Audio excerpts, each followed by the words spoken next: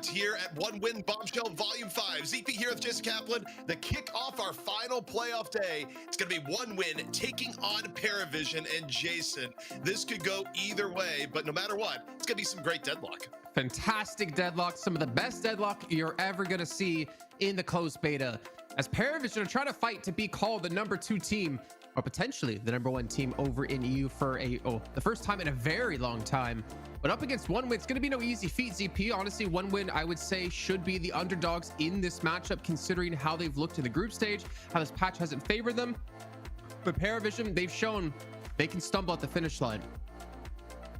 I think the issue with Paravision, even though clearly they're top 3 within Europe, I think Paravision has a little bit of an inconsistency problem at times, where at their highest levels they can take games off VP, they can take games off One Win, and they look really good. But I think at times Paravision just has issues maintaining that level of play, especially over a longer series like a best of 3. So, you know, that's where it feels like anything can happen. Meanwhile, for One Win team, it's kind of been a situation where they've been trying to find their identity on this patch, where, you know, we'll see if they're able to do that, but they have been improving as the tournament has gone on.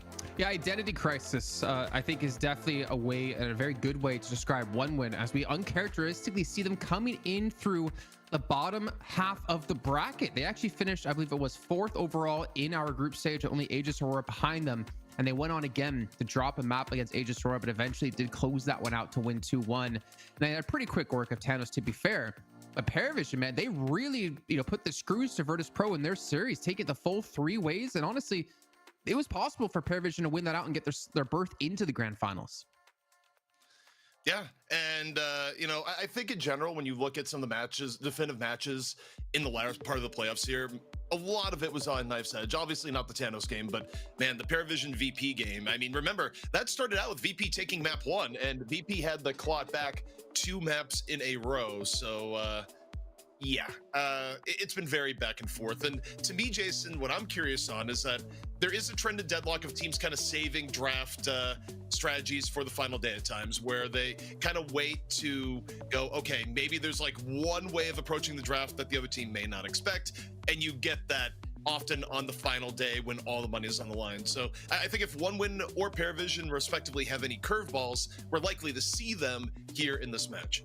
Yeah, honestly, I don't really know what kind of curveballs we're going to have, other than I mean, maybe like being really tricky in the first 3 picks, like we have seen a couple times now.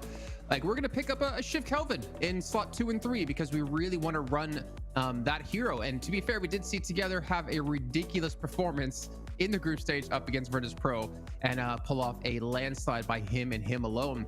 But One Win's going to be, I think, a very tricky team for them. I think One Win are still trying to settle into how they want to play in this patch of deadlock, because their old combo of taking these like Death Volley frontliners of Yamato, of Calico, of Pocket, and just running it down against you is not going to work.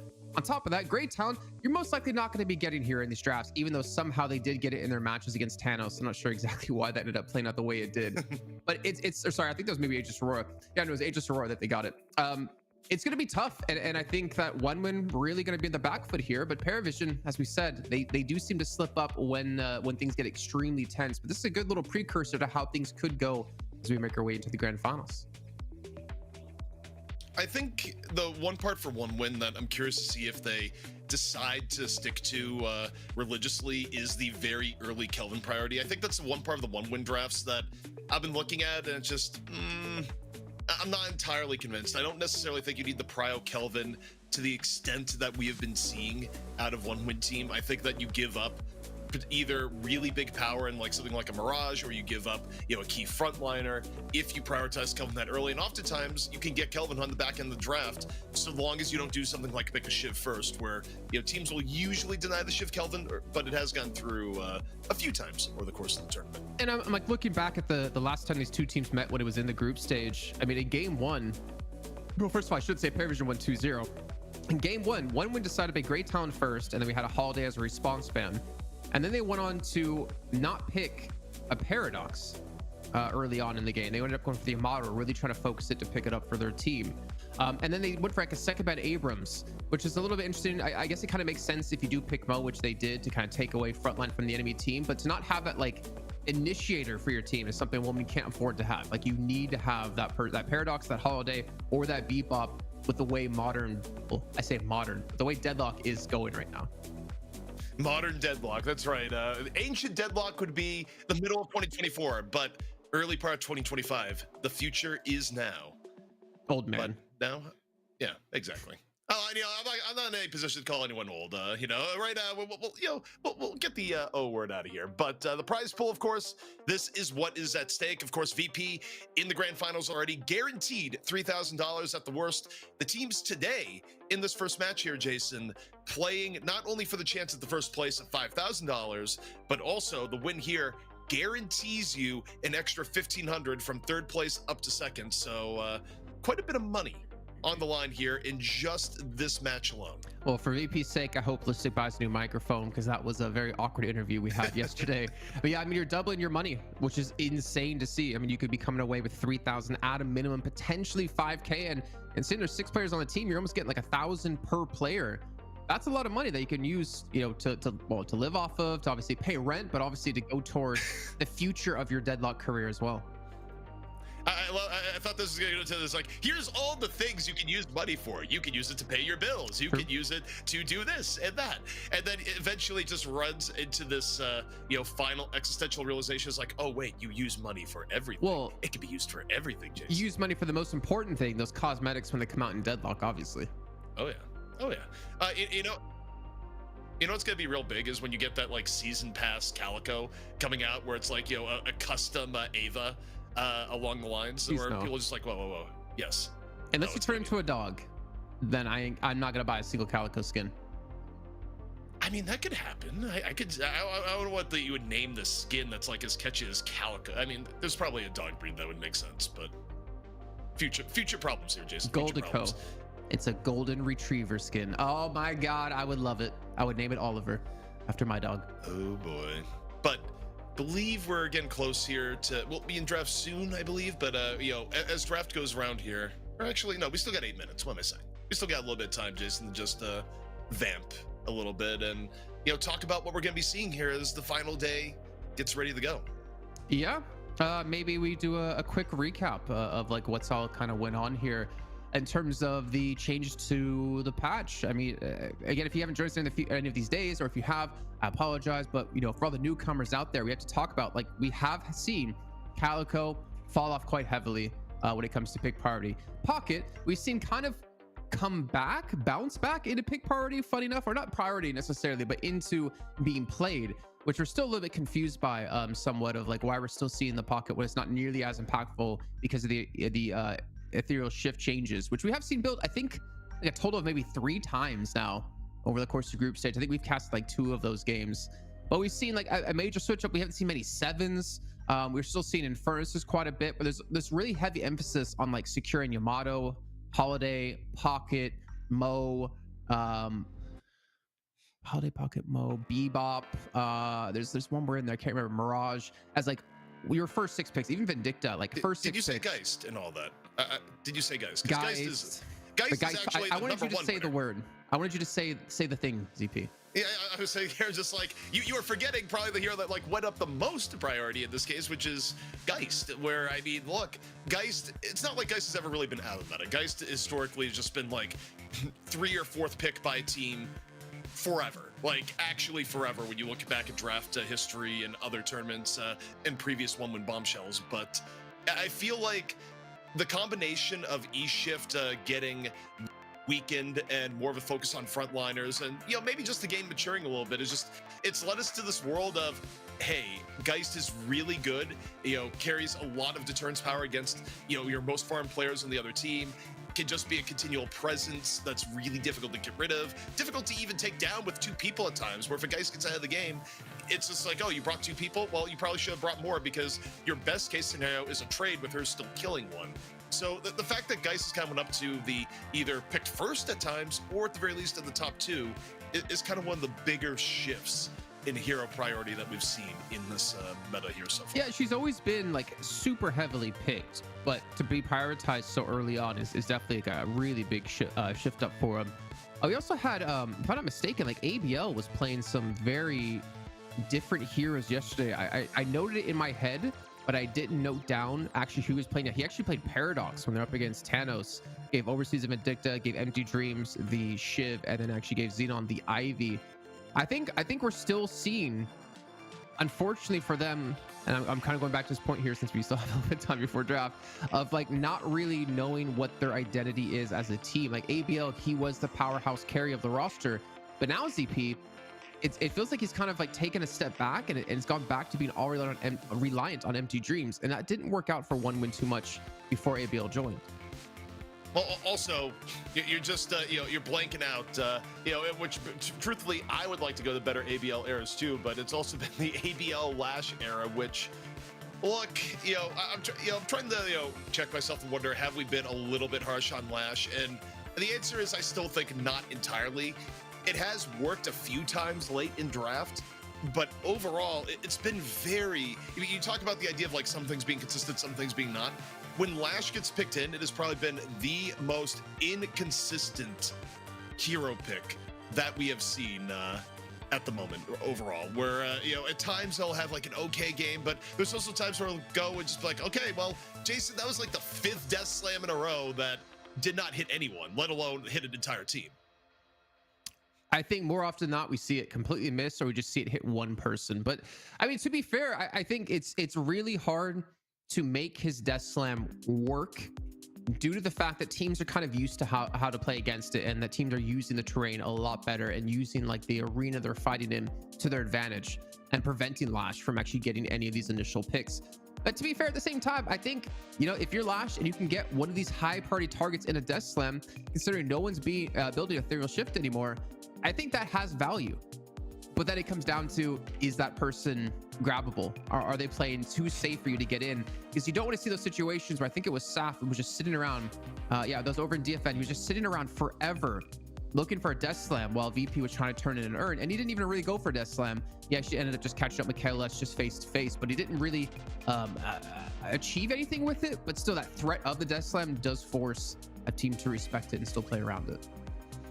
I think that's kind of the key point. And it goes to what I was about to bring up, where I feel like the biggest impact of Lash at times hasn't even been what Lash himself is doing. It is the threat of what he could do, specifically what we've seen in terms of urns, where the VP games versus teams like One Win were very, very interesting, Jason, because you had scenarios where VP would get first control of the urn, but then they wouldn't go to turn in until they would either get a pick off, or at the very minimum make the Lash burn death slam on something, where there's a clear indication that teams would see situations like, hey, we can do an urn turn in, but we know that the fact that you have this character and your ultimates online means that a full open air urn fight, it's one of the most open areas in all of Deadlock, if you decide to go there, that it could actually go very much against you. So there's a lot of, feel like there's a lot of that in Deadlock, where, and also oftentimes MOBAs in general, where the threat of a character using something carries more impact at times than actually using it. Geist, for example, another one you could talk about, where you don't dive on Geist a lot of time, even if she's out of position, because you're worried about the threat of, your HP getting swapped. But if her HP swap is on cooldown, then all of a sudden you're just like, well, we're going to dive on her all day and all night because we know that that isn't available in your kit. So it's kind of interesting how some of these things have developed. I think also, so that's been really cool to see when it comes to like macro play, is something that I actually thought about doing like a video on over at Locked In over on YouTube, which you guys can subscribe to, about the way Virtus Pro play the macro with the urn, whether they have it or don't have it. A lot of the times we see when they don't have it, they end up going for these pushes on Guardians, and they say you can have the urn, especially the first urn, 3,000 souls, we're not going to care. We can make over 3,000 souls by taking a Guardian against you to either unlock a flex slot and open up the jungle for us to take. But when they do have the urn, well, as Shark knows, they're very adamant on, we're not turning this urn until we're 100% confident we can secure it and not lose a lot of players off the back of that. And that's where we see them use that to their advantage of split pushing into some of these lanes, usually the lane the opposite side where the urn's being turned in, which I'm kind of surprised to actually see ZP why they don't focus on picking Mirage a little bit more, because that would fit so cleanly into the style that they actually want to run with the urns. Well, Jason, while we're waiting for the draft to get started, and it should be a moment. You talk about the idea of checking out content here, the Deadlock Seed, and places to subscribe to. Why not start with what we're on right now? The One Win Bombshell tournament, of course, is brought to you by One Win. All the social links are in chat. Every now and then, I think we even have a QR code we can throw up on stream. But yeah, give it a check out, give it a like, a subscribe, and this is the 5th Bombshell tournament that has gone on, and likely more will follow in the future, but your support does mean a lot. And there we go. We got the QR code up there, Jason. It's easy. Just scan it with your phone.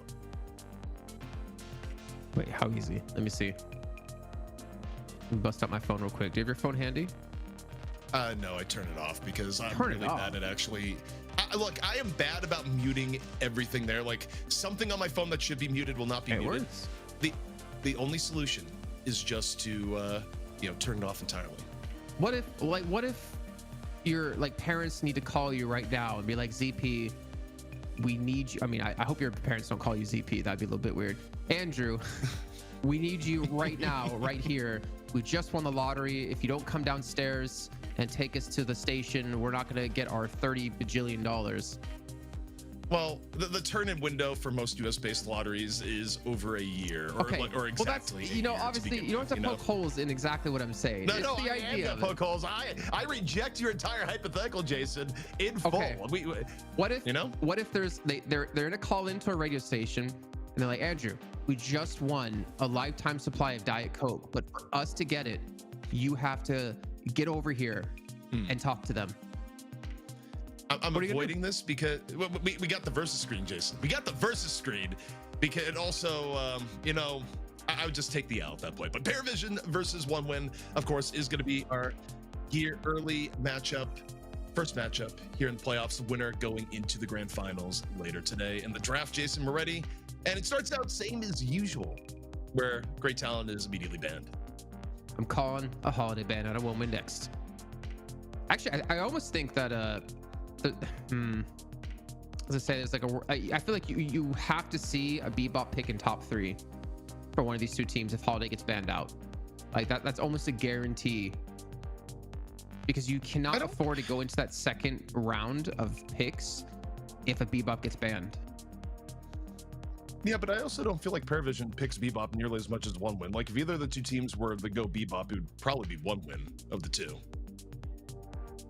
It is kind of where I'm at right now. Now, of course, Paravision with first pick, they may be angling towards the first pick paradox here, which is what I would probably expect, barring One Win actually banning it. The funny part is, too, is like when you looked at matchups yesterday, like One Win versus Paravision, where, yeah, I mean, you can still put the TAS on the Bebop, but I feel like Overseas is went to it more. But TAS versus Mikhail S, you kind of have this entire situation of, even though Holiday was more valued, Jason, the team that had Paradox was the one that actually won.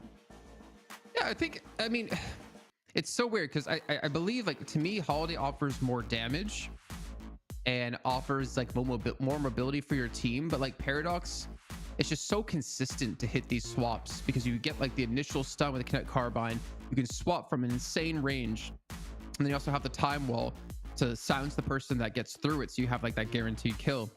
But as we were talking about like some potential adaptations, seeing a Kelvin pick second, I never would have guessed. Yeah. One Win still continuing with their high value of Kelvin, even more highly than we saw previously before they're picking there. But okay, here's the reason, Jason.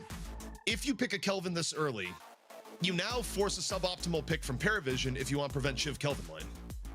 That's exactly why they've done this, because if you pick Kelvin second, Paravision now has to pick Shiv as early as third. So in a way, you're forcing both teams to kind of go down a road of like not going with a pick they necessarily want to pick in top 3. Or at the very least for Paravision, they'd have picked Shiv top 3, which is no way what they came into this draft wanting to do. I don't think you do it. Wait. They just went Kelvin and did not even go Shiv. So, all right, throw that out the window. The only thing you can take from this, Jason, is that One Win just adore Kelvin. Like, even beyond the Shiv Kelvin lane, they want Kelvin no matter what. I think it's a bit of an overvalue. I mean, it might be an overvalue. I don't think, to be honest, at Paravision we're going to commit into a Shiv, just because I don't.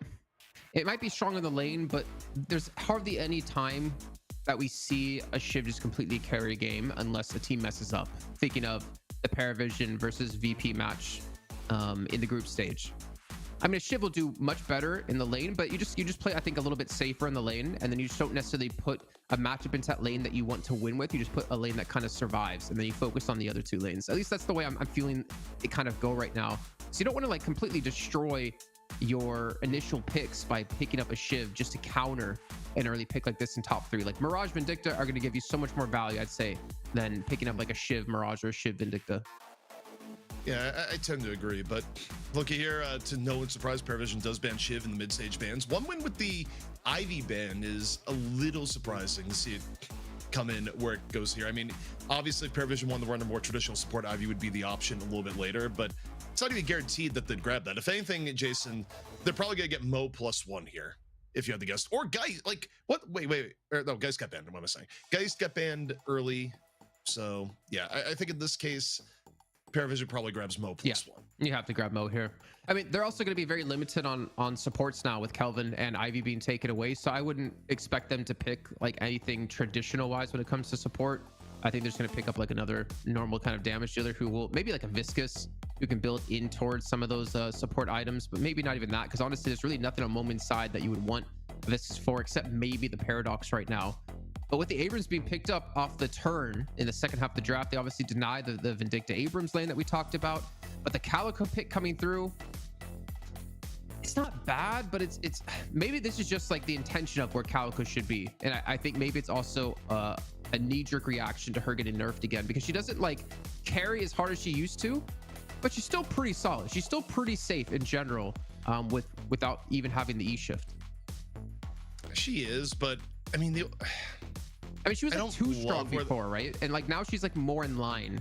I still think she has value, but she doesn't have nearly the same carry potential. So you can't rely on her to be the carry. You still have to have something else on the team. I'm curious what they pick along with this here. They still need more in terms of frontline for what they usually go for. So I'd still expect a Mo to be used in this draft. But if they don't go Mo, you know, if you're looking at one win, oh wow, okay. I mean, both these teams have played Lash, so it's not like there was zero threat of it being picked on the other end.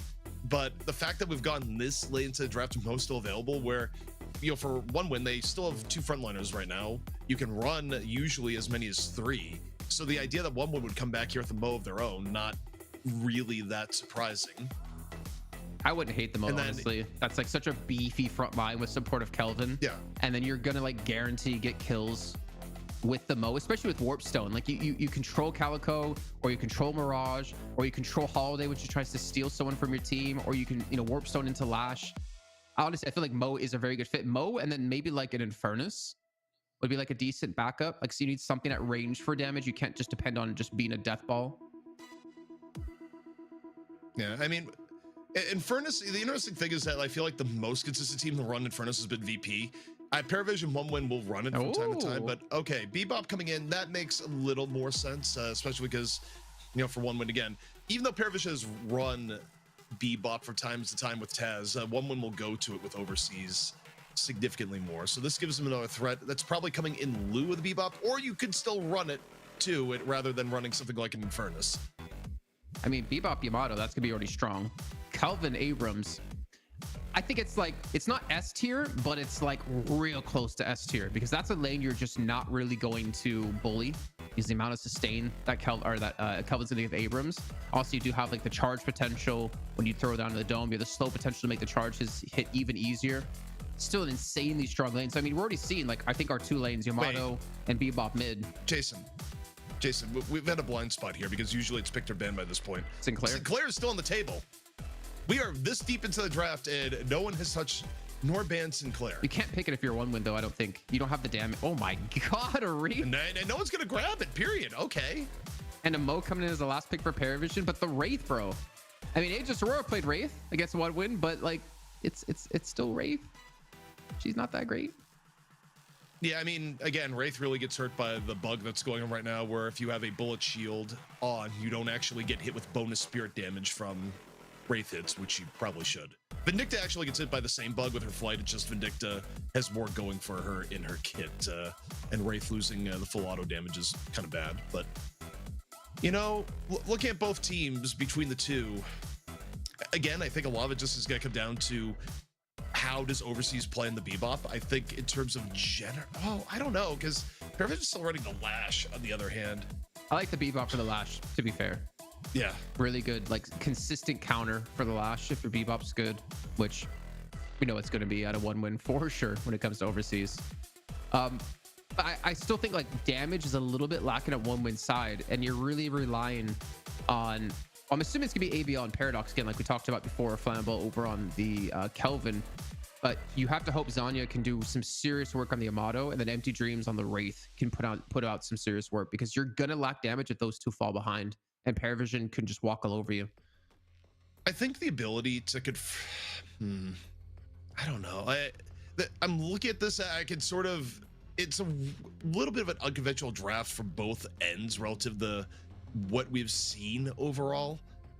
I'm trying to think realistically which team I favor, especially going to like early mid game. I would guess, okay, even in the like early mid game, even with like Holiday Mo on the other side, I think 1-win has more outright kill potential in the first 10 minutes of the game. Like both sides actually have pretty decent outs and reasonable scaling options. I'd argue maybe the scaling, it kind of depends what you value more between the Mirage and the Amato, but the scaling is close to even, maybe a slight edge to 1-win. I think maybe it depends on, I think at its core, Yamato should be stronger late game, but we've seen the way Paravision have played with Prestus on this Mirage and getting him to be this monster. Like he was the reason they beat VP in the match that they won, because of the way he was playing. They have to get him to that kind of level again, I think, to combat this. But like we've already seen them do it before, ZP. It's whether or not they can do it yet again here today. I think the mid game is going to be really interesting. I also think, of course, going in is that you still have the X factor of, okay, what is Lash going to do? Is this going to be a good Lash game or a bad Lash game? I will say one thing that I think is going to be really paramount to 1-win that we saw when teams were, well, also paramount to Paravision too. First control the urn as opposed to urn turn-in. Because I think if Paravision's able to get first control the urn, then they get to force picks into the middle. But let's see. What's up? What are we looking at? What did we see? No, I was just I was trying to listen. Oh no, they're not talking to us. That's. Oh, okay. There's definitely a mic left open in our ears for sure. Gotcha. For Paravision side, I tried to like listen in carefully because it was the faint call of a producer to the far back. he was. I did actually catch it, and he was saying ZP looks very handsome today. Yeah. Ah, excellent. All according to plan, but really, you should have been saying Jason Kaplan looks the most handsome today. It's just everyday ZP. Let's be honest. No, maybe he's saying that Jason looks tan, because apparently that's been a thing in chat. For Paravision, if I'm comparing ABL and Saf on Lash, honestly, I think ABL's had a much better showing on Lash compared to Saf. I think there's like some good signs of the Paravision lineup, and then there's some bad signs, i.e. the Lash. And then 1-win, I mean, it's a pretty solid team to be perfectly honest. Like they have a lot of sustain, they have a lot of pick potential. If you hook someone in or swap them in, and then you throw a telekinesis at them, they're gonna die, like guaranteed. And we know Overseas to be one of the most ridiculous Bebop players in EU. I would say the best Bebop player in EU. Yeah, I mean, as I'm looking at it now, the more I think about like odds of various different things happening, I give a little bit of the edge to 1-win team here. It's not a massive edge because I think there's good ways that Paravision can scale, ways that say the Holiday Mo can get out of control.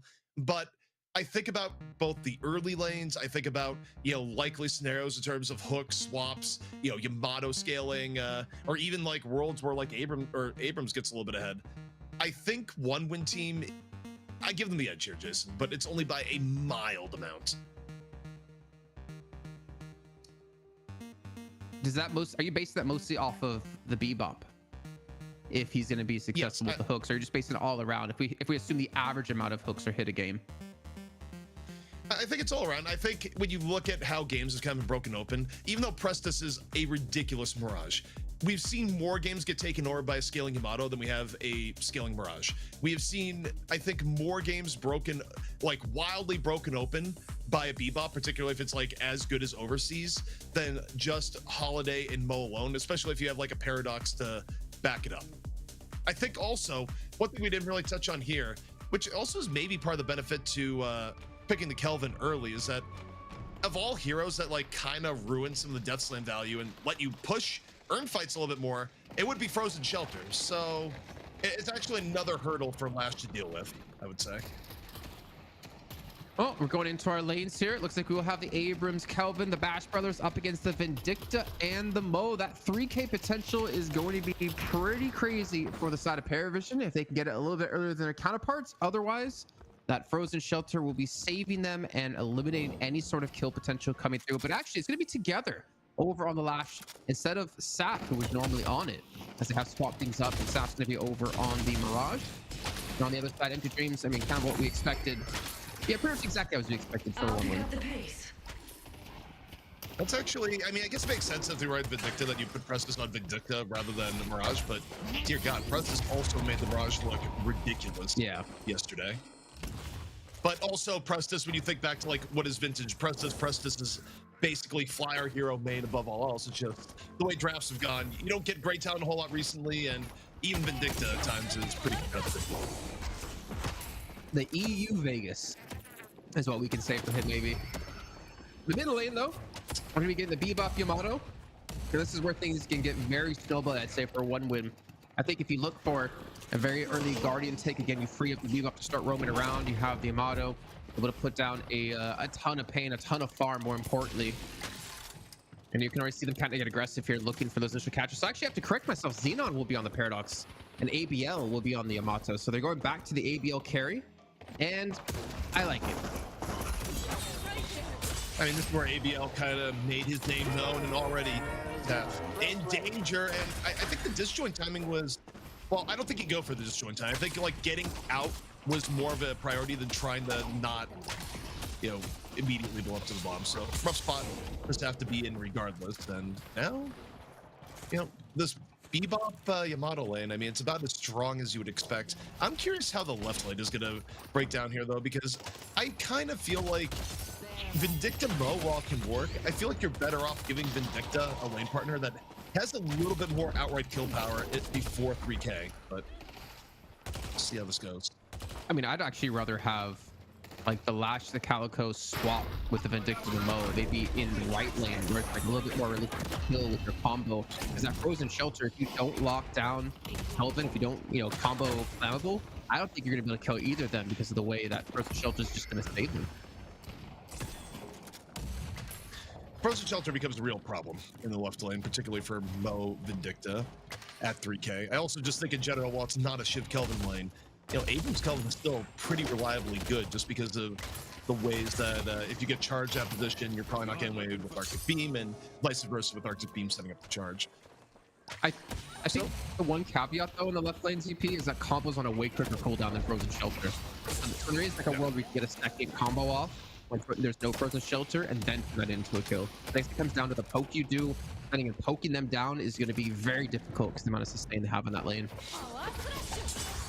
Moment is getting pushed pretty heavily right now in the right lane. Looks like a dive is going down onto the Holiday. Take a look at where Calico is at. At least Calico was going pretty far deep at the moment. It's Wolfie that's pressuring, not Holiday, but Wraith.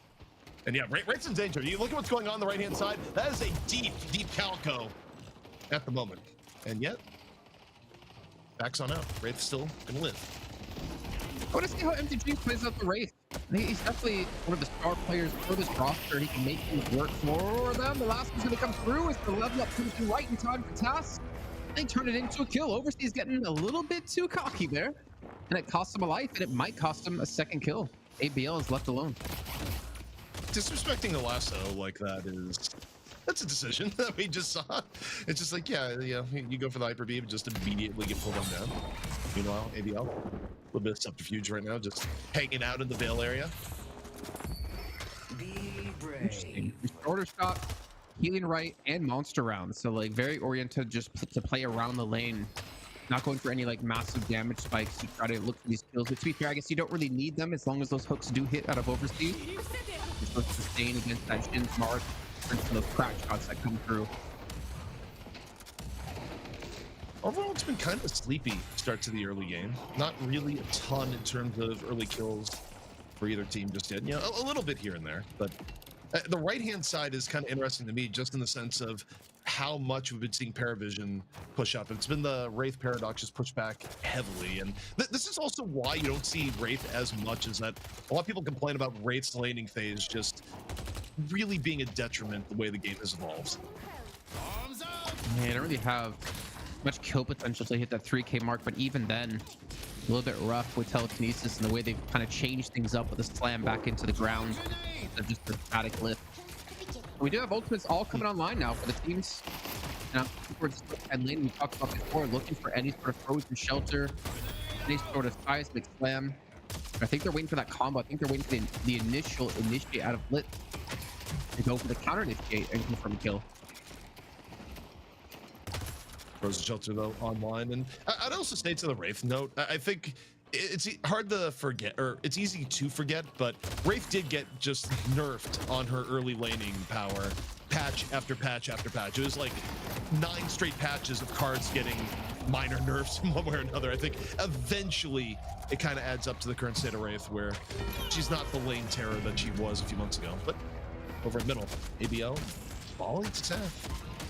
And you know, they've really stabilized here after the hook that came in early onto Saf middle lane, looking way better for Paravision here so far. Looks like actually Lasco connected onto ABL there to open up that kill. That was on cooldown. That's a good start. I mean, considering they got the initial kill on the Saf and ABL. The birds will deal with Left them. side, Yamal just went for the overload, Jason. 3 on 2. Death Slam. Up the other way, Paradox can go down, and that's old classic. We see though, you overload off of death, but meanwhile, Frozen Shelter gonna be coming on in here from Abrams, or rather for Kelvin, and ABL able to stay in there. Guardian now taking damage in turn on the left-hand side. I think you're seeing why I didn't want to have that Vindictive mode match up against the Kelvin Abrams, because they can both clear each other of that combo. This guy's like slam used to save out Flammable. And with the overload, they get themselves a Guardian and allows Overseas to pick up a little bit extra farm, but also the counter pressure wasn't happening. As it looks like Mirage Saf went over towards the right-hand lane to actually return a objective at the same time. So honestly, I think that was a very smart adaptation by Paravision. A very smart use of like taking advantage of the situation and just keeping their heads on a swivel. Well, also when change-ups here, you got the Paradox going over the middle, so you got 3 in middle, 3 on 2.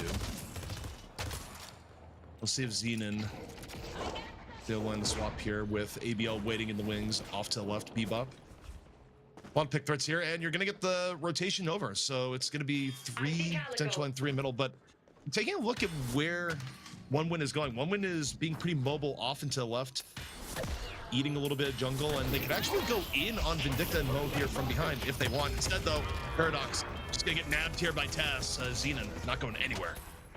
Gets ganked in his own jungle, but again, another smart macro play to Paravision, knowing that their jungle is going to be taken. They can see it on the minimap. They're able to at least capitalize, get themselves a kill when they lost out on their own Sinner sacrifices, but you can see the rest of OneWin continuing to farm up their own jungle now. I think that was definitely a window of timing that OneWin were looking for by sending ABL over towards that left lane right before everything started to spawn in, so they can confirm those. Or just under a minute out now, ZP from the first turn of the game spawning in. On that left-hand side, they're keeping Abrams there with Zanya. They're keeping Flammable in that direction. If they get a kill here as well, that'd be fantastic initiate. No way Prestus was going to get away from that, especially off the swap. So you get an early kill here right before... Well, it's arguably a little bit too soon. I mean, Prestus is going to be back up before mid-pops are up. But trying to still ball in. Combo over. Path there at the immediate follow through. Paravision able to equalize a little bit. I don't know if the hook was off cooldown, but he goes for the Hyper Beam instead of trying to save ABL. The Death Slam going to be coming through, going to catch it on a Flammable. He does pop the Frozen Shelter, but it's not going to be enough HP for him to survive. And a good, smart play out of Paravision, getting themselves a 2K lead. They're going to be down some big ultimates going into the first urn spawn. Well, particularly if you're Paravision and you're down the Death Slam from the get-go here is probably a little bit tough. At the very least, it means you're not going to be able to contest earn pickup the way you want. And now we just might end up in one of those VP-style stall situations where you end up, the pickup goes the way of OneWin, and then they just don't turn in until they get a different pickup. But this is also one win, and one win team Jason tends to be a little bit more aggressive pushing boundaries, and on top of it, they do have frozen shelters, so it's a little bit different than if you're playing without a Kelvin versus the Lash for the Urn fight. I actually thought maybe it would be worth sending it unless they wanted to use the frozen shelter to confirm the turret in. But I mean, with 2 big ultimates down, it's definitely a smart play just to, as you said, do the VP style, wait it out. But the thing is, they already got the left-hand walker, so it's, or sorry, the Guardian. So it's not like they're going to actually push into a walker this early. At least I hope they wouldn't push into it this early. Instead, if you're Paravision, you can maybe just let this one go and take a mid lane Guardian and get yourself a flex slot right off of it. Well, they're in the area, so I don't think they're going to get let go. You fill up together nearby. No death flame available still. Gonna dive on in. Urn turn in being fully contested. Yamato, Shadow transformation. Blitz under the gun right now. ABL moving forward. Zanya getting very, very low here from the start. Urn meanwhile, hanging out here right by the turn and more rotating over it. And Saf and Princess though on the cleanup for Paravision. And this is a fight that's going completely in favor of PV. PV, okay. I think you've said that before, but I didn't like catch on to it. And I was like, what the hell did he say? But PV, I like it. But what if you have every now and then? Every now and then. What if you have VP versus PV? PV versus there's a reason why you don't say that when they're playing against Virtus Pro. Like it works against one win, but if you go VP or VP versus PV, no. I've said that now twice at the same time and never again, Jason. Well, ZP, it's VP versus PV. That'd be too hard for sure for me to do. As chat just sits there and wonders, what did you just say? Like got a seizure mid-show, you know? Yeah, pretty much. So, I mean, we're looking at 12K lead. Well, you know, not necessarily 12K, but pretty much close enough now for Paravision. But we see them in a situation, and we led up to it when we're talking about this this matchup, so they can get these early leads. We've seen it many times, but they have trouble transitioning it into actual victories. And I hope for their sake and their fans' sake, they've been able to work on it here, because with a lead like this 12 minutes in, that's pretty damn big. I think the thing that's a little bit troubling for Woman team here so far is that it's been a relatively tame game for overseas. It hasn't been the typical overseas bebop hooks non-stop, constant pickups. You got one in the beginning onto Saf, but otherwise it hasn't been the most explosive bebop game. And even right now, overseas has mostly been hanging out in middle. It hasn't been active rotations all the time. But as I say that, got a little bit of rotation going on here. Maybe a little bit of fishing. Well, as you into the Lash on Mirage. With what you pointed out, they got a hook. It's on the Mo, and that should be a confirmed kill. To be honest, they're gonna actually go full dive into this. How is he not dead? How is he not dead? How does he? That's ridiculous. It drops the beam at the very end of the please hit the Mo. It doesn't put the aim of flammable to lift. Doesn't go out there. Was that an auto from Flammable, or is that just a frozen grenade getting lobbed into the abyss and actually hitting Mo? I don't know, but it was a kill either way, and that should have been a kill with what they committed into that. I did want to touch on, as you mentioned, overseas, not the usual flashy game out of him. He's been sitting mostly middle, but that's also reflected in his farm. ABL is 2K behind at 9,000 souls. He's definitely not one of the top earners for his team right now. And they kind of need him to be. He's more around that style of like looking for kills, looking for impact around the map instead of farming up and then being the impact later on. That's more of what Empty Dreams is doing. But on a Yamato, you're not picking up kills. I'm a little bit worried about his impact later on. It's still been a quiet game. I mean, we had that one Urn fight, but you think how scrappy some of the fights have been so far. And okay, lasso over and Tash just go deep in the enemy lines. Let's see if the falter is there. It is. Flammable goes down. Doesn't have a chance to drop the frozen shelter. And now one win trying to go on in right after. Shout transmission in here from ABL. Take a look at Paravision. Paravision taking just cover in and around the train. Still a full HP Lash. Tass able to work around the outskirts, getting on the Xena. And then now you take a look, it's going to be Wraith running for the hills here. Empty Dreams able to get out in time. But, the setup from the holiday still pretty good, Jason. I wouldn't be surprised. It's Tass, man. He's definitely like, it's Tass, it's overseas, it's Demov. Those are like three hands down some of the best play creators for any roster over in EU. With the next turn spawning in with a 10K deficit for one win, can you afford to contest this? You don't have a flex slot unlocked. Paravision had that advantage over you. They also have position around the Urn, and I think they're kind of almost delaying the Urn pickup. They may force in some players of one win. And it does get snatched away, but the fight might break it off. Look how many players are here. They're actually going for the chase directly on the flammable. If they can kill him before he gets the frozen shelter down, then that's a big kill. He just needs to drop the frozen shelter now, gets it off in time, but not in time to actually live. Just took way too much damage from the lash slamming on down. Hyper beam though, in from overseas this time, getting some reasonable value. Tass out of the fight, 5-on-5, and the hook comes on in. Long range from overseas. That there, Jason, is big.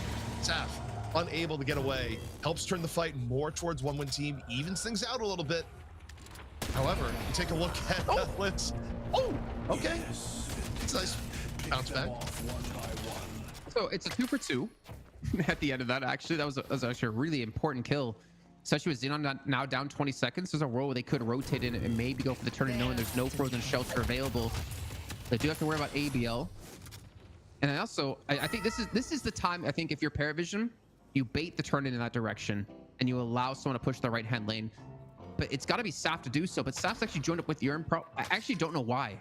I feel like him and Precious should be swapping positions right now, so then you can get in with the Traveler. And did Saf actually use the Traveler to get into the left lane from base? Or is it just, it has to be a UI bug? It may be UI bug, but with Empty Dreams going down, you 100% go for Urn Turner now. You're up 1, you got Death Slam.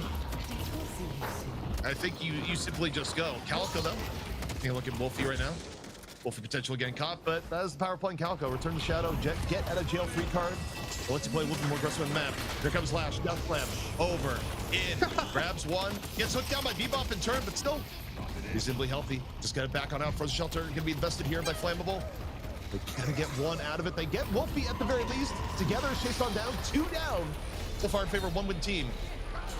Now, we look at ABL. ABL back over and in, drops Shadow Transformation, diving in even more. 3 dead for Paravision. And Jason, not the worst fight coming out of one-win team in response, especially given that they started out down 1. That's to close the gap down too. I mean, that was, I would say that's a bit of a misplay out of, that hook. A bit of a misplay out of Paravision because they didn't have Prestis there. And they already had Return to Shadows for Wolfie down. Like, they didn't really have the safety that they really needed to win the fight, especially when Frozen Shelter just came back up for that one. I think it was a mistiming of that play. They still get the Urn either way, but that lead they have of 10K has been dropped down to 4.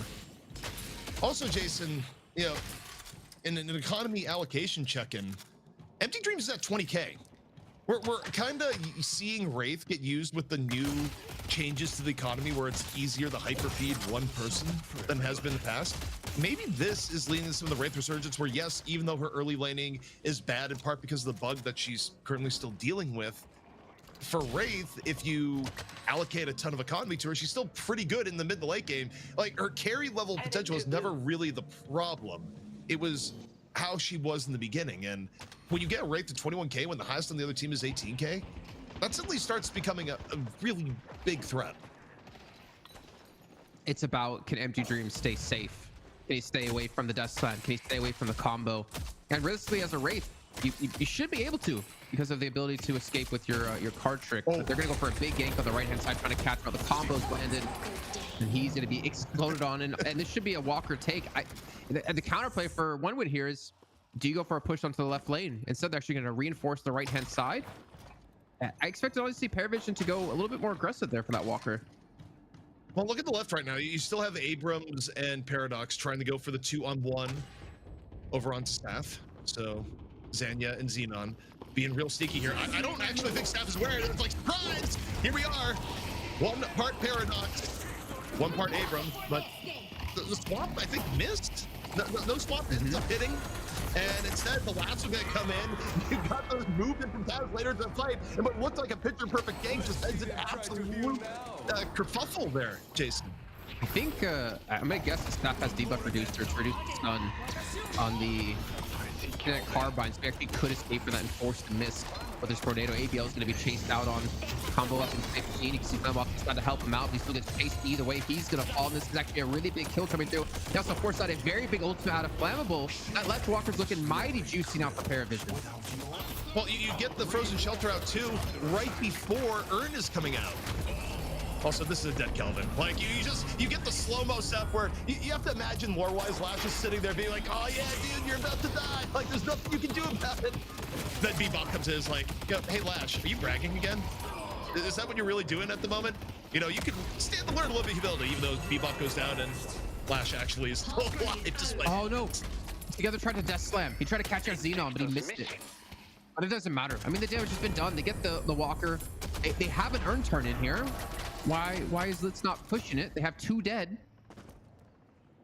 I think, okay, they're gonna go mid boss. Okay, so that's why they're actually heading down towards mid. They're gonna go for the rejuve, and they're looking at 20,000 solely after the mess that they had previously over towards the urn. They ended up getting themselves now a bigger lead, and this could be a massive snowball for them. They need to quickly take this down, look for the turn in. They're gonna have ultimates coming back online. One win, can you contest? They're trying to contest it.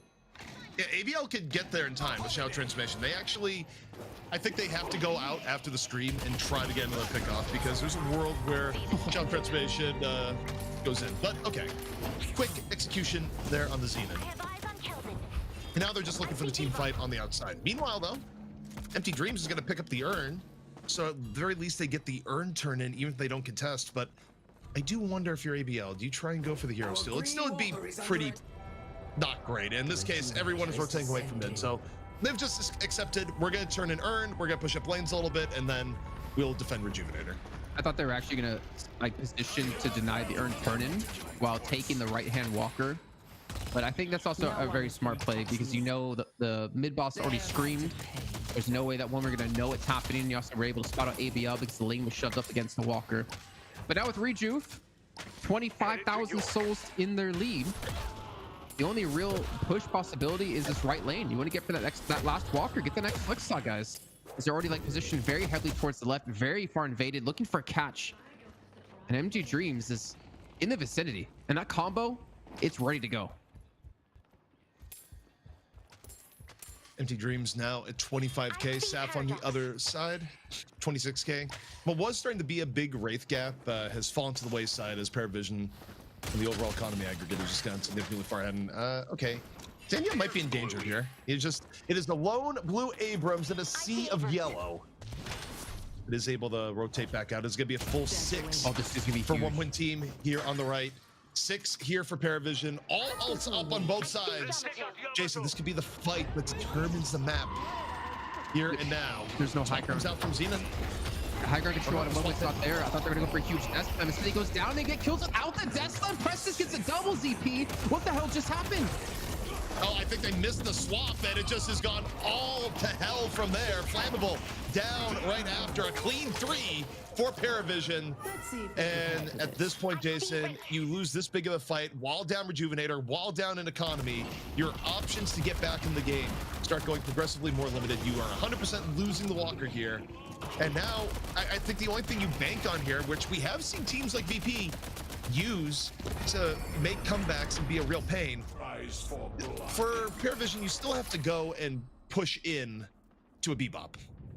And it's still a Bebop with a reasonably farmed Wraith on the other side. So attacking the base is not 100% as risk-free as it would be with other comps, but you still really like your spot here where you've completely opened up the map and you have about like a 20k lead.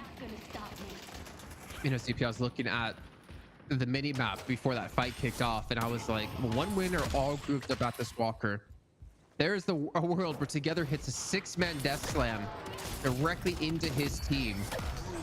I think the one thing you have to worry about there is obviously the frozen shelter, but there was definitely the possibility for something big to happen, but they didn't even need it. That's the crazy thing. Press was able to get like a massive double kill.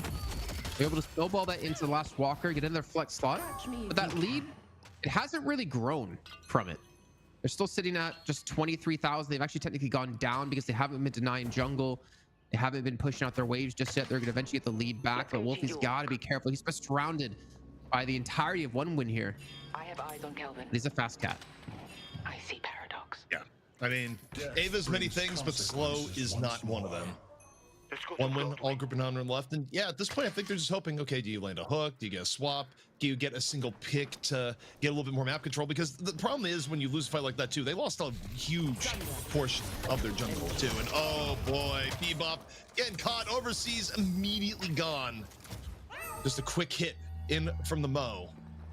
And the problem here too is that you're gonna get mid boss back up in around like a minute and a half, 2 minutes, and you're up 6v5. You can just take more jungle, look for more picks, and you know, one win right now. They're stuck in a dangerously defensive position, and Paravision, on the same note, they can just play the map, Jason, and delay until they finally decide to go for the push. They don't have to give big hook opportunities to overseas.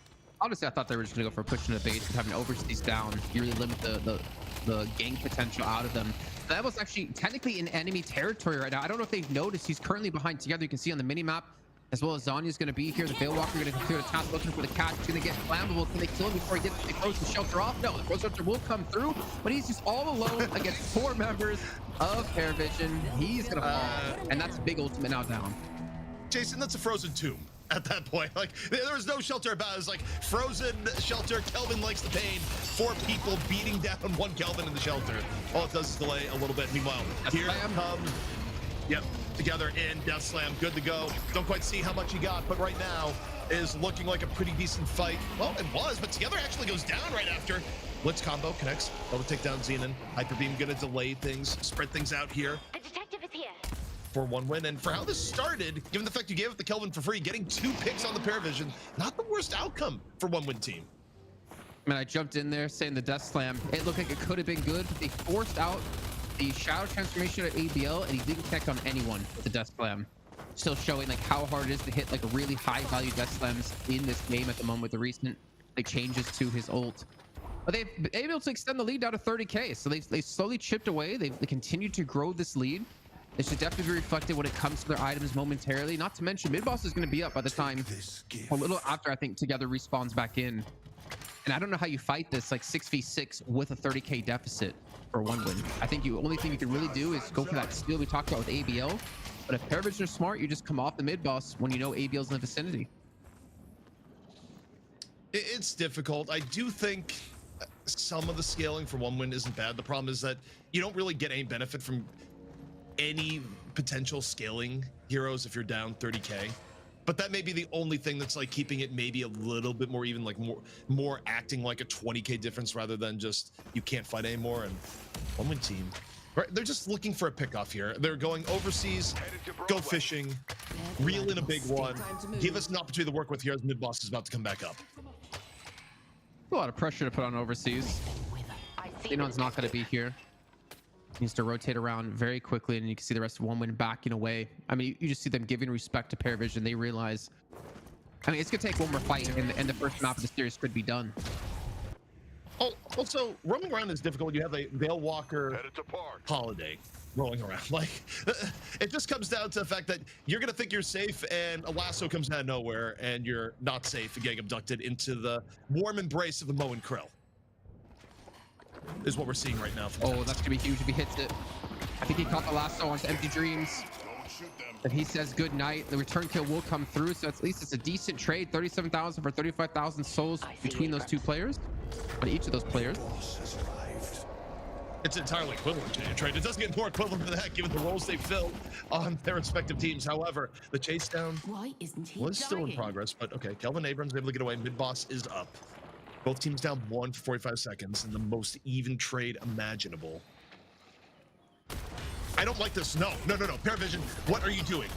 This is actually not a good idea, Jason.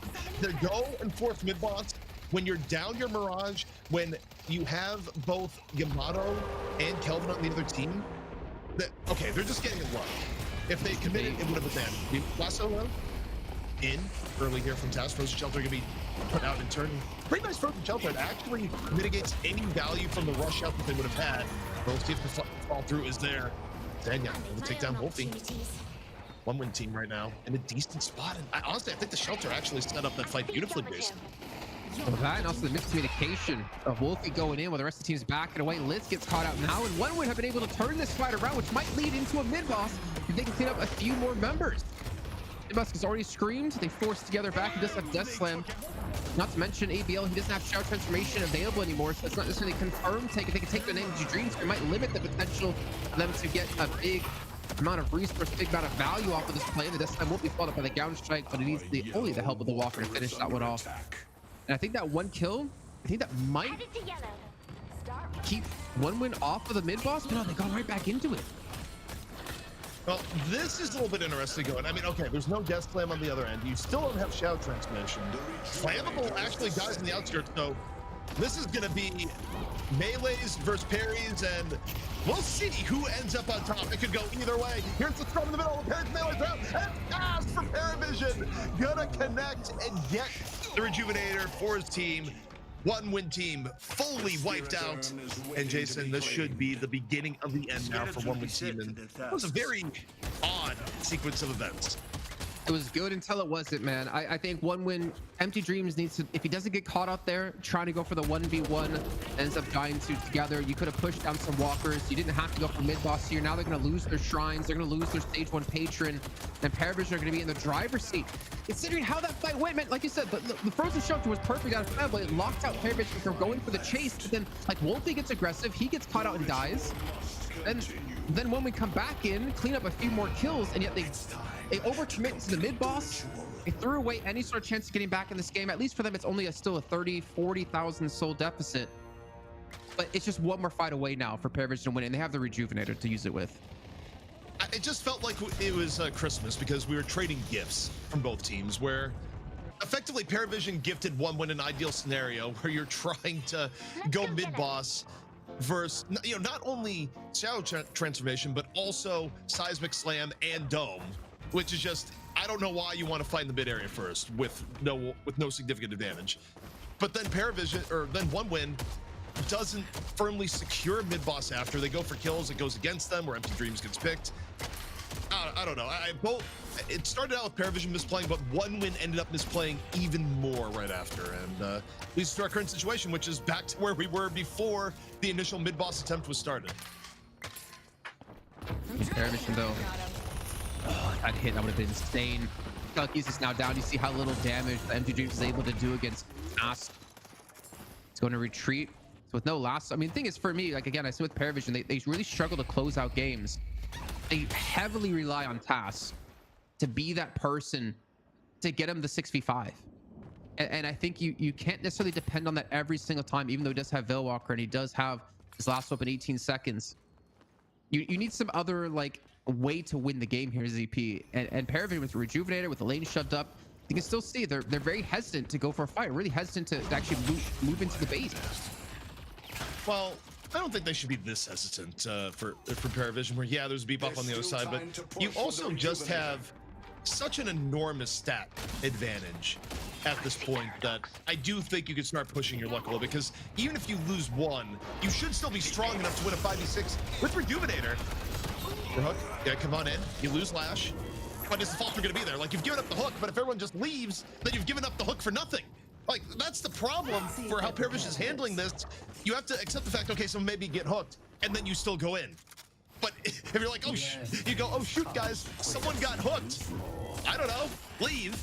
You give opportunities for one win team to get back into the game. Yeah, I don't know. It's so rough there too, because that was a hook into a frozen shelter. You're not going to escape that if you're together, unless you have like Ethereal Shift, which he's not going to be building anytime soon. You have the frozen shelter down. Like, that's their big, like, saving grace. I think there is a world where you can, like, re-engage off that, but then again, Litz is only at 28,000 souls. I think he's going to get exploded just as quickly as Together would at 37k. And then you have no other front line except Wolfie, who can't really tank too much damage unless he's built his Ethereal Shift, which I haven't checked in on in recent times. I can kind of understand the retreat, but I can also understand what you're saying, ZP, of, like, you kind of wasted some big stuff out of them. Maybe it's time to commit for the fight, but Paravision, they're very scared and very hesitant to go for the close. Well, and then they should have been, because they still had Rejuvenator at that point too. Even if it goes against you, yes, you give up some of your economy advantage, but if it goes in your favor, you literally win the game. It's a level of being afraid and a level of respect to Bebop at this point that I do wonder is necessary when you're up 40k, because the longer this goes, the more opportunities you give one win to get pickoffs, or the Amato to get more scaling, and the Wraith for that matter. But now it's all in middle. It is a kind of bisected Paravision team here in the middle. But now it's regrouped into a full front. One win, looking for the engage, but comes out from overseas. Don't think it connected. Telekinesis though, down on Wolfie. Blitz able to go on in. Flammable is down. The flammable down. He doesn't even get the frozen shelter out. Big early advantage here from Paravision. This may be what they need to end the game. ABL out of it. It's a clean 2-0 here so far. Paravision still really healthy as they push the attack overseas, just right near the cat. Things a little frozen for me, Jason. Do you see what's happening? Yeah, he ends up getting the chase down. They can make a push in towards the base here. Task leading the charge. Looking for a lasso in 15 seconds, trying to connect on to Empty Dreams, but either way, they force them back. It's Empty Dreams, Zanya, and Xenon all alone. And Zanya, he's actually pushed out the lane. They don't have a minion wave to finish off this game. He's buying time. He's not going to escape either way, though. It's up to Empty Dreams and Xenon. The mid wave eventually be pushed out on. And honestly, there still should be Paravision winning the game. Alasso has connected. They're going to finish off. It looks like Empty Dreams here as he card tricks back away, but it doesn't seem to matter. They all get wiped out. And ZP, we are going to have our first map now done. Paravision taking the first map in this best of 3 up against OneWin to get their berth into the grand finals. One map to go for them, and OneWin going to be on the back foot now into map 2.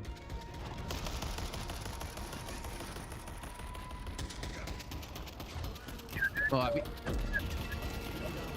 Worked out where you kind of had some misplays back and forth, but in the end, it's Paravision getting pretty far ahead, and it's just too big of a gap to get back from. Rose Shelter gonna come down, but sorry, you're not saving the patron at that point. It is far. Well, you know what? As we were just talking about, Paravision struggling to close out games. It comes off the back of just Litz getting himself a combo to open up on a big kill. You saw ABL just being punished by Calico. Wolfie was doing some ridiculous damage to ABL there. Forced out the Shadow Transformation, but it's too late. Your health's too low. He gets finished off, and they still ball the fight from there. Yeah, I think it's great to see Paravision win the map, and I don't want to criticize the way they did it, but at the same time, I wanted to see them kind of take fate into their own hands. That was more OneWin pushing out into them and them taking advantage of the fight instead of them pushing into OneWin and winning the fight. Taking Flammable off the board right away, no frozen shelter, there's no way they can hinder you anymore, and that's a clean sweep. I'll still say this. I don't think OneWin is drafting properly in this meta. Yes, Kelvin has moments, and yeah, you could point to like the point areas where Kelvin's been good, or say Obikim in the VP game. But I think you give up a lot in the draft overall when you prio Kelvin this highly, especially when, generally speaking, you can often get him later in the draft. Or there's other options in general. I feel like this is the big difference for me from OneWin's period of dominance to what we're seeing now, is that they've changed their draft strategy pretty radically in response to this patch. Obviously, they're not valuing things like Pocket the way they did before, because Pocket got pretty highly nerfed.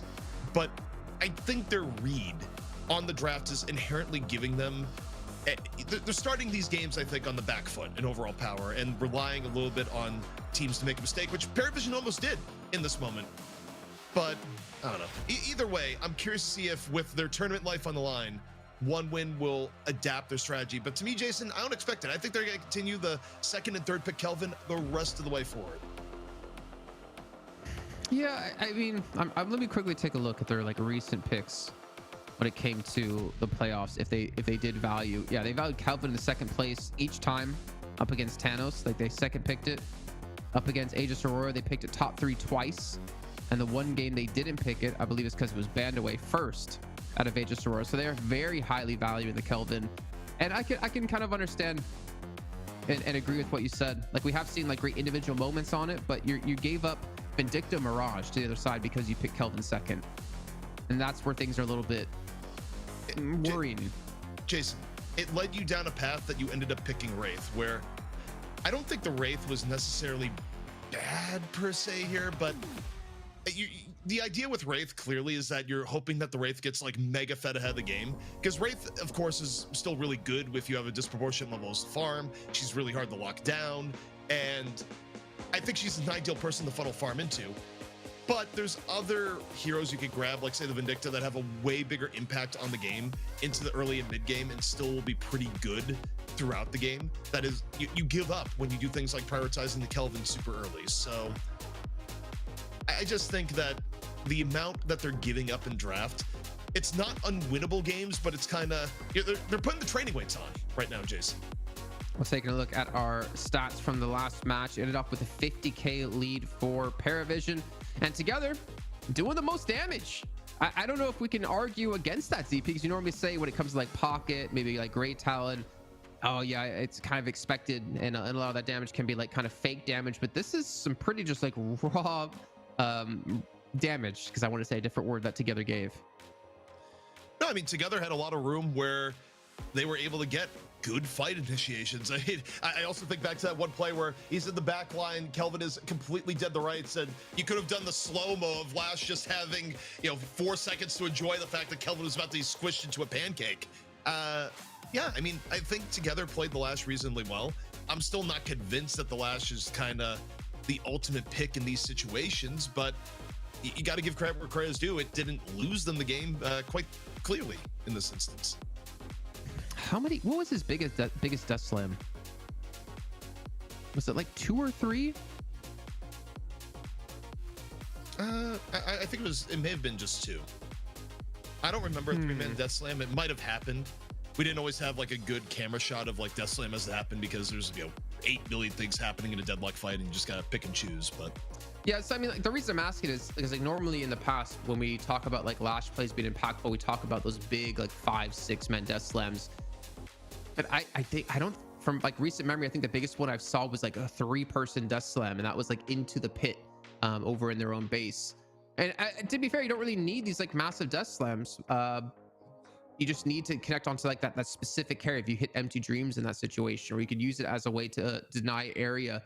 Yeah, I don't know. I'm still like not 100% convinced. We haven't seen necessarily like a Lash carry a game through, but it is kind of technically on an upward trend here, ZP. No matter how painful it is for me to say. Well, in terms of the eye test, Lash has also been winning more games as term has gone on, where the win rate for Lash at the beginning of group stages was abysmal, just to be clear. Like, Lash got picked and the team lost. I do wonder if there's a world where Lash was generally not in meta, like it hasn't been in meta for a very long period of time, that Lash looked really, really bad as teams were starting to play it again, just because both on an individual level, the players really hadn't played it in a long time. The teams hadn't really played around Lash in a long time. But I do wonder, now we're here on the final day in playoffs and you've had, multiple days to play, and, don't forget the teams are still scrimming also, not just playing in the matches. Like, the matches will wrap up on a given day and then the teams will go off to scrim. I wonder if there's a world where you just have like Lash proficiency on the upswing, which would account for why it's actually winning more games later into the tournament, where, back in, I think it took until like day 3 to have like a win where you could go, okay, Lash like had reasonable contribution here. You know what? We'll make sure to ask next time. I forgot to ask. Well, I was going to ask Listic, but then we found out his mic kind of exploded. Going into our next set of picks, though, we are seeing a slight adaptation. We're going to have the Shiv locked in top 3 for 1 win. But again, doing this, you give up. I mean, you give up still so many like other picks that you maybe wanted to secure for yourself, like a Mirage, Vindicta, Holiday, all secured yet again for Paravision. It ain't broke, why fix it? And I think maybe the adaptation for Paravision is maybe you ban Bebop, actually. But Sinclair's left open. Like, there's still, it was still crazy to see Sinclair like left free in this last one. They're gonna ban Yamato, because I think 1win has first pick out of this, if I saw it properly, Jason. So if you think about what 1win has been valuing, last time around, the only thing different is that they chose the Yamato instead of the Shiv. I think if you're Paravision and you want to keep things as similar to last game as possible, or even better, you just ban the Yamato here. You don't let ABL have a chance of playing it, and otherwise you just kind of keep the draft same as last game. They banned the Lash instead of the Ivy, and we do get the Bebop ban out of Paravision instead. So they have doubles, like double support. Again, that's like so risky for me, because if you don't have the damage to get the resets for Shiv, then you're gonna have a really bad time. I don't love the early game for one team here, especially, I mean, what if Paravision responds, Jason, and Abrams, they grab Mo. Yamato or Yamato Mo? You could grab Yamato Mo here. They played Mo really, really well in the last game. You grab the Yamato on top of it and remove another good frontliner from 1win team. But you're right, they also could grab Abrams to pair with the Vindicta. They could do Abrams Yamato. They could grab the Mo.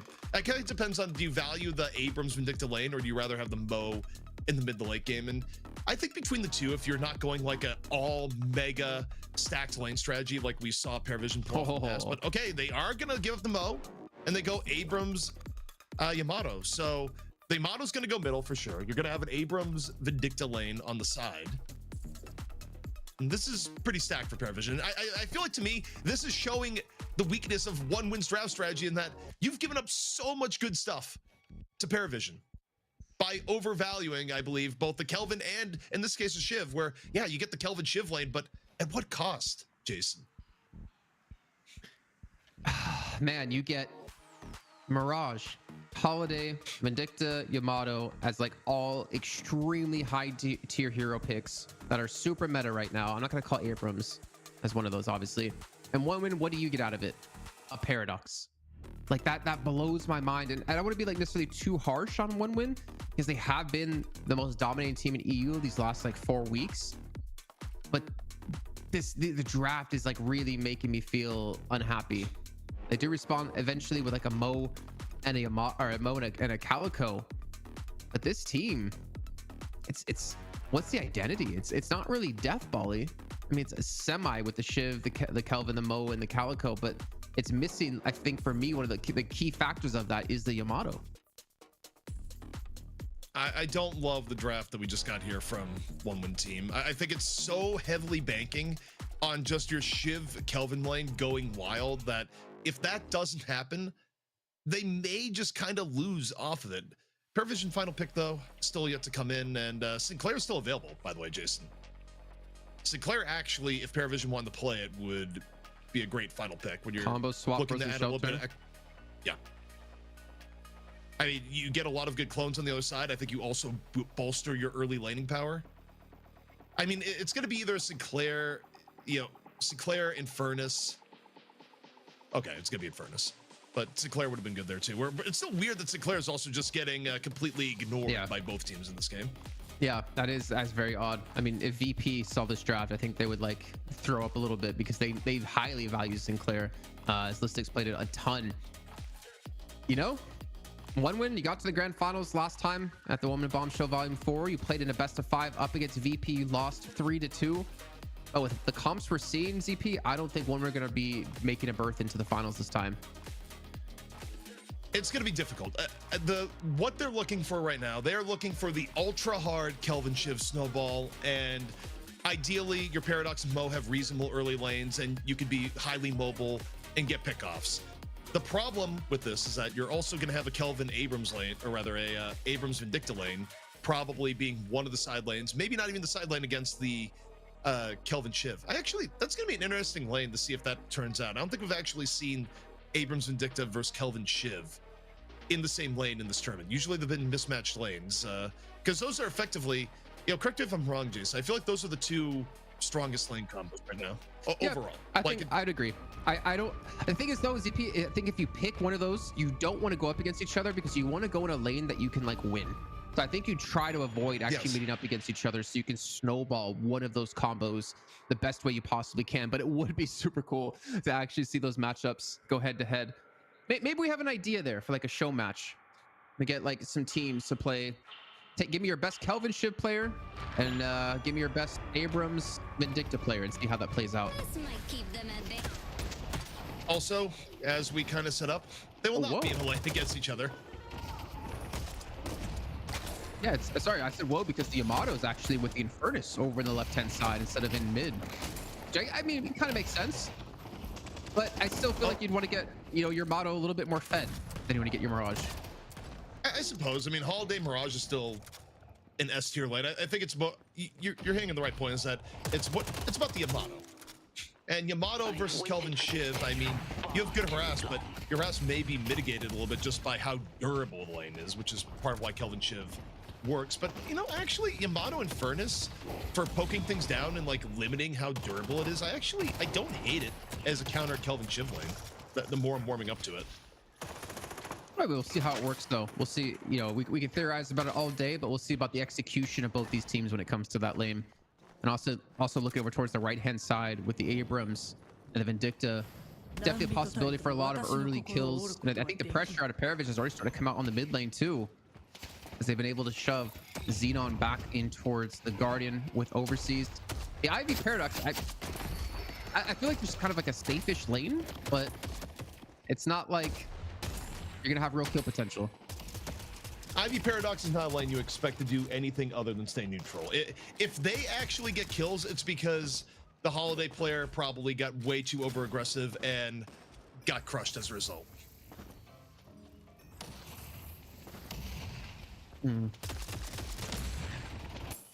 Well, ZP, we are still a ways away before these ultimates come online. But I am looking towards any of these tethers to come through to lead into a charge. I think the ideal target would definitely be ABL. And I think it's been a long time since we've actually seen ABL play Calico. And in quite a long time. I don't know why, but it brought me back to a flashback to, you know, other shows where I thought you were about to say is like, you know, we haven't called in Dan for a long time. Let's hear Dan's thoughts on what's here. Of course, you know, Dan is not working the tournament with us. We don't have a 3-caster setup. You know, right now, let's just like, all right, yeah, let's call him Dan, who I believe is on international. What was the alter ego name we gave him? Doug. Doug? Yeah. Although I stopped and thought about that. There actually is like another caster whose actual name is Doug, so maybe it should be another like D name. But... I was thinking Dustin, but there technically is a caster with the name Dustin. Yeah, there's another caster with Dustin, so that doesn't even work either. So wait, what was mine? We'll have to workshop it a little bit. Justin? There's got to be a Justin caster out there. I don't think so. Yamato, over and in it. Oh, this could be big. Gets it, the mid-air right click on the flammable. And so far, the Infernus Yamato actually working reasonable as a counterweight to the Kelvin Shiv lane. And if that's how this game is going to go, Jason, we could be in sub 25-minute win for Paravision territory. Especially if they're picking up kills in mid lane at the same time. I wouldn't be surprised, though, to see at some point ABL break off from his lane and overload one of these other lanes if we saw happen in the first match. Take an early Guardian and then have the Paravision on that response, which I would imagine they would do relatively the same thing. So far, like with already able to start winning the left lane, I mean, taking a look at Souls, you know, TAS is at 2.7, getting very close to actually securing a lasso, which would inevitably lead to another kill, especially when Xenon's only at 1.4 thousand souls. He has lost out on a ton here. Wow. Pressure coming on the Shiv, and oh man, for a lane that one win banked everything on. This was their draft priority, Jason. Like, I can't overemphasize this. You're looking for your berth at the grand finals, for the chance to compete for 5,000, to secure at least 3K, and you put it all on Kelvin Shiv. And this is the result. It's not looking good. No, man, one winner starting to fall and crumble. A 3,000 lead at 4.5 minutes in. I guess one caveat to this, though, ZP, is that One Win's Guardians are still looking like relatively healthy. It's only the left lane that's looking at about half HP. But if this snowball continues, no pun intended, One Win's gonna have a stupid hard time to come back into this game. Like Empty Dreams, you need to get him fed up. I think we know with the way One Win play, they will get him fed. But will it be taking too long for him to get fed? Will it be too late for him to actually become a viable threat? I mean, realistically, you're hoping by the way, Overseas, you've kind of sacrificed Overseas having a good early game because you put Paradox Ivy middle in a losing matchup. Like, there's a huge gap that's developed between the One Win middle lane and the Paravision middle lane.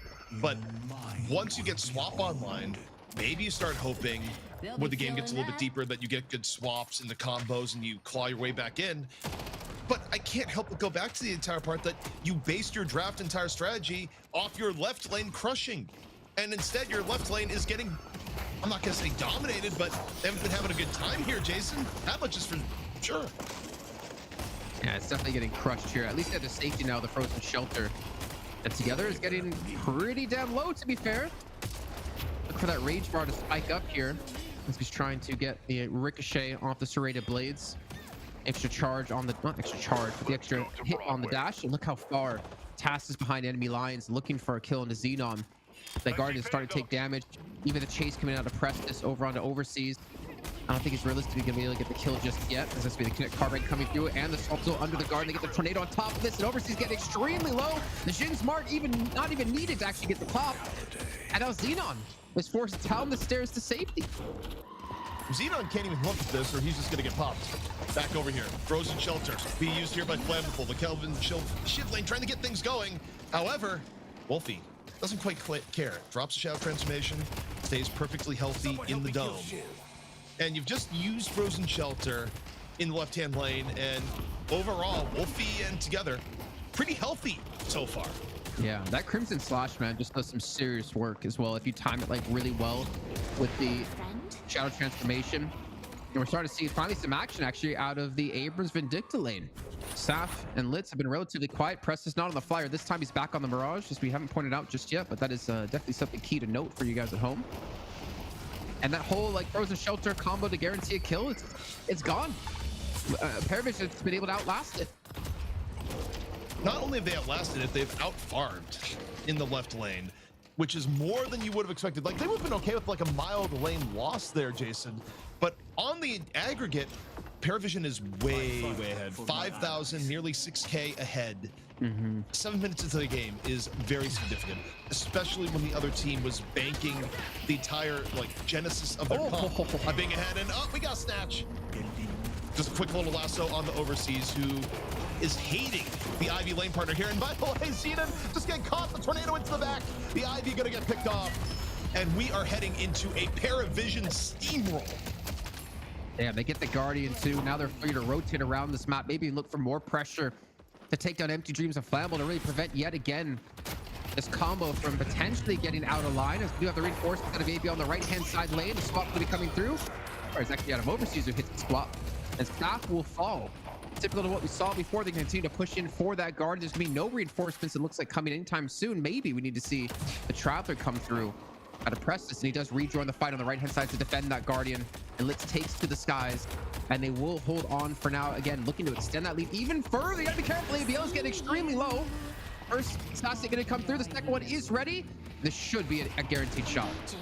Oh, no, not quite. Return the Shadow, just barely able to cross the threshold. Still not out of the danger yet, though, is ABL Vindicta. Looking and waiting, wondering where did ABL go? And Prestis says, I gotcha. Down into the back. Things just going wildly out of control here, Jason. Nearly a 10K difference before the first urn. It's about to be the mark of shame for one win team, where the urn's going to spawn. It's going to be in their own territory for the turn-in. You know, ZP, I'm thinking back to one of the weeks on DFN. Not to like toot my own horn, but I'm gonna do it anyways. I remember saying, one win, do you have another gear to switch into for your team? When this patch passes and things inevitably get, you know, buffed or nerfed, can you show you can play other comps?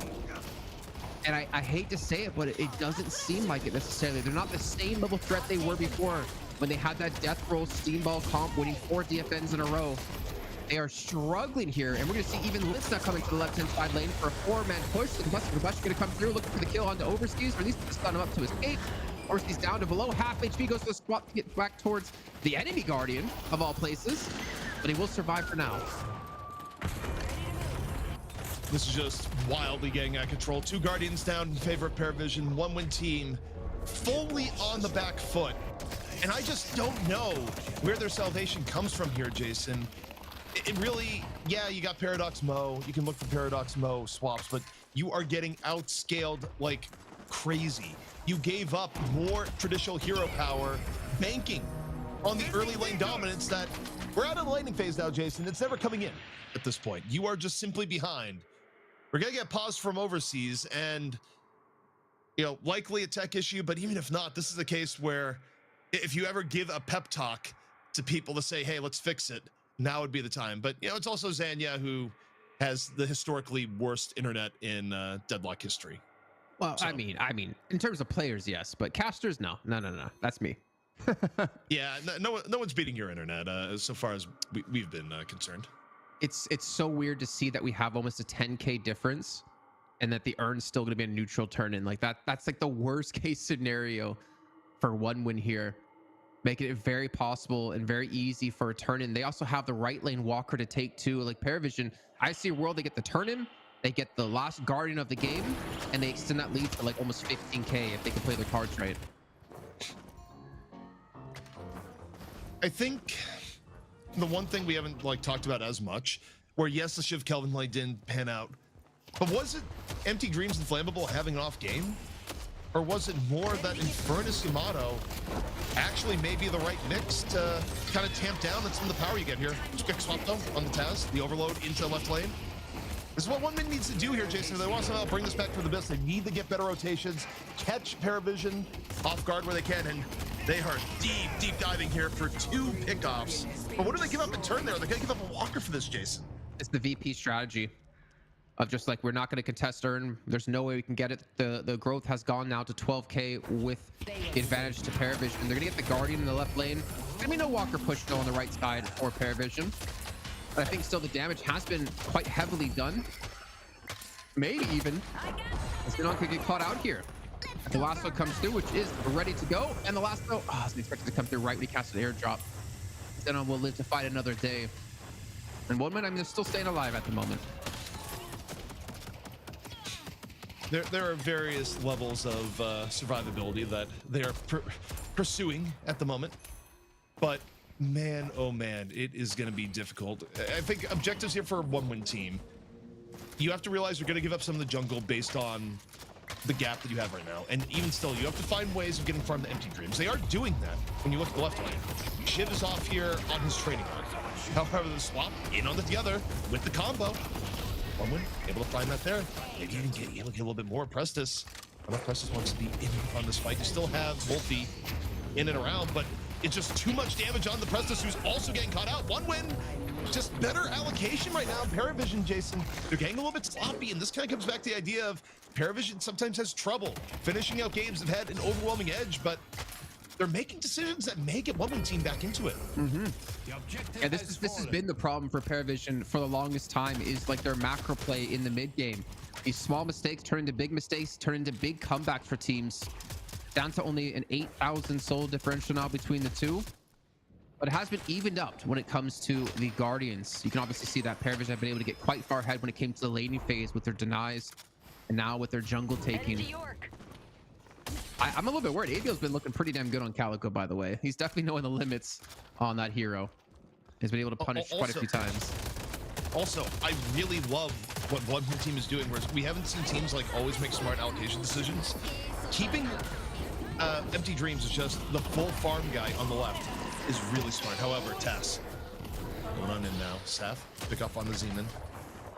Paravision getting a little bit aggressive here into the middle. Take a look at Seth. Seth still looking for other targets. Up and over, and by the way, surprise! Zanya just gonna jump on top. Swap coming in after. All the pressure now onto Seth on the Abrams. We'll be able to finish him off. He's got a seismic slam, trying to escape. Still pressure is on Saf, getting lower and lower. 1-win team, voracious for any sort of pickup here if they can get it, but Saf may have escaped. But just barely here, Jason. ABL's on his way too. He just teleported over. Not for sure if he's gonna get the chase on a Saf or look for someone else, but you can see on the minimap, he's got Prestis above. He's got Wolfie towards the side, and it actually just might end up being a full disengage out of both the teams. Like, Saf barely survived. I actually don't know how he survived the execute out of Empty Dreams. I think it had to do with some interaction with this seismic slam. But still all too close. Like, Fairvision almost getting caught out here in middle. Also, Empty Dreams is starting to become a threat. He was like 4K behind the highest on Paravision. Now Empty Dreams is competitive. Paravision has not been doing a great job of enhancing their lead. Lasso up, and no! Not gonna get it. Tass was trying to get the lasso on cooldown, just a little bit off, targeting on the ABL. I'm pretty locked in here, Jason. This is very interesting how this is going down. 1-win at the pick out with the Saf. Paravision just can't do anything right. After a great early game and 1-win team, Jason, there's a real possibility they come back into it now. A very real possibility, because the Urn is spawning into in 5 seconds time. They're already set up around this. Paravision, you're not going to contest. I mean, you shouldn't really be able to contest the initial take. Rosen shelters up. They have too many ultimates online and ready to go. Even a combo. And Wolfie, you got to be careful here. Paradox swap not going to be landing. And it's going to continue to go in. You don't have your team here, bro. What are you doing? No, you got the other team here that's comboing you, just knocking you in the back of the head. The combo coming on in. Wolfie, super low shout transformation used. Sanya down in turn. 1-win team down 2 here. Paravision does heed the call at the very end. And something that could have went pretty bad for them, maybe. No, that was just doing the dance of the teleporter. That was an insane turnaround. This actually reminds me. There was another match we had, I think, last week, or maybe I don't know. We had a lot of good luck lately, where the Yamato would go in so deep and soak so many abilities and so much damage, but still survive with the help of the shout transformation. that allowed the rest of the team to snowball the fight. I mean, Wolfie, I criticize him very heavily. They're going in and saying, what are you doing? You're all by yourself. But he survives with the help of the health Nova. His team gets the earn. They get multiple kills. And they come out with a 12K lead. That was phenomenal. I gotta tell you though, this is still very winnable for one win with where we're at right now, because I think the overall income is a little bit misleading. They've actually worked out to where, okay, your Paradox and Mo are a little broke side. You're okay with your Paradox and Mo being broke. They've allocated a lot to both Empty Dreams and ABL in terms. And speaking of, you see Saf taking the teleporter and immediately leaving, going, hey, can I get some help, team, please? And you still got the chase down here from ABL. Saf, lucky to get out with his life. God, it's just literally Wolfie again. That was Wolfie 2.0 out of Saf. He had his team to help support him. That's another hook gonna land out of the pass. They're gonna get the confirm on Empty Dreams. Pretty much their most fed member. At 14K, you talked about him getting back in the game, but he has to go back over towards spawn. And with the man advantage for Paravision, is there a mid boss in the works here? You have Shroud Transformation. I think they're going for it here, ZP. I think they should in this situation, and they are. And contest options for one team. Okay, you can bring the Kelvin over. There's a world where you kind of get a frozen shelter timing. I don't know if you're in love with it. And also, if you fail the contest here, you're out of the game. Like, you're at the point where you lose one more team fight and the gap is going to be too large. They decide to go in. They go in the frozen shelter. All or nothing right now for one win team as they try to make this one work. Frozen shelter fading. The Rejuvenator now grabbable. It's a flawed scrub and it's slammable with the steal. Comes on in, keeps one win team alive in the game, but the cleanup will go the way of Paravision. And they still lose 5 members. Soul's still going over to Paravision. At least Empty Dreams is able to stay alive, so they're going to have super minions pushing. And I was going to say maybe go for a walker here, but instead they're going to take away the center sacrifice, to take away the jungle really quickly and use the souls they just got for the next fight. A great steal obviously coming through, which is really hard to deal with too, because you time out the Shroud Transformation, and technically you can drop that frozen shelter whenever you want right as you're about to melee to confirm it. Very hard to lock it in for Paravision, but honestly I still think they're happy with that outcome. It's kind of one of those things where the risk reward was still a little bit skewed. One would have had Defend Rejuvenator and been roughly at the same economy spot if they didn't go for the steal. And if they didn't get the steal and died the way they did, Jason, the game would be over. So it was a pretty high risk for a low amount of reward, if we're being honest, but it does pay off. So it is a beneficial decision for one win team. But in terms of the comeback and what they need to do, they're still a long way off, but they're gonna get the swap here on the Wolfie. Is the extra follow through gonna be here? And I don't think it is, especially when you look at the rotation for Paravision in on the map. Is there actually a world where you get benefit for losing the Rejuvenator there, because all the lanes are going to shove against you, giving you a lot more farm coming your way, as long as you took your jungle before this happens? Headed to park. Rejuvenator, that's been brought up a lot by when I've talked to coaches, the idea that getting Rejuvenator will starve you a farm if you're behind. Yeah. So it's not always good.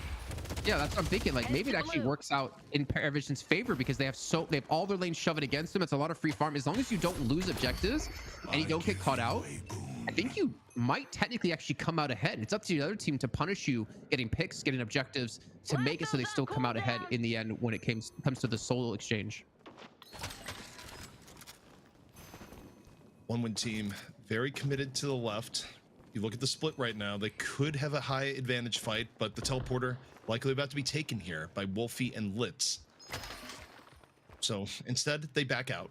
They take the teleporter of their own, they rotate over the middle, and they're just looking for a swap right now from Overseas. Overseas is a swap, going middle, looking for either Holiday or the Infernus, you would have to think, but instead they're taking the teleporter. It's a lot of trickery going on right now for one team. They're really heavily using the teleporter, and they might have been caught here. There's a whole bunch of Paravision outside the teleporter. See how this one works. It's going to be a very split up fight. Elevation all over the place. Combo though, over, in, Infernus, the target. Together though, actually A-okay.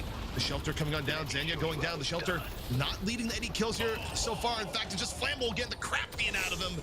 In turn, up in melee range, 2 down for one win team. And all the teleport back and forth amounted to nothing, Jason. Staff coming in big there too. He gets inside the frozen shelter with a charge to help give together the freedom he needs to survive. I saw Akili Nova go off yet again. I don't know who has that. Is that Together or Staff? But I know they have at least 2 of these to help sustain against the damage that they're taking. And now Overseas, you're just left alone against the entire squad surrounding you. Overseas, you're gonna die here. This is gonna be a full wipe coming through. They're gonna get at least 2 walkers off the back of this. And they are looking mint. 40,000 souls in the lead here, 21 minutes in. And Paravision, I think we have our second team going to the grand finals. The last legacy of one-win team here in the Bombshell, or one-win Bombshell Volume 5 may just be the teleporter dance into nothing, because the odds of bringing this one back down over 40,000, Jason, nearly 50K. They're just not good, and you're gonna lose your Shiv again. I mean, one-win team for a time, they made plays that could have gotten them back into it. They had a series of good pickoffs, and Paravision was letting them back in, but you can talk about Paravision throwing away leads here and there, but this would be a new record for Paravision if somehow this went against them now, because they got everything working in their favor. And they get the urn on top of this. They get 4 more kills to do. I guess technically 5. I guess it was 4 since Overseas died before. They're gonna get the base. They're gonna get the shrines. I don't think there's a world they even necessarily need to leave here anymore either, considering the lead that they do have. Paravision completely turning things around, making this the second map and final map now in the series so damn one-sided. Can they close it out here? I think they're gonna back away. They're gonna have Reju spawning in within the next minute, I believe. And surely there's no way you lose the game being 60K up, right? Likely not. And I think for me, if I had to choose MVPs for Paravision of the final map, you have to give it to Wolfie and Together. The fact that they were able to fend off the Kelvin Shiv lane and, by the eye test, win the Kelvin Shiv lane. Not just fend it off, but actually win what was the cornerstone of the one-win team's draft, of the one-win team's overall strategy, was to have that super dominating lane and farm up empty dreams. And none of it, absolutely none of it came to pass, in part because of how well Wolfie and Together played the early game. Oh my god! The linebacker Sap comes through! Catching on the guys. All of Paravision are gonna be here for this fight, and one win are gonna go down one by one. Paravision get themselves a 4th kill in just a second onto ABL. And that was a huge charge. Sap, you better be playing some American football, stun. That was a phenomenal shoulder charge. Hey, look, you talk about skins coming to Deadlock in the future. I'm still hanging out for my 85 Bears Abrams skin. And yeah, it's a little bit too much American football talk, American hand egg, as it were. But hey, it's where we're at. The second stage patron, it is going down. Paravision, you are in the grand finals. You are in the money. You guarantee yourself at least $3,000, and you get your rematch versus Virtus Pro. Our grand final here at One Win Bombshell Volume 5. It is set. Paravision on top.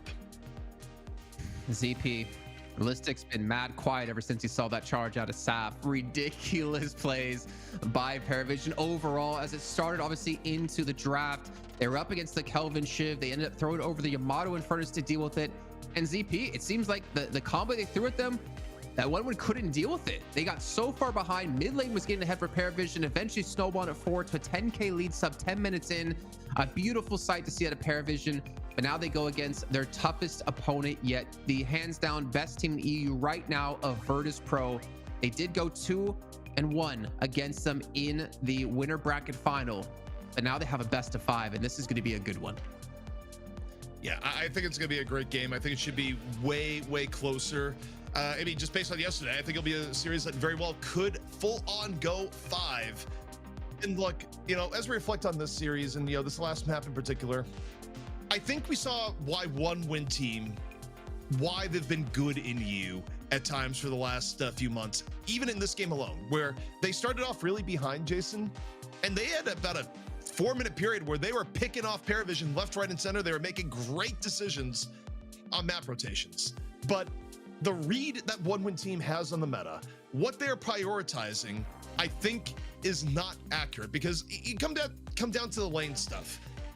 Yes, Kelvin Shiv can be a very overwhelming early game lane, but there's all the other top meta heroes right now, Jason, are so good that they're still really good laners overall, and they have better scaling and better power into the mid game.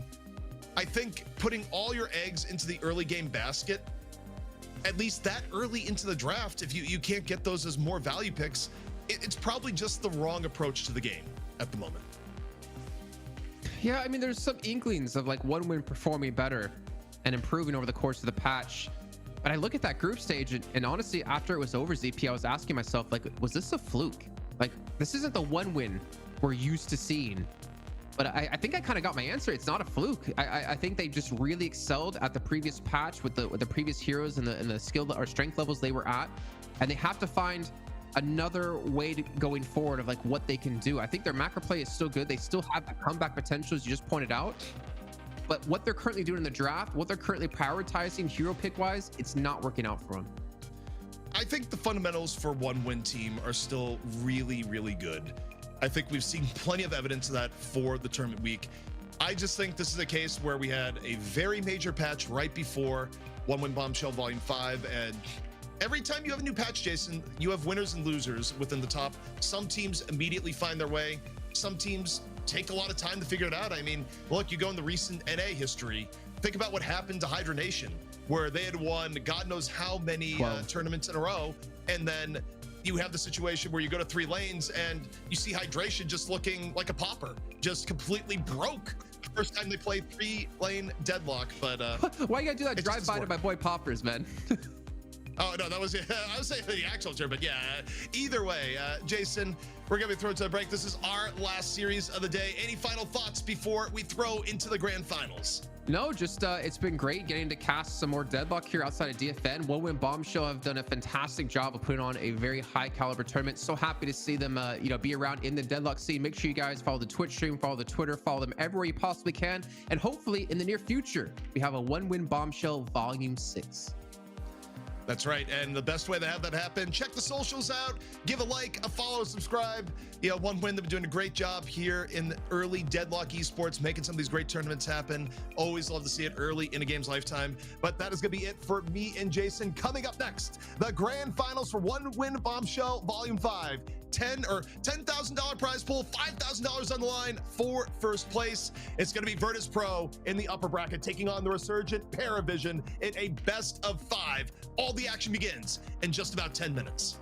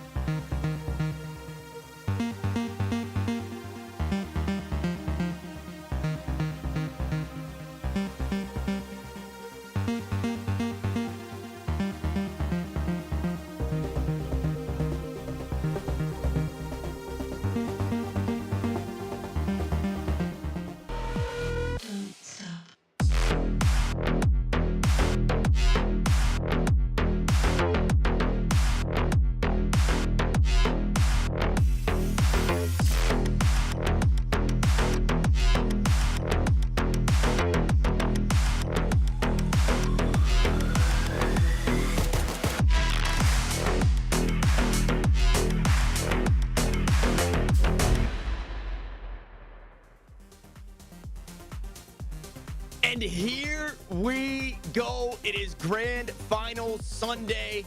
And Seymour, our Grand Finals are just ahead of us. Hi, Halo. My name is Tanner Metro. I'm joined by Seymour. I got tripped up because I said Seymour's name first, and I thought, should I say Seymour's name again? I'm going to go ahead and do it because it's only fair. We've been talking a whole lot about Virtus Pro. We've been talking a whole lot about Paravision. We haven't been talking a whole lot about Seymour, maybe because that's not because the show's not because of us. But now we get to talk about Virtus Pro and Paravision. Again, before we do so, Seymour, how you feeling?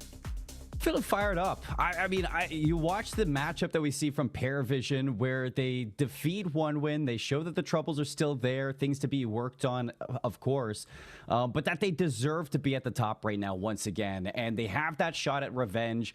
We saw yesterday this matchup between Paravision and Virtus Pro, and they shot at the Kings. They took them down a little bit. It was a bounce back from VP, but they showed that they are here to play. And all week long, Paravision have just been playing so good since start to finish. We started with them on stream. Now we get to finish with them on stream. And I think I'm excited to just see how everything comes together to finally crown another new top champion in Europe. After it's been one win for weeks on end over in Fight Night, Virtus Pro looking to go back-to-back here in the Bombshell after they win Volume 4. So this is going to be a fun one. This is going to be a fun one, and it's a little bit different. And the last time we saw this matchup, it's a best of 5. So we're guaranteed 3 games, and we could quite possibly get 5. So Grand Finals, getting 5 games, we absolutely love to see it. And it's 2 teams where it just feels like, even if it wasn't that they had the entire patch figured out, they know what works for them. Although it does seem like they've got things pretty flushed out for where we stand with this most recent patch. They just know what works for them. VP sticking to kind of like solidified bans, and then just having a wide array of hero pool that works with the meta, and Paravision sticking to their guns. Getting Prestis the Mirage. That seems to be a superpower pick. Taz on any type of playmaker, or excuse me, Together on a playmaker as well, right? Together dropped nearly 50K on a latch. that is a scary prospect. Does that draw a lash ban just because of how good it was from VP? Maybe, definitely not first ban, but possibly later on in the second. I mean, we got a best of 5 tenor, so like if we go all 5 maps, who knows what we're going to be seeing when teams are just trying to find that edge around each other. I think the one thing that is something we need to focus on here for Paravision is they're on an 8-game loss streak against Virtus Pro in competitive deadlock. At least from what we've seen through the Bombshell and what we've seen through Deadlock Fight Night, 8 games in a row this team has bested you. So this is your moment. I mean, it's a best of 5, so I think there's no better time than now to really be able to thoroughly delve into what makes this Virtus Pro tick and ban against them, because that's one thing that Paravision have been doing good against teams, and it's one thing that like has shut down Thanos completely. It shut down One Win even when they were playing against them, is that they are so precise on targeting those weaknesses and banning them early on. So that's something I look at here. Paravision is obviously you're going to be going for your priority bans for your first one, but into that second one, you want to get creative. You want to look at, you know, where can you fully take this Virtus Pro team down, which is easier said than done, because when you look at both teams in general, they have depth in their rosters and they have multiple different compositions they can put together. It also looks like they have a draft ready for us for game 1, and we are zooming on through. So what has been a tried and true? Well, Paravision don't have a single Sinclair game, and they're going to make sure that they can keep it that way themselves. They banned that one away. And VP have just been locking in that first ban Grey Talon for the entire tournament. And for Paravision, it looks pretty good right off the rip. It actually looks very reminiscent of what we just saw. Very scary holiday. A Kelvin in the mix nice and early though, and then, you know, getting that Mirage. That has been prio number 1, it feels like, for this Paravision squad. Yeah, and one thing is certain is that you put Taz on this holiday and things are going to be scary. You mix it with the Mirage, who's just, of course, at the top of Deadlock forever. And the Kelvin, which, you know, has been sometimes good, sometimes a little bad for teams. It hasn't really been the most consistent thing. Again, you know, ZP and Jason were kind of talking about it earlier, is that it's really surprising to see it continue to be like one of the priority picks for these compositions. But when you look at what is kind of left in this whole sense, taking it away from Virtus Pro isn't a bad option. Especially early on, you know, if you're trying to not ban it second and you want to target something else. Virtus Pro, go for that Lady Geist, which has been a very strong front line for teams, which has been really breaking down a lot of compositions, especially with the amount of sustain Lady Geist does have in a lot of these engagements for counterattacks. And then a Vindicta with a Paradox, who together will probably set up a lot of these early lane fights with some early picks. But Shiv's going to be banned out for Virtus Pro. That's something that we saw out of One Win a lot, is the Shiv Kelvin combo, possibly looking to see if Paravision were going for that Shiv alongside that early Kelvin pick, so they just get rid of it completely. And it hasn't been since the playoffs. I'm pretty sure, I was looking back to the matches yesterday, that Virtus Pro started to bring out the Abrams. So maybe didn't want to show their hand too early and where they thought the Abrams was, or they had just seen kind of, or felt how strong the Abrams has been throughout the week. So they'll pick that one up. It's been Listic piloting that one. But as far as the Paradox and the Lady Geist goes, even the Vindicta, I think they've been, the Vindicta a little less. That usually going to Mikhail S, but the Paradox and Lady Geist has been very flexible. But a pickup on the opposite side, right? Our response to your Abrams is our Yamato, which ZP and Jason were talking about it. You were talking to me about it in the green room, right? Kind of feels like the meta killer right now. It's like, hey, we know that you want to blow everything on us, but go ahead on our Yamato. That's okay. It's like the rate on the meta right now, and the way that I am kind of comprehending it and like looking at it is just the sense of like, everybody wants to outlive the other. And when it comes down to hero shooters, even in this MOBA and in the other hero shooters in general, it's not normally the approach you take isn't so much as, yeah, we just got to kill them first. It's no, we just got to live longer than they do. And eventually they're going to burn all their abilities and they just won't have a leg to stand on in that fight. And stuff like Calvin, Mirage, you know, Lady Geist, Yamato, and where we see like the Calico and the Shiv come into it, like these are all things that are just able to live in fights as long as possible right now. until the other team just doesn't have anything left to throw at you. And I think that's kind of where everything is shifting into, is to make sure that, you know, you don't have that ability to get first picked in these fights. And you can see it even towards the end where Virtus Pro, they're going to go for that Ivy. They pick up the Warden as well, just kind of beefing out this team even more. But one thing that we've been seeing a lot lately, Tanner, is this gun Ivy that has just been crazy. It has been insane. It has had games where it's had high damage, but it's had a lot of games where it's had high objective damage. I should have split those damages. Player damage versus objective damage. I believe it is an Obacam Ivy, so maybe there'll be a little less allocation, but it'll still be pestering. It was Zergy in the yesterday versus Paravision that pulled this Ivy out, and Omega farmed the left lane for a walker, for as many troops as you can get. And Virtus Pro the entire time were 5v6ing down that mid lane inside the jungles, doing whatever they could alongside this Mikhail S enlistic Abrams Paradox. So it really seems like Virtus Pro are taking a page out of what they did yesterday versus this Paravision team and looking to do it again right away, because it was Paravision that struck first in that best of 3. So VP, you know, still coming into today, haven't played a game, have just been sitting on the sidelines watching Paravision beat the bricks out of one win just before this. This is them saying, hey, we're going to ride into this with everything that we got. We're going to kick things off with hopefully a win, and we're going to throw our best at you right off the get-go.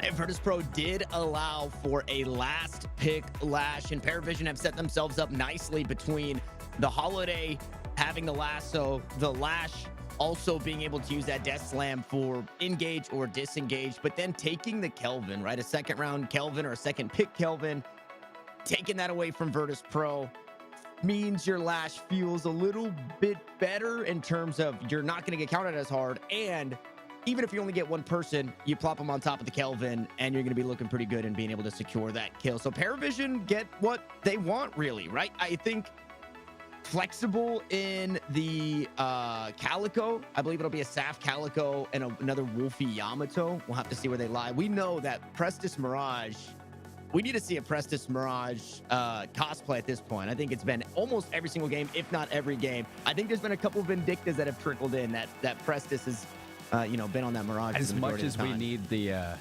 Prestis Mirage is the same as much as we need the Jason Kaplan Lash cosplay going on at some point eventually.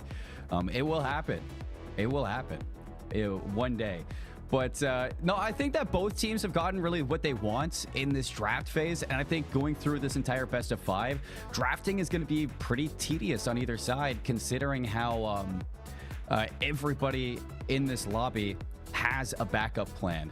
And so it's hard to really ban around that. It's like you're trying to target and ban into forcing these teams into a certain composition, knowing full well they're going to be able to play that composition. It's just, can you match them on that comp? And Paravision, they don't want to play against this Molten Krill. They don't want to give Listic the Sinclair. He has been pretty crazy with it as well. At the same time, Virtus Pro, they know that they don't want to give this great talent over towards Taz, and they don't want to allow this Shiv to be played, because it is really tough if this Shiv eventually does farm to the max, like where we've seen it happen before. It can be completely takeover potential. Where we've seen, ABL in the past. I know he's not playing here right now, but we've seen him literally carry his team on the back with this Shiv pick. So I don't hate where teams are going with this one. I think that no matter which way you spin it across this entire best of 5, the drafting is going to be a tough part. Yeah, I'm not 100% sure on the format as to if the players or the teams have to switch every single time, or if the winning team gets to choose, or if the losing team gets to choose, because that definitely switches things up, right? With Great Talent kind of being the ban one no matter what for Virtus Pro, then Paravision have to switch up their bans. Do they let the Holiday go through? If they do, that's kind of a problem. If they ban the Holiday on Sapphire side, we're kind of looking ahead at game 2.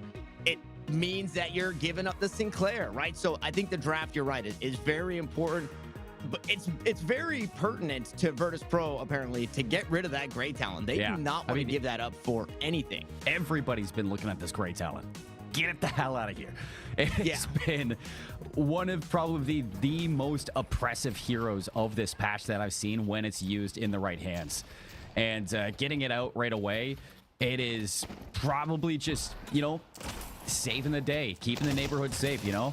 Especially across this Curse's Apple when the neighborhood can be quite dangerous. But here we go with the grand finals. It is in full swing. $5,000 on the line for the team walking away with first. Second, gonna have to settle with a good payday, but a substantially lower payday with $3,000 going towards second.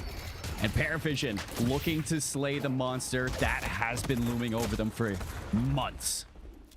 And to that point, Paravision have vested themselves kind of just throughout the region, right? Always the groomsman, never the groom. That's been the story for this Paravision squad. Well, now they have a chance to be the groom, but they've already bumped themselves up from groomsman to best man in being able to secure a second place spot at the very least. I know that we had one win VP up top between 1 and 2, and Paravision pretty solid at that 3 spot in this region. So they vested themselves, but can they go even further? It is going to be the Obakim, Ivy, Sherrick on that trusty Warden, Zergy on the Lady Geist, and first blood on Wolfie, who's rocking the Calico. They've kind of switched things up altogether. I thought it was going to be another together Lash and the Calico. Yamato would go between Wolfie and Staff. Yeah. Not the case at all. Together's got his carry pants on this game. Yeah, Together's ready to put the big boy pants on and take over with this Yamato. One thing that we didn't really talk about is that early ban coming up from Paravision on the Sinclair completely leaves Warden open for Sherrick. And that's been really the only thing across this tournament that has really worked against the Warden. So the fact that Paravision are the ones to ban it and Sherrick's just like, you know what, guys, we should just use it in our own rights. And if you stick either the Lady Geist or the Warden in a solo lane to fully farm up and get overpowered, this can be scary. And it seems to be doing all right for Virtus Pro thus far. Paravision having to opt into Calico Kelvin because the Shiv was banned away, which, I mean, could have been a play, right? Pick an early Kelvin, and now you're almost forcing a Shiv ban or pick on the side of Virtus Pro, which maybe Paravision are hoping leads to just be a throwaway ban. A lot of pressure in this left lane, though. That Warden, no matter who it's laned with, gun damage, putting the pressure on Yamato Holiday. Not unlike anything we've seen here. And D-Mob and Zergy are actually on the back foot in this mid lane, regardless of how much poke they have between the Time Bomb and the Essence Bomb and Carbine, the Malice making things hurt. Holiday Yamato just inching out ahead a little bit in mid.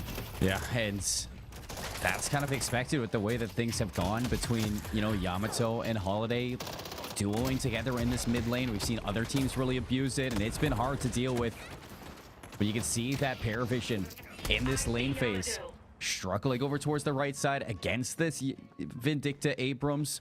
You gotta watch out for those shoulder charges because Vindicta can light you up from the skies.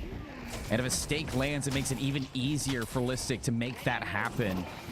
And Listic was a huge part of that win back in the early rounds. With the lassos coming through, Zergy's gonna be grabbed and Taz collects a kill through mid. Zergy falls. And D-Mob rather healthy underneath the Guardian there. Shadow Transformation just came together for Together. I thought maybe a world where they look to go a little deeper, try and pressure this Paradox off to get a kind of like a teeter-totter reset, right? Zergy coming back while D-Mob has to leave, but they take their wins where they can. They don't try to do too much. There's obviously so much pressure on this Paravision squad and trying to take down the reigning defending Bombshell and EU champions as a whole. Things get a little dicey. Okay, completely on the outside. Last stand used, but just an observer right now is Sherrick. Lit. Takes a bit of damage from the flash. Okay, Wolfie getting a little deeper here. How much more can you grab? Unfortunately, nothing. You're forced to back away looking at low health bar. You can see Litz is going to be on Warden duty all game long. That frozen shelter has to be timed right to avoid that last stand from Sherrick. If not, you're going to be losing some pretty quick fights there. And life. Sherrick's allowed to do what they can. Shadow transformation here from Together. It looks like more of a surviving item to get away. You saw that Zerky did go low, but still behind that curiosity shop. No need to chase in there just yet. So ultimates across the board. Everybody farming their lanes. 6 minutes in. Gonna be dead even in souls, as even in some of the best games that we've had throughout this bracket and throughout the groups, there's always been a one team that has looked to have the edge in this laning phase. But no, both of these teams, they're sharp. They're ready to bring their A game. And I think that is the most important part for this Paravision team, because although they've stolen games away from Virtus Pro, they've never beaten them. And they need to play consistent across all these maps. And this is a long one, right? Paravision are just coming off of a best of 3 and now jump into a best of 5. So definitely testing their endurance. Even if they were to get 3-0'd, that would mean that they had to play 5 maps on the day, right? And so that's already a lot for them to beat VP, assuming it's going to take more than 3-0ing VP. They can play anywhere upwards of 6 or 7 maps on the day as McKayles gets punished. Another lasso comes through. Time wall. I mean, Dima pulled so far away from it, deep underneath the Guardian. Alive momentarily? Surely not. Okay. Well-timed time wall means they can't follow, but can they? Maybe. Strike comes through. Yeah, now Zergy forced to hit that swap to try and back him away. Zergy gonna hang on to the Guardian. Airdrop being used on the opposite side, and Wolfie gets punished for a bit of over-aggression. So back and forth between mid lane and the side lanes, and now Listic getting low. He can't sneak away, and Prestis doesn't pop the Jin's mark. He just does it with the hand cannon. So trades kind of leading into a little bit of Guardian damage from either team. You can see here Sherrick gonna be poking away, ultimately forced off of that. You see the power of this Yamato pick, and the fact that even though Zergy doesn't go down in that moment, still forces out the soul exchange, and here comes the movement from Zaf all the way to mid, uses that test slam to pull Dimov away from tower and to keep this Paradox behind. Something we saw from McKayles yesterday versus this Paravision team is that if you start getting under-farmed in this game, even on this Paradox, who you don't normally need to have the greatest farm, if you're just going to go for those swaps, it's going to show. And another heartbreaking showing for Litz and Wolfie, where Litz pops a frozen shelter and dies, and then Wolfie's just like, dude, you left me in here with both of these guys. And Wolfie also falls on the back end. So that's Kelvin struggling to keep him alive. The Warden and the Ivy open up with the first Guardian of the game over towards the left side. Virtus Pro strike first in that column. And what does that do? I mean, now you can choose to leave this Warden on the left side and farm to your heart's pleasure. Saf's getting hunted down there. Should go down, but maybe Saf's got the movement to get away. Shoulder charge on the chase. Listic trying to get this one done, and yeah, Saf's gonna eventually go down, but you saw that Together was able to find a trade in terms of Guardians through mid. And if they can win a fight here, they've got the lane pushing towards this right side. Paravision could get so much more than a couple of kills, but they need to find the kills first if they want to try and grab that Guardian. McKayles is gonna go back and deal with that wave while we danced around the bridge buffs 40 seconds too soon. And I think both teams recognize the state of the game, that if anybody extra dies at this point, they might be giving up a little more than they wanted. I was going to say, it's really important from Paravision to not show ego in this game and challenge some egregious plays into the jungle of Virtus Pro. You saw Together does enough to trade that middle Guardian. It keeps things even. It's a handshake for this game right now at 10 minutes. And it allows for a little bit of life from Paravision to start separating themselves from playing together in this laning phase. And that's going to keep them 1-1 with Virtus Pro at this moment. You got Earn coming up. A lot of people, they're migrating over towards the left side. They're starting on this bridge, but this is ultimately a fight for Earn. Yeah, both buffs taken. Mikhail's down low and doesn't have the flight, though. A scary spot for the Vindicta to be in. Definitely a target to be taking a look at here. Both teams postured for now across the map. However, Preston And Listic trying to keep that right lane nice and safe. Last stand is on, has to back away. They got the urn, though. Shelter locks in 4. It does allow for the urn grab, but it's a healthy Paravision if they want to chase. Yeah, it is. That frozen shelter burned in that fight means that even if they go from left to right and contest this, that they're not going to have that support tool to hold on. It's a big 1v1 here for Prestis to see if he can force some space against Listic, and Abrams has been moved away. You can see a couple of these members moving into this right lane to see if they can stop this urn push right away. But we've seen from Virtus Pro, again, they are happy to hold this urn back in their spawn until the moment is right. Really nice pickup, though. Hey, if you're going to hold on to the urn, that's a flex slot. Player down, and we are going to work to get something else. So a nice response there by Paravision. Yeah, not only keep the game close, but get that flex slot open. Sherrick goes down.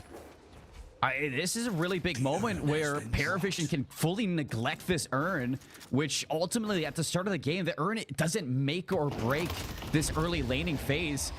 It's who's going to be opening up with these objectives, who's going to be keeping this wave control. And they're going for this third Guardian on the left side. You had that kill over towards Listic. Unfortunately, Taz gets a little over aggressive for that. So Virtus Pro going to hold on to that Guardian. And Paravision going to reinforce this right side of the map. Ooh, they forced the drop there together. Now forced to use the Shadow Transformation. Oh my God! Through the transformation, erases together. Frozen Shelters available. Same thing with Prestis, who has used the Traveler to get to this right side. So 2v2, still urn is here. And Sherrick's just going to put it away. Wow, yeah, just nothing they could do. So you get those kills. You deny that Guardian, and you keep this soul lead as well. Now for Obakim on this Ivy, that is just a massive blender in terms of Guardian pressure. You get rid of that middle Guardian. You open up a flex slot for Virtus Pro now. And everything is back to the status quo. So urn fight comes through. A minimal lead for Virtus Pro. Both teams with 2 Guardians. This is such a battle. And the Guardians are on opposite sides of the map that are still standing, right? So there's always going to be some type of pressure on the left, some type of pressure on the right. It makes it really interesting for the urns, as well as Listic catches out Staff, who wasn't too far overstepped there, was just out of reach of the walker, but still kind of gets beat up on his own front yard. That's the thing that Listic was doing to you last game you guys played. It's the shoulder charge from this Abrams that can just isolate you so well and open up for a kill, and Mikhail S is always there to follow things up. So now swap on cooldown. Looks like they're going to be chasing together. Knows that the Shadow Transformation is available, so they're going to burn it right away. Drop the Alchemical Fire. See if they can rip through this Yamato, but they get through Litz first, even with the Frozen Shelter. Heartbreaking. Together does survive. Blitz goes down because of it. Looking to find a kill onto D-Mob, who is there just to supplement. I thought Together survived. No, he tried to hide and eventually gets run down. D-Mob low, so there will be a trade. And 2 for 2 is Zergy's also next to fall, and Obi putting this gun Ivy to work, shredding through the health bar that was left there for Wolfie. Oh boy. And a big takeaway for VP there as they cut down a few members of Paravision. But it's not even that. It's the fact that Sherrick also wins the 1v1 versus Prestis in the right side. He's going to make sure that this power carry Warden stays ahead of the Mirage. You can farm these jungles. You can get this timing. You can push into this Guardian a little bit more. And Sherrick is looking to become the unkillable demon, the protector of VP. So that's going to be something we keep our eyes on, is, you know, who's going to be able to farm that lane a little bit better, and if Prestis can put a little bit of a leash on this Warden over time.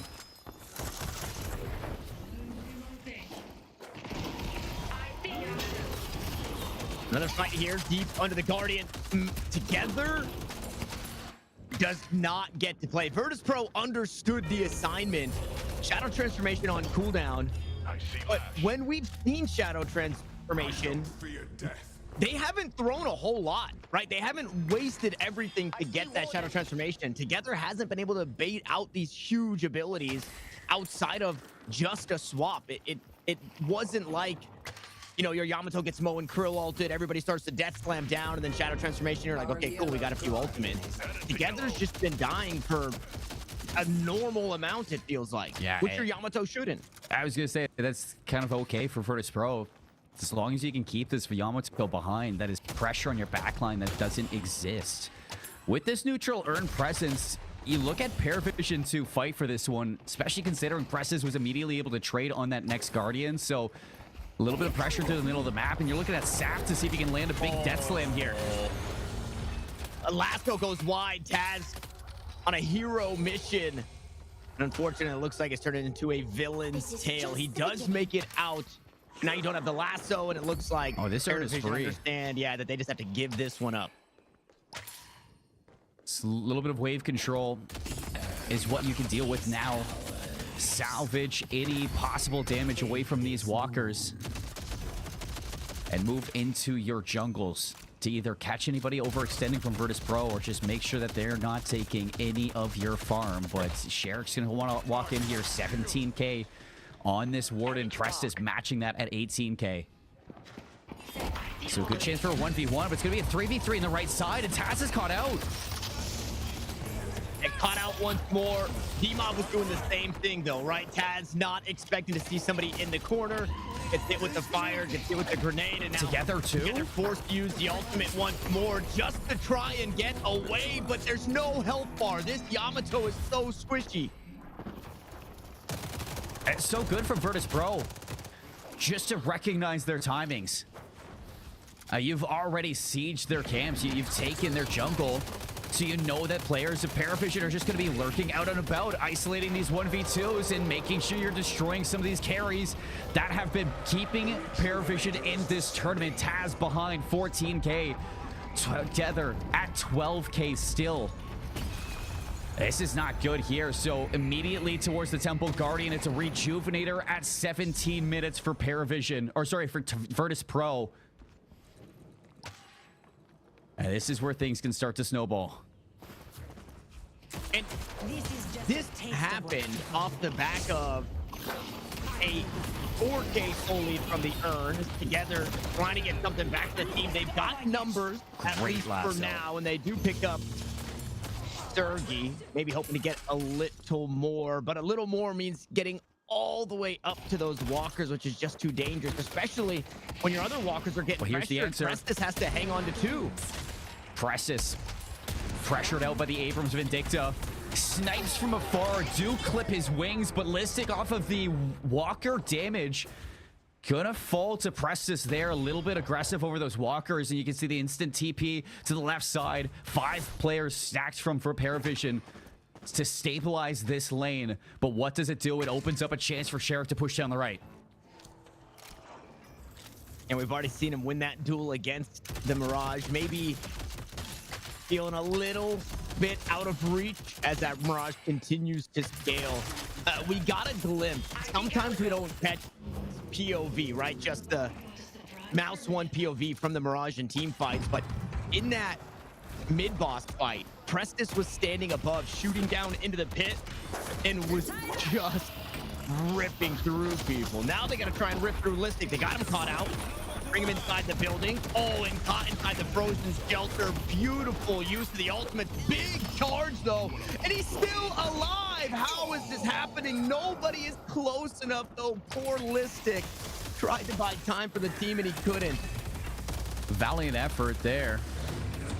Can Obikim deal some damage to this walker? It doesn't seem like Paravision are looking to let that happen, as they're doing a great job at like delaying this Dominator, burning the resources. And you look at the health of all 3 of their walkers, there hasn't really been a lot of damage in terms of objective from Virtus Pro off of this 17-minute Temple Guardian that they were able to get. And that is a plus side for Paravision, the fact that you are slowly chipping away at this soul lead again. It's only down to 15k souls from what we are seeing.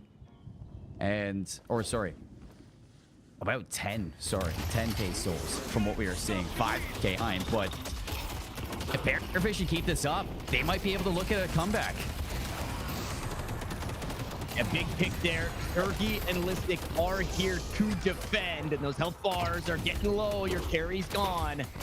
Now with that, it looks like the rest of the team understands their assignment is don't give up any more than you may already have. Wolfie into the shadows. Here comes the slam. Summed up is the Calico. Flex slot Still opened alive. up here for Virtus Pro. So they chase him off of their walker, get one of their own in that middle lane, and now Zergy gets to play the game. no. He hits the soul exchange. Oh no. Got the life drain on as well. Together's here, but together's pinned. Look at this. I mean, Listic and Zergy are forcing so much attention over towards the right side. It pulls the TPs from the left lane and allows 3 players of Virtus Pro to walk up and take the first walker of the game. Another flex slot for Virtus Pro. Ern's getting run, but you can see the reaction from VP. They're looking to chase this one and contest it. Ready to use If you item. want to secure it, you have to do it right now, and you might even have to invest your Frozen Shelter to this gonna one be in there. on the fight is Derek. Frozen Shelter is down. It doesn't matter. Everybody's dead. Lips It's not wanted to turn it secured. in. Ballistic wouldn't allow it. The Earn still down. VP want the kills. Wolfie next up on the chopping block. And for Staff has pressed this. They just have to watch it happen. They just have to give it up. Listic's a problem on this Abrams, I will say. As it really feels like yesterday when we saw Listic on this Abrams, he was the center of attention. Now he's the center of the issue. In alone, drawing that pressure away from the left lane. Stopping the Earn turnover in the Frozen Shelter. This Earn on second was supposed to be the way back for Paravision to equalize in souls, but instead now they've lost all 3 walkers and potentially map 1. Yeah, from an even game to a 4,000 soul lead off the Earn to a 15,000 soul lead off the second Earn. They bring it back just a bit, and now they stare down the barrel of a 30,000 soul deficit. Need to go airborne. You have to be perfect.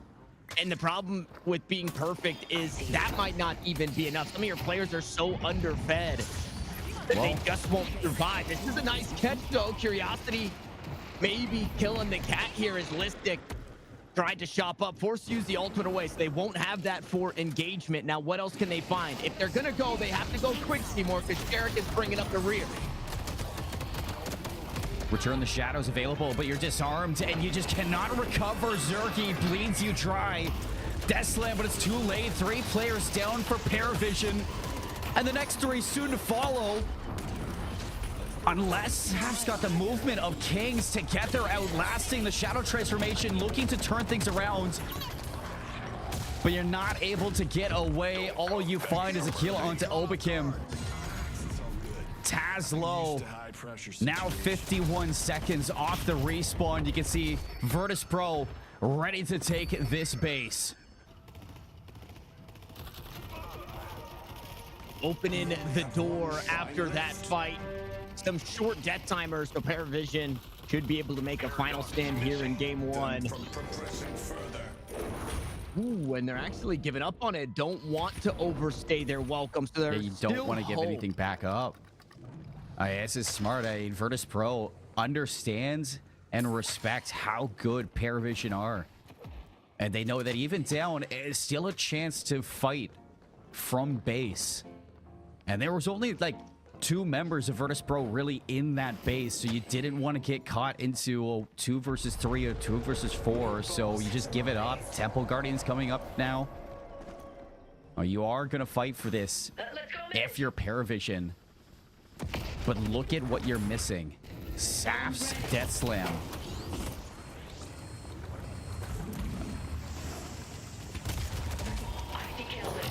Battle of Broadway once more. And unfortunately for Paravision, they're on the losing end of it. D-Mob hits the swap, secures the kill on to Lip. That's no Frozen Shelter. That's no Kelvin. Taz gonna try and pull back Sherrick. That's a big pickup there. No last stand used in the fight. And if they can get a little more, Zergy understands that he finding can't these be there. exits, then maybe you can go for the Rejuvenator if you get anything more out of this. Our yellow walker is So Virtus Pro have to be careful. They can recognize that their lane presence isn't that good towards the outside either. Zergy's going to be forced to deal with the left side. Urn's going to be picked up by Wolfie. And it is going to be into the side of Paravision, so this could be their chance to fully disengage. But you can see that a couple of these players are on the hunt. Listic, in general, is on the hunt. They're going to recognize this. They're going to force the mid-boss fight. Yeah, get it started here. Why not? Death Slam is available, but so is every single ultimate for Virtus Pro. Time Wall goes down. As they fall through, they have to take all of the damage from Dmov. Obakim's gonna hop off this one. Yeah, Dmov is dead. 4 players awarded. This is bait. The kill there. Zap now looking to find an angle. It's close quarters. The Death Slam might not get a whole lot. Frozen Shelter actually cuts them off, and Lit's just gonna try and keep together alive on the inside. Look at the health bars dropping from Taz, and together though, Obakim on the way out as he slides on through. Mid-boss still supplementing in the damage, and it's VP who's losing the fight. VP may have overcooked if Sherrick can't turn this one back around. Luckily enough, Sherrick is the big bad. And Listic, he's got a shoulder of steel. So as much as you take Virtus Pro to the edge of the world, they're happy to stand on that edge and look down on you. Mid-boss now, possibility for these 3 remaining players. Still the Death Slam for Zaf and Wolfie. He got the Urn, but he's not going to be anywhere to back this up. So instead, they're chasing Zaf down. Man, and look at the damage from the gun. The Flask will eventually get it done. They may have given...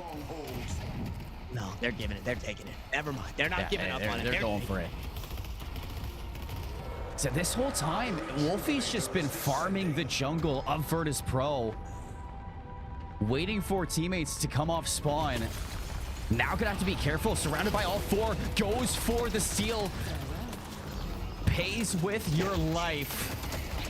Going to extend it a little bit longer just to allow for players to respawn and deal with the incoming troops pushing into your base. But man, what could have been for Paravision if not for Listic and Sherrick just being too farmed up on this Warden and the Abrams.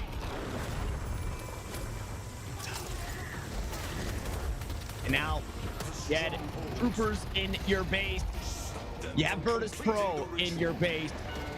Shorter death timers, but it looks like the final fight will happen right here. Death Slam available. Wolfie's not here. Prestus erased immediately. Death Slam gonna find absolutely nothing. The last go used, but to no avail. And it looked like there were moments like this one here where time will stop due to the Frozen Shelter. But it just delays the inevitable here in game 1. Virtus Pro 1 map ahead. Yeah, Virtus Pro come out swinging with this composition. I mean, you give Listic the Abrams, you're just asking to be pinned into a corner. He is a terror on this hero, not to mention how tough it is to play against Wardens if Sinclair isn't available. If that early ban comes through, Warden is the target for somebody, whoever's going to be picking that up. And Sherrick, 34k souls towards the end of it, farmed to the max in terms of power. And for that mid boss, I was thinking that you're fighting up top, you're in close quarters, you have to deal with Saf and those ground slams, and the Frozen Shelter that's going to continuously box in Virtus Pro. I thought it was cooked. I thought you went too deep if you're Virtus Pro. But in fact, that sustain coming through from the Abrams. We've seen how long he's able to stay inside of those fights, just punching away at heroes with that Spirit Lifesteal. And then the last stand on Sherrick, just continuously doing the utmost damage in those close quarter battles. They're able to turn it back around. And Paravision, they are so close to winning that mid fight. And it could have been your way back in. I feel like Paravision maybe overcooked a little bit in where they placed their heroes. You know, it looked so good just a series ago, and they got kind of what they wanted. Maybe Saf wasn't feeling super comfortable on the Calico, but Wolfie was the Yamato that was baiting everything out, you know? And together was the Lash that was doing 50,000 damage. And maybe they thought, with the Calico, with the Yamato, with the Mirage, that Lash would also be a little too much to put in the carry role. Maybe they thought if Together on the Lash, or if Together played the Lash, there wouldn't be enough soul allocation to have that same performance of previous. But yeah, just a little perplexing, just because of based off of recency bias of how That good was a Wolfie looked on the triple Yamato. parry. That's insane. A triple parry from Listic in that moment. And that's why he's able to live as long as he is. And then this moment too just felt like such a killer. When you're going for that second earn turn and you put down that frozen shelter, but somehow Listic, that shoulder charge beats the shelter from going up, and he's trapped in there with you. He drops the earn, just continues to box you out. Frozen shelter goes down, and then it's Sherrick's turn to just push you through. Yeah, I mean, I see where you're coming from in the change of, Wolfie going away from that Yamato, but essentially the Calico kind of does the exact same thing. Just inside those fights, living as long as you can, baiting out some abilities, and then you use the Return to Shadows to allow yourself a little bit of reprieve in that fight for your teammates to follow up. But it kind of comes down in my mind to the positioning of Paravision, where you see these team fights being held, because I like the pick of the Lash, but if you're going to go for this Lash, you have to be ready for these wide open space team fights for a Death Slam to hit. And you never really did see any of those Death Slams outside of the laning phase have much impact. A lot of the times it was Listic just isolating Saf, or making sure that you're finding an early pick onto somebody, and then Sherrick eventually, after the Death Slam misses, walks back in and pops that last stand. And there's nothing you can do about it. Even towards the end, inside of that team fight towards the pit, Saf whiffs the Death Slam, and it just wasn't getting as much playmaking aspect as you would have hoped from a pick like this, alongside, Taz's lassos that were, really getting a couple onto Zergy a couple times. You did see Sherrick too at one point was caught by that lasso, but in my mind it kind of comes down to the positioning and where you were allocating your fights. If you were Paravision there, you go for the Lash, you're kind of hoping that you're able to get these team fights out in the open, allow for that Death Slam to really have some impact, but Virtus Pro just never let you have it. No, not at all. And Virtus Pro also, they just got so much for so little. Again, getting the Yamato ult for a Paradox ult, that feels pretty even, and you're hoping your Yamato gets a little bit more. Getting the Kelvin ult also in certain situations where you would hope to get more. I think it was the first turn in on the urn. No, I think the second turn in on the urn where the frozen shelter got used, and 4 people for Paravision were caught inside the frozen shelter, and nobody from Virtus Pro. Right, so being able to get that, force that ultimate out, meant you guys just trapped yourselves. We're gonna go ahead and grab this urn, turn it in, and then just beat feet the other way, so you can't catch us even though you're full health. So Virtus Pro played that well. I mean, and that's what we expect from Virtus Pro. Now for Paravision, what changes, right? How much pressure are you putting on that 9-minute and 40-second mark? Because you need to get set up for the buffs, you need to get set up for the urn, and it is a coin flip as to which side the urn spawns on at the start of the game. So you're kind of, just hoping that things work out for the best as we jump on in. We'll see what changes in way of draft. Here's what I was kind of wondering too, is that this is why it becomes super difficult to play around this Virtus Pro team, because I was thinking maybe you go for an early ban onto the Abrams to not allow Listic to have it, because that Abrams Vindicta Paradox combo that we've been seeing, has been an issue. And instead, if you ban that Abrams right away, make it a priority, that leaves the Sinclair open for Listic, and that also has been an issue for Listic. Just in general, he has been very hard to play around for Paravision, but they elect for that Sinclair ban anyways. It gives up the Paradox. Vindicta Abrams again goes over towards Virtus Pro. Paravision still looking at this Holiday and the Mirage for Taz and for Prestis, but instead of giving away Zergy this Lady Geist, I like the idea that Paravision are going to have this Lady Geist, should allow for a little bit extra staying power in these fights, especially if you're caught out by that shoulder charge or by the paradoxical swap. We've seen Lady Geist have the power to turn fights around or nuke people with that Essence Bomb. So I like this pickup from Paravision, What they go for second, though, is the Ivy ban, which surprises me, but at the same time, it doesn't, because we've been seeing a lot of Ivy lately inside of that gun build. And it's weird for sure, but it does have that annoyance to it that it's just enough to allow it to be an issue. But it's also taking that option away from Zergy, possibly, but also Obakim, who Obakim is the support player, but was doing nasty things on the Ivy. So I think the idea is Ivy ban, that puts Obakim on a more realistic support style. That's not going to be a split push presence like a Kelvin or a Moen Krill.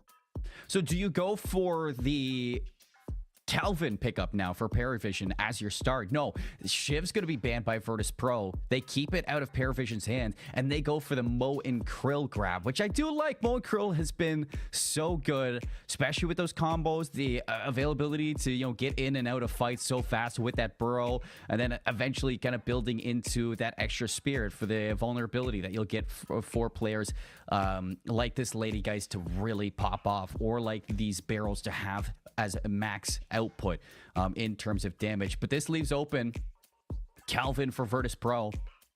And if Obakim's not going to play the Ivy, I'd imagine that they move over towards this Calvin pick. Or the Haze right now in game 2 of the grand finals. That would be such a throw. That would be such a throw, seeing the Obakim Haze. But hey, 100% win rate. I'm not going to take that one away from Hayes this tournament whatsoever. But no, I think Obakim, that Kelvin pick, with the possibility of in the late game having refresher for the double frozen shelter, that double dome, man. Yeah. This guy looks like he's the owner of the Dimsdale Dimmadome with the double dome. We've seen a couple, refresher's a big investment, but if it means quite literally saving somebody and then being able to lock somebody down, or vice versa, right? Somebody's getting Moen Krill ulted or lassoed, and you're able to drop a frozen shelter to make sure they don't get pulled too far, or that nobody can jump on in. It's the refresher, Kelvin, man. And dude, this last pick better not be a Calico, because I'm tired of calling Kelvin Calvin because there's a Calico on the map. So Virtus Pro, you're not allowed to pick Calico here, although is it a Zergy pick last? That's what we're waiting on? Is Zergy going to pull this Infernus out? I was going to say, it's definitely been something we've seen a lot. And it has been hit or miss. But if we're talking about, heroes who have the ability to just outlast fights, Infernus can be one of them. Not to mention, Tanner, where's the Yamato? Wow, very true. But okay, the problem with the problem with the investment from Paravision now is I think the Yamato gets hard to piece into your comp, because Wolfie's probably playing the Lady Geist. Prestis back on the Mirage, that seems relatively obvious. It means that Saf could be on the Lash again, and then you're putting. Are we out of Yamato jail here? We might be. No, there's no way. Surely there's no way. Teams are realized. Is this a game where we don't get a ban or a pick there? I mean, yesterday we were kind of flabbergasted at the idea that nobody was picking Holiday or banning Holiday. That is true. I think we did get one of those games, huh? Sometimes things sneak under the rug and you don't even realize it until the moment. Wow. But yeah, no Yamato in game 2. Infernus for Virtus Pro, Calico for Paravision.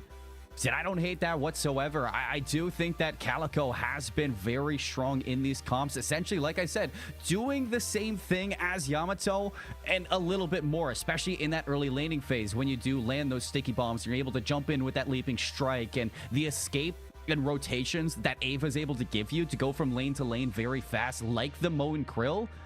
That's just something that Yamato doesn't really give you, as good as Yamato really is.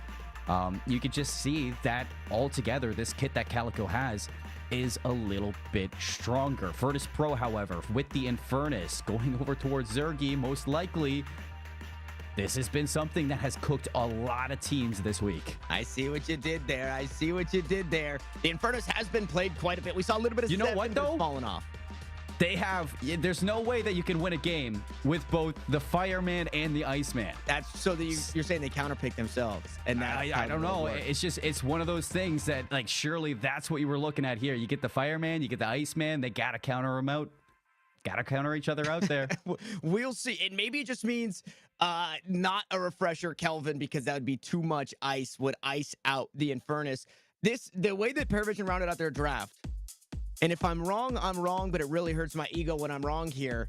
This tells me Together is going to be back on the Lash. If Wolfie's on the Lady Geist, I think Saf's going to be rocking the Calico, because that's kind of been in the hero pool for Saf. And Together will go back to the Lash, which, again, you're kind of looking at some hungry hippos between your Lady Geist, your Mirage, your Calico, because your Calico can't be frail, right? There needs to be some threat of your Calico to, like you mentioned, bait out those ultimates and then jump into the shadows. But we'll see. Lane allocations, hero allocations, as we jump on into it. Game 2, Virtus Pro, your Amber Hand, Paravision, your Sapphire, Flame, and VP are one map ahead here in the Cursed Apple.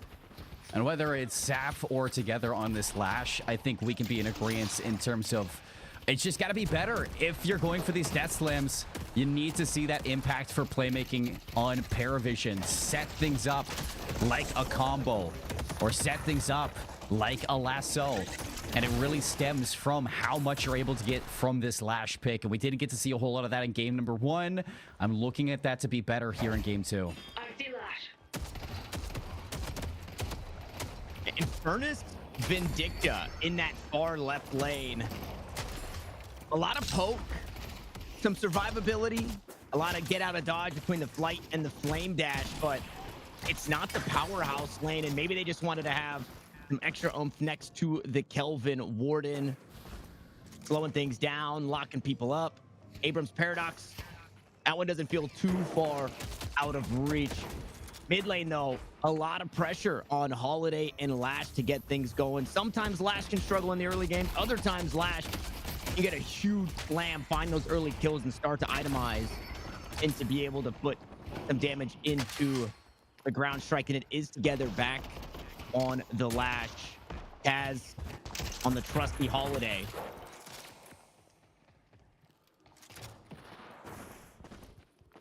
I am still scared of this Listic Abrams. Who is it? It's not to mention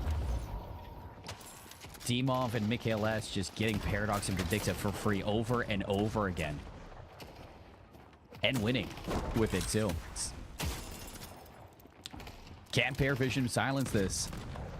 As the laning phase was really contested from both teams. I mean, you saw Guardians get taken from Virtus Pro, immediately traded from Paravision, and up until around the 11-12 minute marker, that's when we started to see Virtus Pro really take off with that game. And it really came to Listic and Obikim opening up that left lane early with a Guardian take and allowing this Listic Abrams to move from lane to lane, get some kind of unnoticed shoulder charges, and then skew the lead even more. So you're hoping that through mid now for this Listic fight, that with Lash and Holiday, you can avoid these shoulder charges a lot more.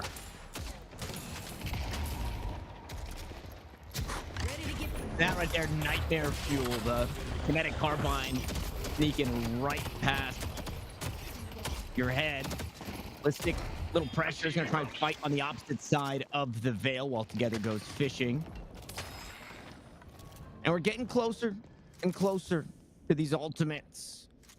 Taz a little bit behind Together, but you have to assume on cooldown, Death Slam, Lasso. Death Slam, Lasso needs to be happening here in this mid lane. Listic rejoins mid lane, and Taz is playing the high ground, kind of just dancing around. Is incredibly healthy, so he's going to stand on this bridge to try and make this hurt.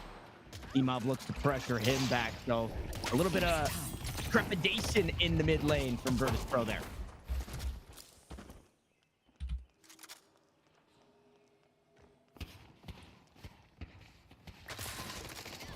Well, here we go. 4 minutes through. Still looking good here between the Holiday and the Lash. Together, keeping some good space towards that mid bridge. And it's the fun that is shown through the outer lanes.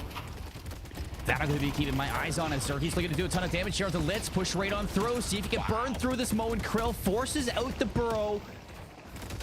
Backs him up towards this Guardian. I thought for a second Litz was in trouble. It looks like it's going to be A-okay. Now can wait out on this Scorn to get back to health. Yeah, and the first Scorn there was just completely null by the flame dash, right? All the fire ground. The ground is lava meant the health that Litz got back ends up getting cooked away. As first blood gonna go the way of Paravision in this mid lane. Listic getting punished for his Abram antic. Taz still on the front foot here, but will back away. Swap not available. Seems like it was just used, and I would imagine with that Listic kill means the swap may have been missed.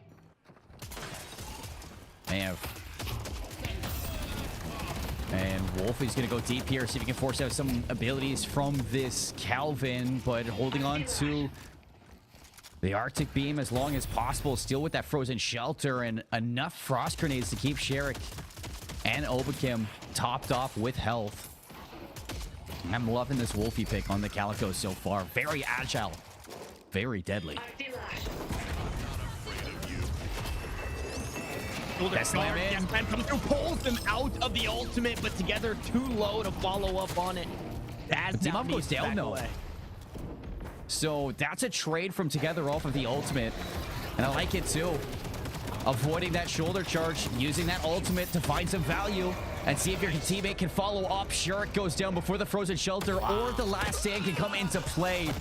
And hello, Paravision. Welcome to game 2. The laning phase looking great for this team. A little bit of a soul lead now to see if they can push into these Guardians.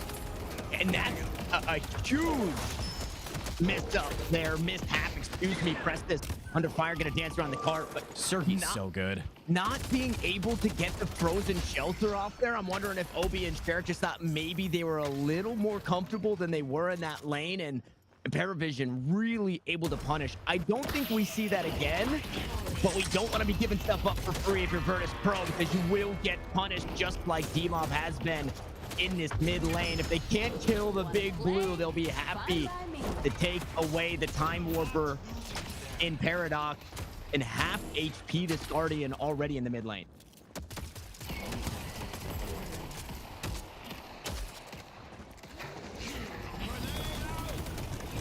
Even still, Virtus Pro denying any real damage towards these Guardians. Amidst like the only one that I can see Paravision truly chipping away at. And that is because I think Holiday and Lash this is the right call to make against these two.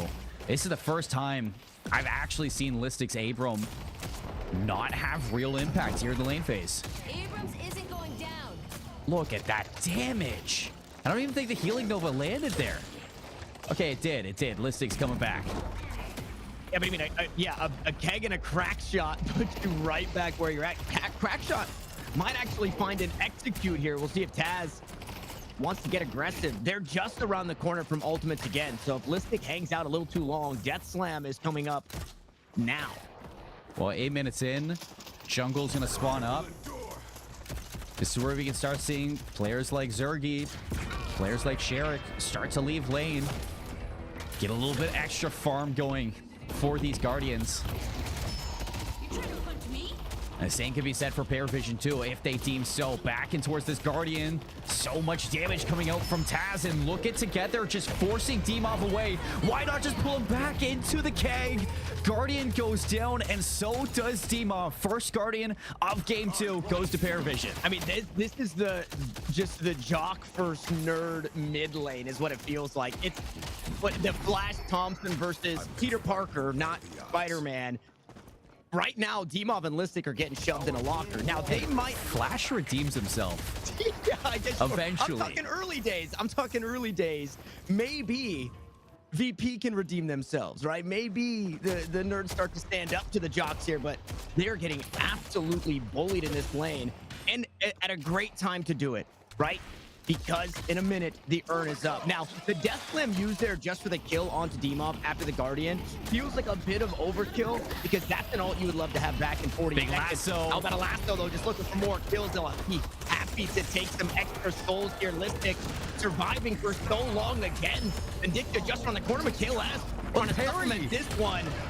Listic dies, assassinate, gonna help stack the souls and stack the bodies so they get one back for their troubles. And in 20 seconds, buffs are up and the urn will be spawning. I'm still trying to like wrap my head around what a venomized Abrams would look like, but at that point I'm crossing universes that don't even need to be crossed. As it looks like Sheriff's gonna be looking to get deep with Obikim. Low health, Saf playing up top. Wolfie looking to keep all the pressure. Last stand inside the frozen shelter, but see if the return to Shadow can outlast this one. Here comes Wolfie, and the soul exchange not gonna be enough. Maybe you get the trade here. The fan 9 HP was at 8. How is he still alive? Heartbreaking. Paravision not able to get something back. They do secure themselves an urn pickup. Now they have to try and secure a turn in together now under fire. Had a good time in the mid lane. Unfortunately, that good time did not extend over to the side lane. Baron Desert finds him underneath the Guardian. Listic, well, his bad time continues. No, he goes down. Really no and different. They don't get any Guardian damage on the left side. They get like minimal at that. And Not couldn't what you contest would that have turn in. liked. Yeah, the soul goes in. You don't really get any damage off of that Guardian. Paravision are winning all the trades across the map, and they have the Guardian through mid. So that's going to free up some space for Wolfie to start moving away from the side lane and allowing Taz to put a leash on a couple of his members under Guardian. You can see already the lasso taking Obikim for a ride. Kelvin is down. Saf's going to confirm that kill, and by the time you get there, Kale's already come through, buddy. They're gone. And Taz is actually the one who's got the most souls on the squad right now. This The is so good. 11K Holiday pulling the 7K Kelvin and just drowning him lasso after lasso. I like the idea of how do we stop these shoulder charges. Let's lane the lash against the Abrams, and every single time he goes to shoulder charge me, you just taunt him from the air like, you can't catch me, you can't catch me. So here comes Listic is getting chased over towards the side lane. Saps is going to go low and even die, but they're looking for the combo into the Abrams. An early trade for the life. Last stand was burned. Now for the Death Slam right underneath the Guardian. In for the Crown Strike. Not available, but the Burrow is. That's a 2-for-1 combo. Saps going to be coming up. Guardian does end up going down for Paravision on the left side of the map. So a solid objective trade there for Virtus Pro nonetheless, but instead it's going to be Paravision looking for the right side. Yeah, Demon Pepper and damage, but unfortunately not enough. We'll have to watch the Guardian fall. Oh, flex slot opened up, going deep here is Zergy trying to find the stun on to press this teleport away, and that is not far enough out to safety. They get it back though. Taz is here to pick up the pieces and maybe get some more. Lasso available in 25. How about a headshot to do it? How about that? Looks like the pullback from Litz. Playing underneath this Guardian. Virtus Pro looking for an instant trade in objective. In fact, Litz is going to be caught out now for the combo. Holding Listic still. Taz is here. Seismic Slam going to be used to get away successfully. Listic's able to get both the Guardian and play his life. I think I didn't see it when by the time that I had looked, the combo was available, and I'm wondering if Lit just had to wait a few more seconds for the combo, and that allowed Listic to take that Guardian because he comboed him right after the Guardian went down. So have to assume that that's the case. Otherwise, Litz would have. Litz and Listic, man, wow, what a tongue twister there. Teleporter plays get dicey for Obi, but wait, he doesn't get out. He's getting chased. Wolfie wants to chase the Kelvin. Yeah, I mean, he is in your base, essentially. He's crossed the death line. He needs to die. Now you've crossed the death line and got stuck inside the frozen shelter, but won't be a little too strong. 13K to 11K. Oh, that's a big healing Nova. And yeah, now Wolfie's in trouble. Return of Shadows not available either. A solid disarm onto the Calico. Natalistic for the shoulder charge actually has the catch onto the lash. Something for all of ya. This is going to be a big trade, depending on which team it goes towards. Objectives even, souls are even, so a kill here might lead into a little bit more. And yeah, friendly Guardian dropping for Paravision. Zergy's going to finish off the last one for the team. You're fighting here just as the urn is about to spawn as well, so you do not want to give up too much on either side. They match the Guardian. Urn spawns on the right side. Together goes down. Listic will be back up before the lash will, and we'll have Flash the avoided. coming back into it. Yeah, no stun landing. D-Mob on the hunt just as much as Zergy was. But Mikhail S also dies, so VP are going to be a player down here for this tournament. And look at the wave through the left side. Both zip lines available for either end. This could fully be a contest. The only thing you're really missing is that Death Slam from Together. It's going to be late here, so a chance for Wolfie to maybe stop it, but the frozen shelter is going to secure it. And now Wolfie desperately needs help. Oh man, yeah, Wolfie trying to chase Overkim, who is running the urn. So even in death, having control of that urn means they get to turn it in, and now the fight seemingly going their way as well. 1-for-1 thus far. Sherrick has the last stand on. D-Mob looking to find a swap on the far right lane and taking the fight to Prestis. And Sherrick's not done. This guy shows up to the bar fight. Who called the cops? He's starting to put people under arrest. Yeah, somebody's got a narc. What a soul exchange from Mikhail S, almost landing the assassinate. That could have been bad for Saf, but Our green walker those is actions under per attack. minute going crazy. And you can see now this trade was everything for Paravision. After you lose that urn, things could have gotten a little scary like we've seen in the past in game number 1. But instead, you're able to get that Guardian. You stay even in the soul lead. No extra flex slot for Virtus Pro. You can back up and continue to farm. You even look across the board. There's no one player who is really over farmed than the rest. This is a very consistent game. The thing is, I look at Taz and Saf, who are sitting at 18K and 17K respectively. Yes, you got some players from Virtus Pro, but like that right there too. But just that extra little bit might make those kegs pretty nasty in these team fights. And Taz feeling the reaping the reward of a winning mid lane, whereas Together has taken a little more of a back seat in way of souls. Not too far behind, but you're having them allocated pretty darn well, right? Wolfie hasn't been as squishy as I thought. I'm gonna hold that thought as Staff is just erased from the map. That's what's going to happen here, too. I mean, you see that rapid recharge coming up on Zergy pretty quickly. Going to be able to abuse abilities over and over again. You can see Heroic Aura now on Sherrick. So a lot of lifesteal there on the Warden. Curious, you know, where Taz is going with all of this, considering he's still leading the lobby in terms of soul farming on this holiday. But where do those items go for the holiday is another thing.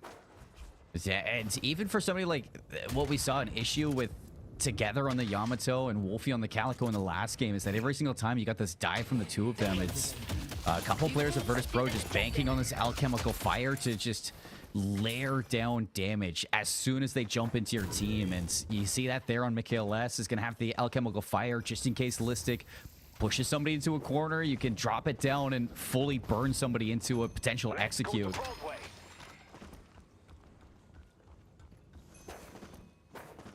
And Obikims, who's been caught out quite a bit, has the Warp Stone, so get out of jail free card. You don't have to burn that Frozen Shelter to outlast some of these lockdown abilities. And Taz also pushing aggressively with the team. He's now sitting on 4,800 souls. I see Holiday. So Tying them a rough time to fight when you can maybe go back and buy something unless you're trying to save up. Wolfie Good dodge. sneaks away, from the binding word, and Mikhail S takes more damage than he was ready for. Last stand used on the opposite side. Players are here for VP. Meanwhile, Zergy surely gets erased in this one. Together will be the collector of that kill, and Prestis understood that he was not safe in that far left lane, so he backed off once Jarek popped that last stand. Yeah, this is night and day from the impact that we're getting out of this Holiday from game number 1. But hold that thought. We get a paradoxical swap from Dimov. He's going to escape from this Walker, maybe escape from the pressure too. Healing Nova just to live a little bit longer here on this Paradox. See if you can outlast the pressure. As you can see, there's a fight going on to the left side. Earn looking to get picked up. An advantage in numbers for Virtus Pro inside this frozen shelter. Yeah, health gonna be going the right way for VP as well. For anybody on the inside with him. But the combo. Yeah, get comboed, gets taken low, but he's not dead just yet. Mikhail S supplementing on the outside. Ground slam coming through from Together. Ballistics here. Still stands. Ballistic healthy, has the slam, is going deep, trying to take the fight right to Litz, and he'll win that one out. Together now trying to get something back, but he's going to be walking right into a couple of members. Wolfie's got the urn. He'll drop it right at the feet of Listic. Mikhail S here to supplement once more. Taz getting caught in the mix. It's a healthy Holiday. And so sure, full HP on the Holiday, but still players to worry about. They're going to scoop up the urn, try and get it back to safety so they don't forfeit you it gotta over keep this VP. away. You just gotta run. You just gotta run. Because Listic has been that guy to deny this urn hold again and again. From Paravision, Together's gonna get caught, and this is smart from Taz. Keep it away from Virtus Pro. But with this, Virtus Pro is gonna opt in for the Temple Guardian, so you have to go back in for this one. And Together is off spawn with no Death Slam available. How do you turn this fight? No Death Slam, no lasso, only Litz with the combo. You have the tornado maybe. No, he's not going to be there with the tornado. They're just going to give this up. And they're not even going to be able to get the soul earned for free. You're going to have a fight. just the beginning. Swap on to Taz. Trying his darndest to get away here. Listis here has the combo. D-Mob a little too deep, getting some damage from the Walker rescue beam to pull him all the way back, and the health is fighting up and down, up and down. Finally, D-Mob falls. Unfortunately, big fight for through mid. Paravision, yeah, you lose a mid boss. We'll see what more they lose here. Walker still standing. Frozen Shelter going to be used to keep Jarek alive. Zergy now looking to get the damage. Press this wall. Not this time. Teleport away, but unallowed. And look at out towards the left side. Good lane pressure. VP have to go answer for that one. Mid lane, they're not done just yet. They actually drop back into the pit of mid boss. There's no mid boss here, gentlemen. Jarek gonna grab one here onto Together, and this is a scary prospect. 6,300 souls on your Warden. He's gonna go back and buy something juicy, and he's starting to come online. I swear for a solid like 4, 5, 6 seconds, Sherrick just 1v3 to stay alive. And that's going to turn everything around now for Virtus Pro to push into these walkers and look to secure some extra flex slots to start to gain some ground. Big lasso from Taz, the knockdown onto D-Mov. And they're looking to play some defense now for Paravision, but Mikhail S going to grab the first walker on the left side of the map. Open things up, and on the other side, it's Sherrick to grab the right. Paravision, who was in the driver's seat in terms of souls for the majority of this game, have just turned it over. 9,000 souls now here, 23 minutes into the game, in favor of Virtus Pro. Middle Walker, that still stands, but you know that VP have their eyes set on that one to try and get another flex slot open. And I mean, now your target acquisition, if you're Taz, if you're Lift, right, it has to be perfect. D-Mob has been proving very hard to kill. Sherrick also going to be tough to kill on the Warden. So who do you grab? It's either got to be Obi, D-Mob, or Mikhail S, but even when you do, or maybe even Zergy too, if you can catch him. Yeah. Only misery If you for can, though, that just leaves Listic able to shoulder charge you away. Even if you do land this combo, it has to be at the right moments. That's going to be what leads you back into this game, though, is trying to catch somebody rotating. And Paravision, they know that. Obviously, they're going to wait, see what they can farm up, and see if they can wait till this next Urn fight is going to come through for a solid Death Slam attempt. But I don't think Virtus Pro are going to let you do that. You can see they're looking to siege out this jungle and see what they can get away with. Zergy gonna dash out to safety, feeling the pressure of the three, pushing this left lane for Paravision. Meanwhile, the right side getting some pressure, the jungle receiving some pressure. Grab a buff on the right, looking to trade the buff on the left and just give that one up for free, but maybe they can get back to it. I think Listic might be heading that way, understanding that it's not the buff that they care about over here. They're trying to pressure Zergy. He's gonna hold it down. So much healing for the Infernus. The Walker does fall, but Zergy doesn't. So he walks away with his life. As the walk, the objective go down.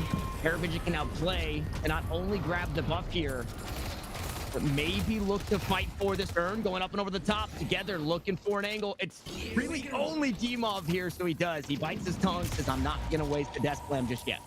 It's so easy for Zergy to solo hold one of these lanes. He's got crippling headshots now onto this Infernus, definitely beating a lot of the farm that Paravision are going to lead to it. And all he could do is just burn you down, give some extra spirit resistance, then lifesteal his way to just continuously clear those waves. But Paravision going to be matching this across. They're going to be shoving waves into the middle Walker and an early combo, but there's no follow-up. Walls down, frost grenades, we're gonna top off health bar. Zergy, I just cutting a rug here with the flame dash. Last stand covering the entirety of the screen. It's 1-for-1 thus far. Hear that Death Slam ring, and who gets pulled into a rescue beam onto Demov.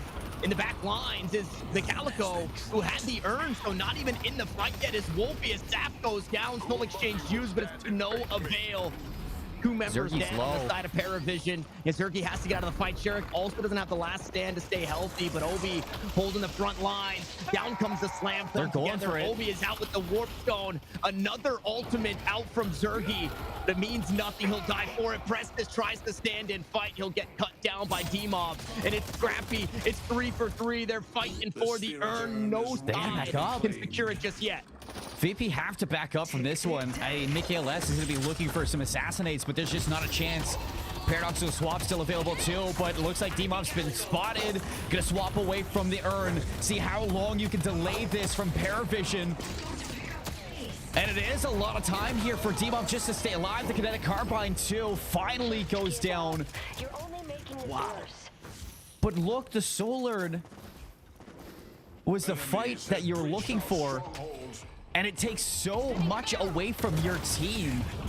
You get the walkers on either side for Paravision. Now could possibly look for this middle walker if they find these last couple of kills.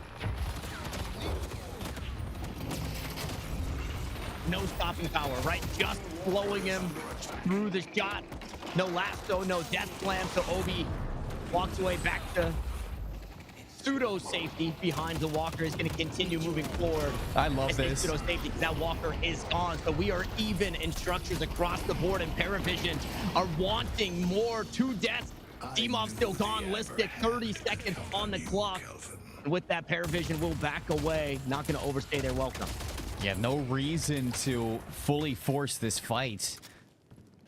You found your way back into this game after things looked dire, losing the walkers simultaneously on your half of the map. But you battle back, a major win in that fight. And it all comes down to the separation that you get from together in the early Death Slam, Taz and the lassos, Litz opening up with the combos and sanctioning off Listic from the fight to open up a kill onto the Abrams, shutting down those shoulder charges that have really been the bane of your existence in these battles. Temple Guardian's gonna spawn, so you have to think now either side is going to be looming over your heads. Next fight could lead into a Temple Guardian and could lead into the end game. I mean, what, 20 seconds later, if that fight happens 20 seconds later, Paravision, they're not just leaving the base to reset, they're leaving the base to get the mid boss. So timing eludes them, unfortunately.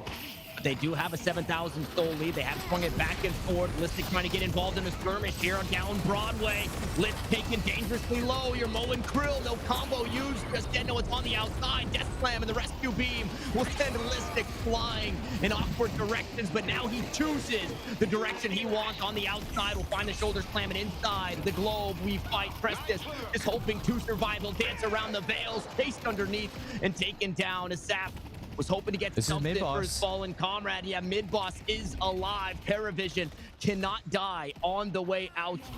They'll take the fans. They'll fly on up. They're on the chase, and Paravision are down to 3. They're still fighting this one. Just 1v1 after 1v1. It's not even a 1v1. You're just walking single file to your death right now, Paravision. These are those moments that you see everything goes good until the blunder. And what is the blunder this time? It's just walking single file to these battles and allowing yourself to just be overwhelmed by Virtus Pro. It's what happened yesterday in their match for the winners final. It's what happened again here in the grand finals. Virtus Pro, a death ball of strategy. And Paravision can't really keep up for this one. Temple Guardian's going to be going for it. Now on Virtus Pro's side, they have the urn also down low. Couple players up the respawn. Demov looking to get caught here, but it doesn't seem like Paravision are going to be able to steal this one this time. And the VP just macroed out of their mind. They gave up the kill onto Demov. That 70-second timer sucks, sure. They got the mid boss. They got the urn. Michaelis went back and got the far right lane pushing. They made sure that everything was headed their direction. That was 3 layers of macro in one 30-second stint. And it's just the idea of you don't have to go for mid boss right away. Make sure that they can't trade with the urn. You pull it underneath the pit, and as soon as Listic realizes that this is a safe rejuve, you don't need that shoulder charge or seismic slam. Start walking that urn over, beat the timing off the players respawning, and have a safe urn now that is just double the power of VP. We're now going to look to siege this base out. They move back into the jungles. Pressure on Kelvin now. Yeah, you have this double dome now for Obakim. And that could be big too, because countless times we've actually been seeing Prestis secured into these frozen shelters. And not only that, it is going to have twice the effect in countering out these death slams. And he's got the rescue beam. Yeah, the Listic got death slammed and then rescue beamed, and so was pulled one way, thrown the other way, but kind of just floated through the air, the rescue beam fighting the death slam. And it definitely shakes things up, because what could be a target, a priority target in the death slam, then just kind of gets pulled away. Wolfie, speaking of priority targets, anybody getting picked off right now feels bad. Return to Shadows used, but hey, ult for ult, why not just try and lock down the cat lady? Wolfie has no other escape outside of the dashes, and stamina can only get you so far. Paravision are so aggressive in these fights. It's the same thing that we saw in game 1. Caught out of position, isolated in gunfights, and Virtus Pro able to play together and collapse on these mistakes. So walking into base now, you're a 5 versus 6 with the rejuve. There's a shrine going down, the last flex slot open, and VP pushing to a 2-0 lead. The Wolf the only one down. Ultimates are still available right now. Paravision almost want to let the tier 1 patron go to get Wolfie back on. They're gonna fight for this. How much do they invest? Okay, life swap used, but out comes the dome. And I mean, Staff is so disconnected from the team, not just because of the dome, but the call was not to leave the pit, and Staff was on the wrong side of it all. So Wolfie's back, but Staff is dead for another 40, and it looks like Paravision are maybe looking to catch him on the way out. Death Slam's still available, so Together doing a good job hanging on to that ultimate, because at this point in the game, that is so game-changing in this next team fight. Yeah, this is the issues that we're kind of getting out of the Lash pick still. not finishing the job. Is yes, early game, I mean, Together was fantastic, and against other teams who might be unaware and less communicative, you're going to get away with some easy death slams. But now that you have to fight into these team fights with a death slam, wait out the frozen shelter, and then the second frozen shelter, and maybe if you grab somebody, Obakim can just pull them out of the air.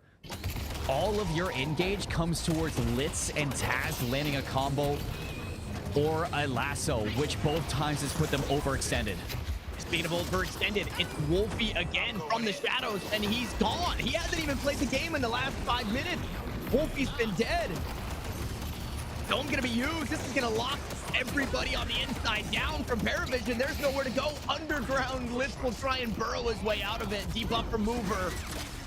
I mean, what does the mode do? Okay, he stays goes alive. down. He buys some time. Okay, Michaeleska fall, and now Paravision are trying to find a way back in. Prestis, low HP. He's got to put the hand cannon down and put the Lamborghinis on as he tries to get out of the fight. Eventually, Litz gets run down. Staff in an awkward spot. No soul exchange from the previous skirmish. It's still not off cooldown, but it might not matter. Staff stays alive and trades the kill on to Zergy. Together, the next one to go. But VP have so many alive still. 4 players, surely enough to close out the fight and close out the game. Taz and Prestis on their heels, backpedaling into the base, and VP have their eyes set elsewhere. Everything was good for Paravision until they lined up single file. And even towards the end there, you saw that last fight. Paravision, they go deep to see if they can punish the backline, but as soon as VP recognize what's going on and Michaelis goes down, not enough damage happened where you could finish that fight safely. And it's the same thing that we got from the Temple Guardian back in game number 1 when everybody was fighting underground in the close quarters battle. You saw a couple of kills against Virtus Pro, but it wasn't against the players who mattered. With Sherrick and Listic still alive, the fight is never over. Yeah. And man, they take you to the edge of the earth to get this win. Virtus Pro taking a 2-0 lead in this grand final. We can take a look back at this game because all things considered, Paravision played great in this game too. A lot better than game 1. When it came to the laning phase, you had an excellent showcase from Together on this Lash, just making sure that you're not fully shoulder charged, caught out of position by this Vindicta. And it was a very good strategy throughout this game, especially paired with this Moen Krill, who is able to catch anybody who is thrown into his hands. The Calico on Wolfie still continues to be very impressive in the early game, but towards the later ends, when Wolfie just countless times was the first dead because you're so far ahead of your team in these battles, it just shows that the consistency of Paravision is still falling behind to Virtus Pro, who struggle to show any mistake. You have to go deep to get a lasso or a combo to lock down any of these players and get a kill. It's not the same for Paravision. We see players dying without ultimates needing to be used realistically. And that really shows the difference between the way Virtus Pro's this macro game, or Virtus Pro plays this macro game, and Paravision just are looking to catch you out of position. It doesn't happen right now. You have to step up, raise the bar, and meet them in this no mistakes, high octane battle of who can macro better. I think right there at the end, you said it. No mistakes. Paravision, a test of endurance, and at the end of this game where it's still within reach, Saf is out of the base fighting alone, gets caught and dies because Wolfie was too far forward. Look at that right there. I mean, sorry to cut you off, but as soon as like the Death Slam comes in, it's even Demov with the paradoxical swap to deny it. It's like you couldn't get any engage if you really wanted to for these open fights. And Together didn't quite have the same value. We'll get to take a look at the stats and see just exactly where this damage lied. Taz obviously had a really strong lane with Together. We'll see if they're able to piece that one. It is a best of 5, so I know that VP are up 2-0, but there is still a light at the end of the tunnel. But Paravision just have to keep trudging forward. And yeah, a test of endurance again. You can't make those little mistakes at the end of the game at any point against anybody, but especially against VP. Like, if anybody's going to stay locked in for everything, it's VP. We saw D-Mob get picked a little bit here and there, but at the end of the day, a lot of the times it was low impact deaths from D-Mob if he did die. Whereas Wolfie going down twice, Saf dying on his lonesome, and using the soul exchange to not have it for the next fight, that right there was absolutely tough. So still a 50,000 damage game coming out from Together. Yeah. On a last that didn't get allocated. I mean, you give him another 5,000 souls, right? Take those away from Taz, put him on Lash. Maybe that is peaking over 50K. It doesn't change your death slams though, right? Like you mentioned, you still have to be perfect those, and VP make it hard to be perfect. You just look across the board. It's just a better composition. When you're looking at the Vindicta, Abrams, Warden, and Paradox, this has been just a consistent issue in these long-lasting battles that we're seeing this patch. And then you hand the Kelvin over towards Obakim, who really steps up and makes it even better. Zergy's allowed to play this Infernus, and he doesn't have to be the star of the show, but you even saw him at times solo holding 1v3 lanes, keeping the Walker away from any harm. It is just so much better when it comes down to the draft that we're seeing from Virtus Pro with these big tanky characters. And the only times that we really saw you struggle for Virtus Pro was if Listic was caught out on this Abrams dies early, or if Sherrick was ever focused down and died, but it rarely happened in those big ticket moments for the Temple Guardian or for the Urns. It was always them staying to the very last drop of blood was spilled. And most of the time it was Paravisions. And you got to give it to this Paravision team. I mean, throughout this entire tournament, they've been at the top. They go undefeated throughout the group stage, all the way into that match versus Virtus Pro, where they go 1-1. They tie that matchup, still don't win. They don't lose it though.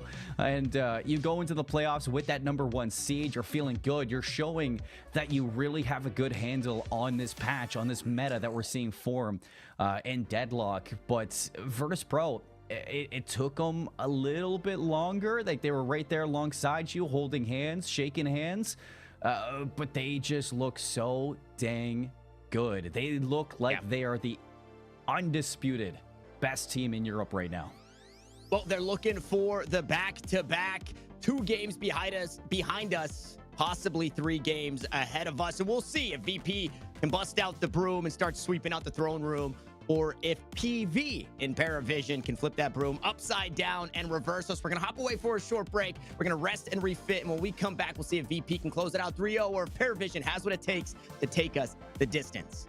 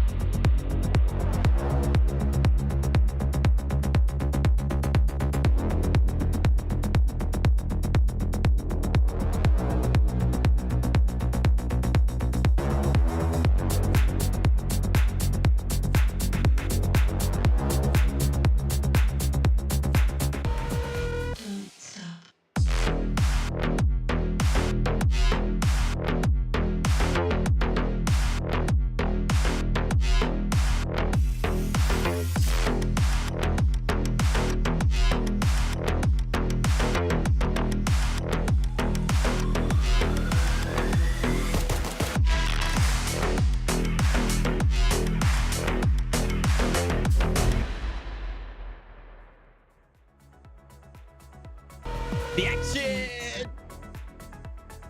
action continues here in Volume 5 with one win Bombshell.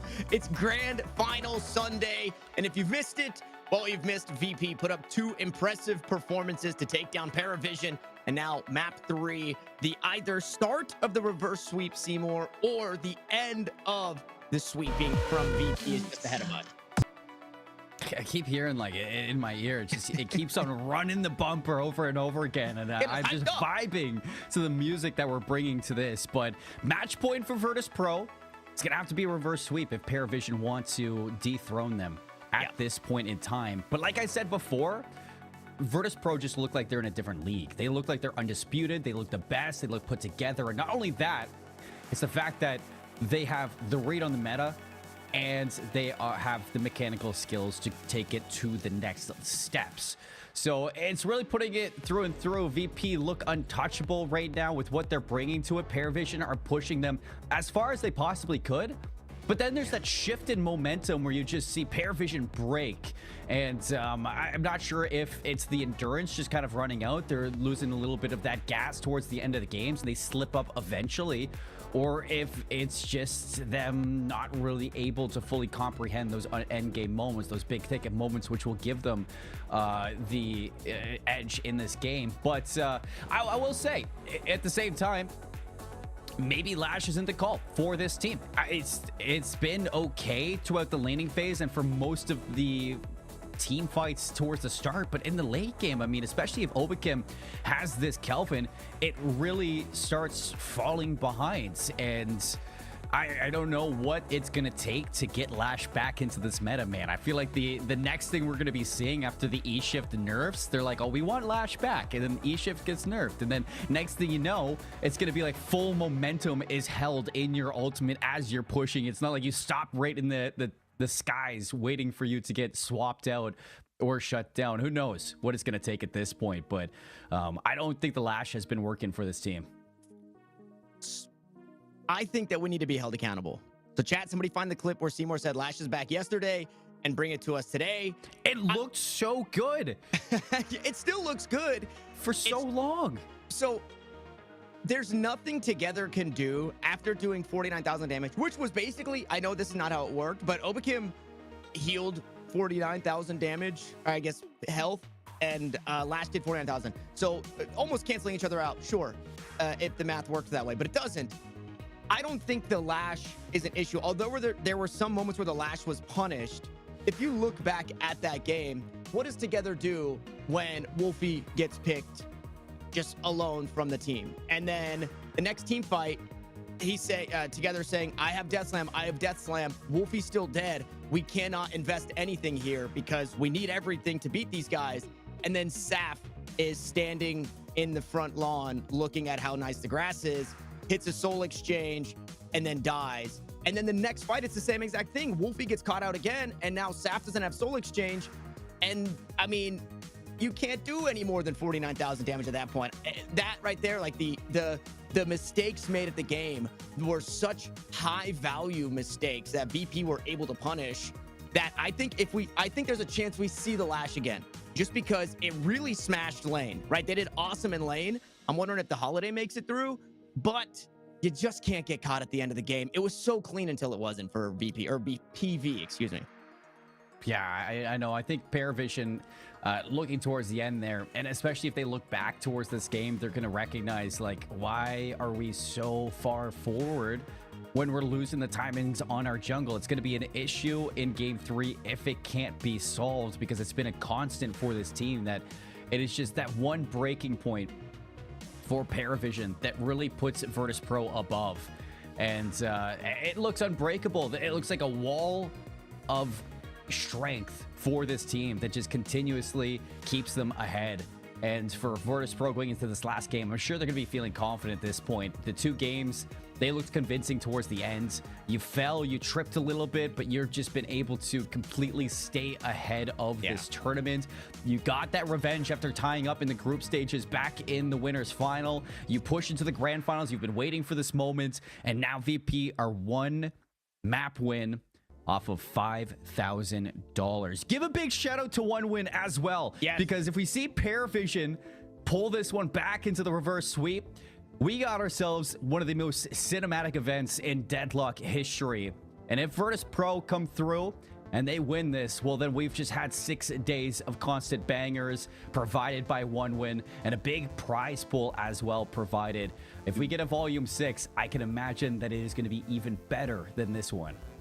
$8,000 between these two teams. Right now, it's just whether you take home 5 or you take home 3. Virtus Pro inching a little closer to that $5,000 grand prize. They switch it up, Seymour. They ban the Paradox and they get the Grey Talon. This has been unlike anything we've seen from Virtus Pro. What does your sign say in the back? Which one? Just the one on your Which let's one? See, the That one one, you over. can't really see it. It says Metro. No, This is on your Naruto right, from on like my right to you. What does that Obakim. say? Obakim. This guy is a man of the people. That says Obakim. I gotta get thicker He markers. is a man of the people. Is that bias?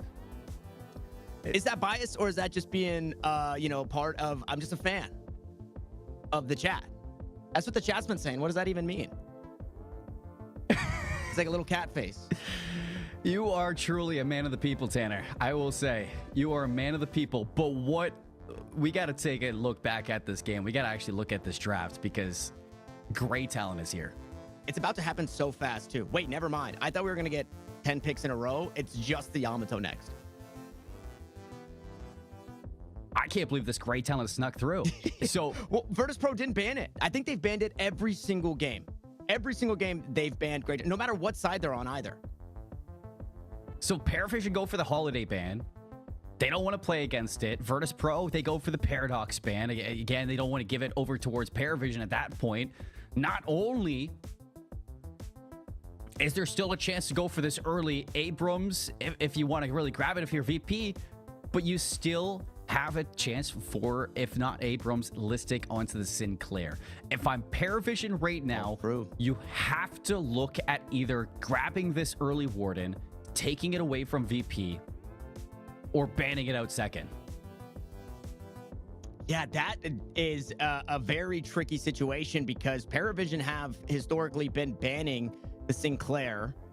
And they're Bebop. picking up the Bebop. Yeah, we haven't seen it yet this series. So Bebop makes its way on through, also grabbing the Vindicta. So with Paradox gone, Holiday gone, assuming Taz is now looking to make plays on the robot. And the Hyper Beam is always sick. That ultimate always adds so much. You do kind of have to be a little careful, but you don't have So to do you worry go about for being the swapped. you go for the Moe and Krill right now if you're VP? Because at this point, if you don't get the Moe and Krill, Paravision can just ban that one out, gives up the Warden, but you're taking away a lot of this lockdown pressure of VP and possibly forcing them to go for this Lash. What if you Moe and Krill pick, ban Warden, Paravision is then forced to ban probably Kelvin or Shiv, and then Virtus Pro grabs Kelvin or Shiv, or pick Kelvin, ban Warden. Okay, pick Sinclair. Never mind. I'm overcooking here. That just makes sense, right? Put it on Listic. Oh, and they banned Prestis's Mirage. Okay, so now we're getting to the thick of it, where VP are starting to target Paravision, work around what they've been given. You get that Listic Sinclair. Takes away from the chance of having maybe the Abrams on your team, but you don't have the Vindicta, so maybe that's not where you're going in the meantime. On the other side, you have a chance for this, Bebop to have so much pressure onto a Grey Talon or catching anybody on rotation. This is everything, especially considering that Moe and Krill is still up that you're thinking about here. And with Bebop over towards Paravision's side, Virtus Pro not really having any lockdown at all. Yes, you have the Sinclair, but what are you going to grab for Sinclair at this point? They go for the Kelvin ban, so keeping it away from Obakim, and Virtus Pro still go for the Abrams here. So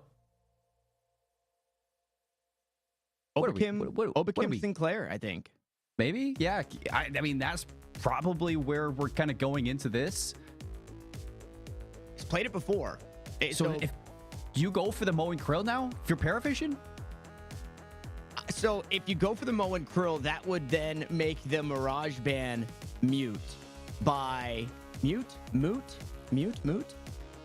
Prestis would play the Vindicta. So this is, if it's a Mo and Krill, then Prestis is, they were saying, yeah, we're going to give up the Mirage this game. We're going to try something different. Prestis is going to the Vindicta. Otherwise, that's going to be a Litz pick.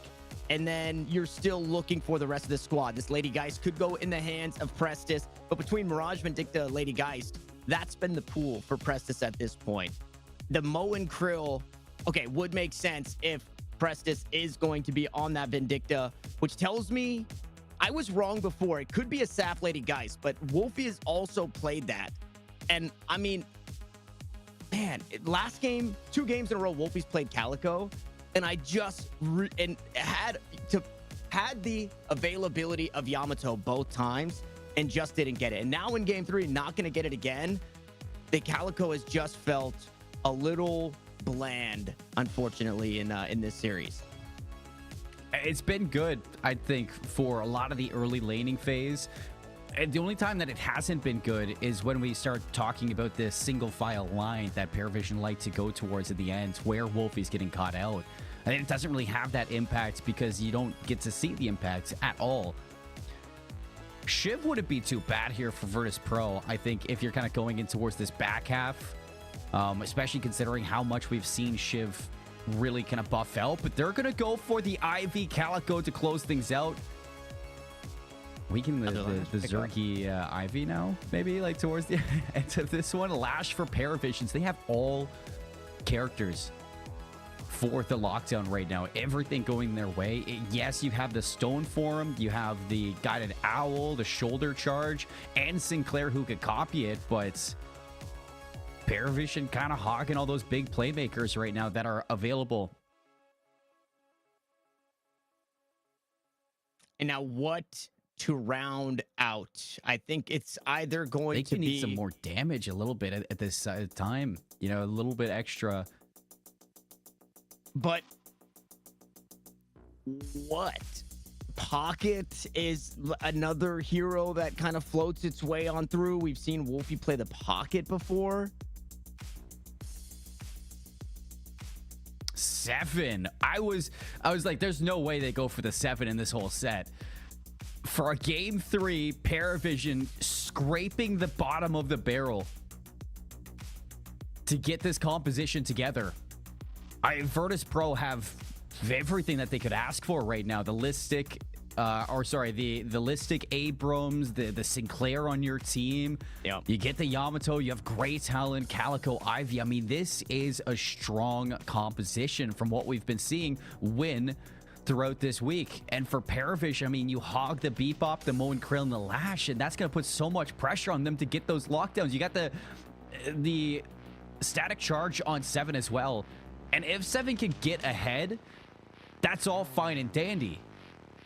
But if 7 starts to fall behind, which we've seen happen a lot this week, it is a tough pick to make work, especially when you're going to be just clipped out of the air by this Sinclair, possibly grabbing the combo and getting up there, or even a Guided Owl just shutting you down. It's just, you are a sitting duck at that point, and it's got to be a generational Lady Guys game, I'm thinking. Yeah, I'm scared. I think this is a Mikhail S. Grey Talon, a Dimov Yamato. So Dimov's out of Paradox jail, is able to maybe have some fun in this game. And then a Zergy Ivy, Obakim, Sinclair, Listic, and Sherrick splitting the Abrams and Calico. Against, Paravision team, like you said, scraping the bottom of the barrel, bringing in the 7, especially when we have seen the Infernus played in recent times over the 7 in way of, what kind of mouse 1 carry you're bringing to the mix. It does supplement, like you said, the static charge in a lot of ways, not only in team fights, because it is AoE, so if somebody's jumping into the wrong spot, then you're put in a bad spot. It could also, if you're close enough, get that Grey Talon out of the sky, but then you can layer it on top of a Mo and Krill, a Lash, a Bebop. Imagine a static charge and then a huge death slam in the middle of that. So as they're hitting the ground, they're getting mega stunned by the 7. This is wishful thinking. This is wishful thinking, but there's a cool combo there that could take place that could really help Flash lock players down. But it sounds like we are ready to go. The next game underway. It could be our last, or it could be the start of a new beginning for Paravision. Paravision, your Amber Hand. Curtis Pro, your Sapphire Flame, and game 3 is underway. 1 win top 3. VP ahead. VP in 3. I mean, like, this is crazy right now. I'm looking at this comp. I'm trying to get things going on how it's gonna work for Paravision. But this is so far off of what we've seen.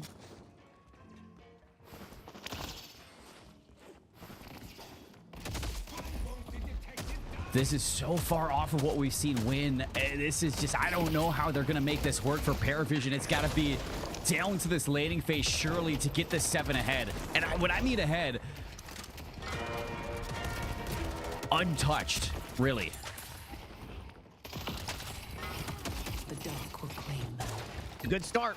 The 7 lane finds a kill. The response on the opposite side was the first blood going the way of Virtus Pro on that Vindicta. So it's gonna be tough to get things going with Vindicta. That Vindicta last lane. Meanwhile, Bebop Lady Geist needing to open things up right down in the middle. That's Wolfie and Taz together in the mid lane, and together and Prestis on that Vindicta since the Mirage was banned away. It was an early Vindicta pick, right? That Vindicta pick happened before that second round ban came through. So they were already kind of setting their eyes on putting Prestis on something a little different than the Mirage. And they gave up first blood.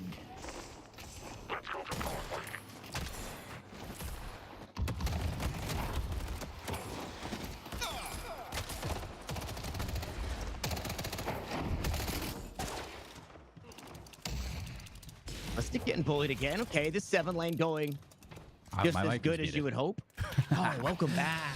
Yeah, I nerfed myself in that moment, but I think I got it. I think I see what it's gonna look like here. 1 win top 3. E-shift tier 4 item. Zergy, Gun Ivy, VP in 3. VP in 3. Says Seymour. Anything's possible. I mean, Seymour, you said it. Seven's got to get ahead. Staff, you got to do the darn thing. And they've collected a couple of early kills. Staff is, in fact, ahead very early in this game. Listic getting bullied early doesn't really mean a whole lot, especially because VP will drag us into deep waters and find a way to get these heroes back online. Meanwhile, Sherrick and Zergy, even Obi. Okay, Obi's about to have himself another game.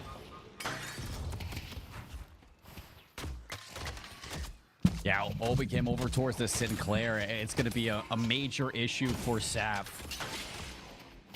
as this game just continues to progress. But even beyond that, you look towards this lane phase that Virtus Pro have everything they really want to, alongside this Abrams Ivy that silenced Paravision back in game 2 of that best of 3 we saw yesterday. It's going to make it really easy for Zergy to just passively farm up alongside this Abrams, who doesn't really need to, but you can see now Sap having some pressure here on the 7. Litz is going to be keeping all the pressure on him, and Listic goes down. Combo into the back as well. But Zergy's going to escape, just barely. So some life from Paravision, but look at those health bars.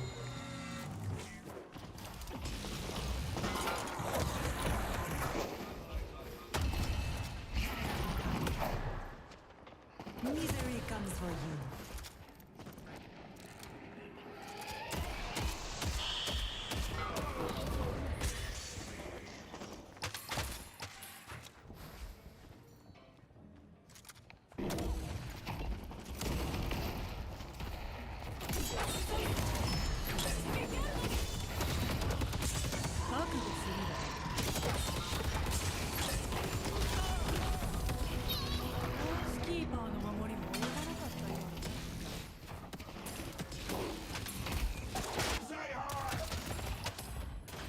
hook.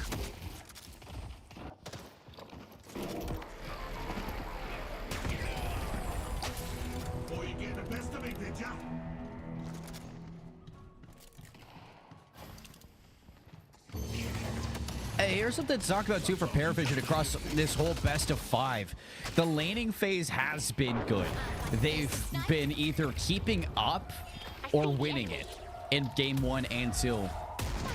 So that's something that you can really trust in this team, is just keep that consistency going with it. And you can see a nice assassinate shot there onto Obakim's not going to collect the kill, but a tease up together to go finish the job. And you look at the health of these Guardians, a little bit of damage towards the left and middle side, a little bit taken on the right side if you're Paravision. Nothing too crazy, but a big parry on the Listic, and Litz again gonna drop the big blue man.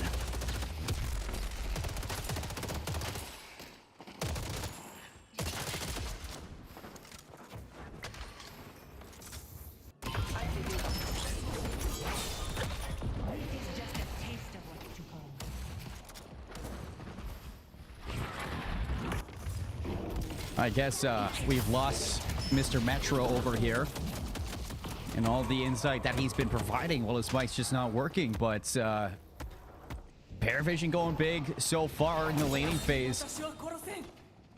Now you see it. Nothing really representing towards the souls just yet. Too early to tell on where this is going to lead. But here's that Obakim Sinclair putting a lot of pressure down over towards this Lash combo and the Guardian. Potentially in a spot where if you overstep, if you're together and Prestis, you could be losing that objective first.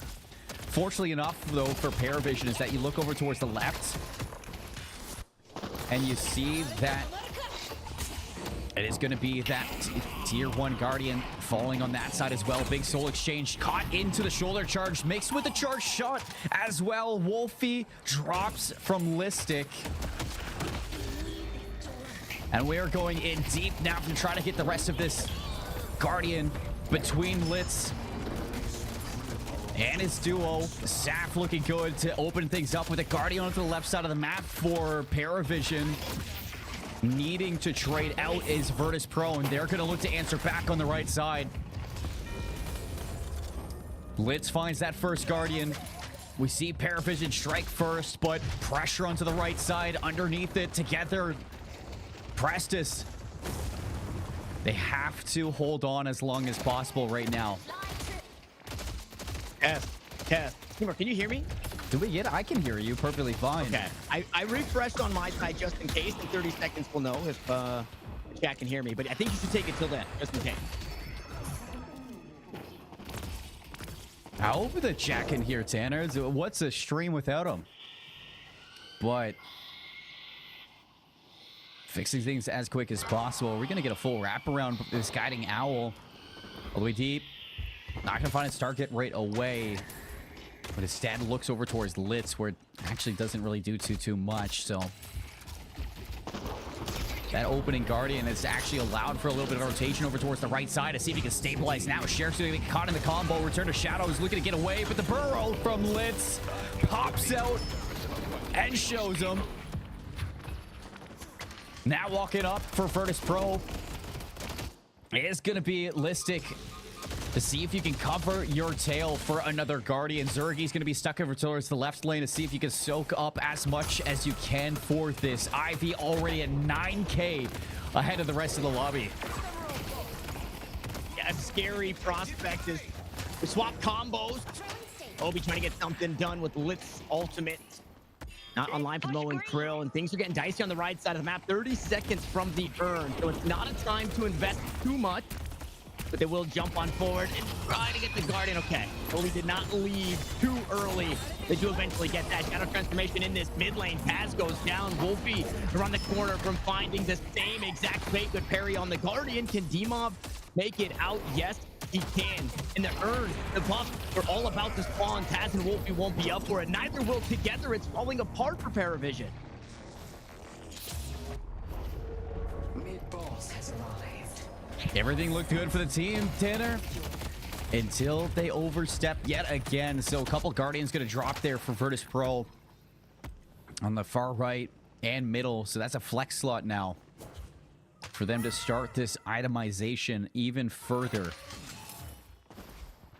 After this laning phase, Litz is going to grab this urn, move it to left to right. Taz is going to stick things out over towards the left side of the map, see if he can hold on to this Guardian and maybe even push deeper towards this Walker. And it's going to be a late roto out of the Calico, the Grey Talon, and the Ivy. So this is a good chance to put this urn in. Listic going to move over alongside Obakim to see if they can stop it. Oh, Blitz able to get that one. So the lead is only a 2,000 soul lead. Paravision hanging on to that one, and they've also forced Virtus Pro back into friendly territory. Combo still available. Deathland didn't quite find the value I think Together was hoping for. So Virtus Pro just doing good to continue avoiding big Together ultimate, big Lash ultimate. Meanwhile, Prestis, how did he get away? Oh, there it is. What a shot. Huge assassination there. You get a whole lot done underneath the Walker here, but extra souls to your Vindicta always feels good. I thought for a second both Obakim and Shirik were going to walk away with sub 10 HP. As we get the 40 experience of a Bebop hook just over the shoulder of Dimov. Hyper beam. That means you could smell it. Yeah, I could. You know what it smells like? Pennies? Rust and oil. Yeah, pennies. That is a. Wait, Obi Death Slam on the outside? Now for the seismic. Top? Oh, just narrowly misses. It doesn't matter. Prestis still goes down. Together. Backpedaling. A bomb on the Lash means maybe you want to stay a bit away from it. But Prestis goes down either well. And Obi gets close enough to steal the Lash ult and not get punished for it. And now you walk through the jungle. All three Guardians down, still holding on to that middle. A little bit of chance for reprieve for Virtus Pro to start to go forward. Still look at Zergy, 14k now. So he's not going to be around for maybe another 8 minutes of this game. Eventually we'll get to see the Ivy join the fight, but it's like when we saw Virtus Pro in Game 3 yesterday put the nail in the coffin. It was mostly a 5-on-6 for majority of this game. Oh, man. I mean, this is Dimov doing the Yamato thing, right? Gets the combo, trades out the ultimate. Dimov still does goes go down. Now it's up for Virtus Pro to try and punish what was exhausted in that kill, and that's not happening. Prestis, another assassination, some extra souls as the Guided Owl is from way downtown. There's no follow-up on the ult. That's just what the doctor ordered. Assassinates for Prestis. You're going to need a lot from this Vindicta and Saf on the 7 if you're going to take down Virtus Pro in this game. And a win with an assassinate is a win for Paravision. Now it's a turn to see if he can get this kill onto Shirik. He's going to start walking away. Stake misses, but the assassinate does not. A little extra cheddar cheese in the pocket. And you are getting some good engages for these jungles. I mean, you couldn't ask for a better chance for Paravision to start turning this back into their favor. 77k souls to 72k souls. Objectives are even. You haven't taken any Walker damage just yet. The only issue is that all this winning has come from 5v6s with Zergy yet to join the fray. And it's just pushing that side lane, right? That soul number, or the soul count continues creeping. 17,000. That has been matched by Sap. The 7 is going to be, you know, just as fed as the Ivy, which is all you could hope for and more, especially when you bring that 7 into the mix. Yeah, and that's needed. That is a necessity right now for Paravision. So things starting to look good, I'd say, for this whole draft that you've scrapped together. Oh, and who thought this would be the one where you maybe look the best at? Out of everything that we've seen out of Paravision, Brett Bush coming in, combo grabbing Listic. No, it's gonna be Obakim grabbed out. And it was a gun buff. I'm pretty sure that went over towards Wolfie, if I saw that correctly. And now you're going to grab this urn and start running it. It's a neutral urn over towards the left side. A big fight going on between Zergy and Saf. And that it feels bad to not get that kill onto Obi because he can just reset and then take the zip line out towards Urnin. And that feels even worse because you didn't quite get the kill that you were hoping for. Saf goes down. That's a big ult. That's big damage out of the fight. Zergy won't be there, but we're not expecting the gun Ivy to really carry a fight at this point. The way that they're setting things up, you would fully expect that for Virtus Pro, especially if the urn is on the left side of the map, where he's resided in that domain the entirety. So it really seems like at this moment, Paravision are going to hold on to this urn as long as possible, allow for Saf to respawn, see if you can get some wave control through mid and right. Because you don't want to give up that mid-boss potential if you can get some good wave control for Virtus Pro. Because they can elect to just give up this urn if they have a chance at that mid-boss. And they will pressure that mid-boss if they think it'll get Paravision off of the urn, maybe draw them into the fight. Outside of that, I mean, there's still some farm to clear up. Zergy's still on the outside. He's just swapped sides now, going to go to the safest part of the map out towards that right lane. And again, it's met by Saf. Now, the hard part about it is if things were to get dicey in mid, Ivy can airdrop to the fight faster than a 7 can get to the fight. So yeah, he's got the TP, but even still, you're right. Yeah, it just doesn't feel great to match. Like there's still a little bit of extra pressure that Zergy brings to the mix, being on the Ivy in the side lane. Daz is fishing for the blue man. And you can even see it too. Wolfie's starting to take some space over towards the urn. 4 members on the left side, and now Sav, Prestis looking to move over. This could be it. This could be the chance. And Zergy's nowhere close to this. Hyper beam, Obi taking heaps of damage here. What more can you find? Looking for something. Zap is here, will take to the skies. And it's damage, sure, but they're not finding the kills just yet. Finally, Listic goes down, the first to fall, as both Zergy's going for the walker. Shadows and Shadow Transformation have been used in this fight. And as you mentioned, Zergy trying to grab the walker. Prestis there to try and stall. The urn yet to be scored. Mikhail S. needs to try and survive. He'll take to the skies here momentarily together just on the other side. No way to get him down. Except how about a life trade that damaged too much for Wolfie? The kill happened on the right side of the map. They get the urn, but the walker goes.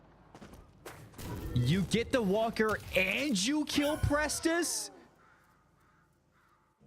Okay, 25k gun Ivy feels all right, I guess.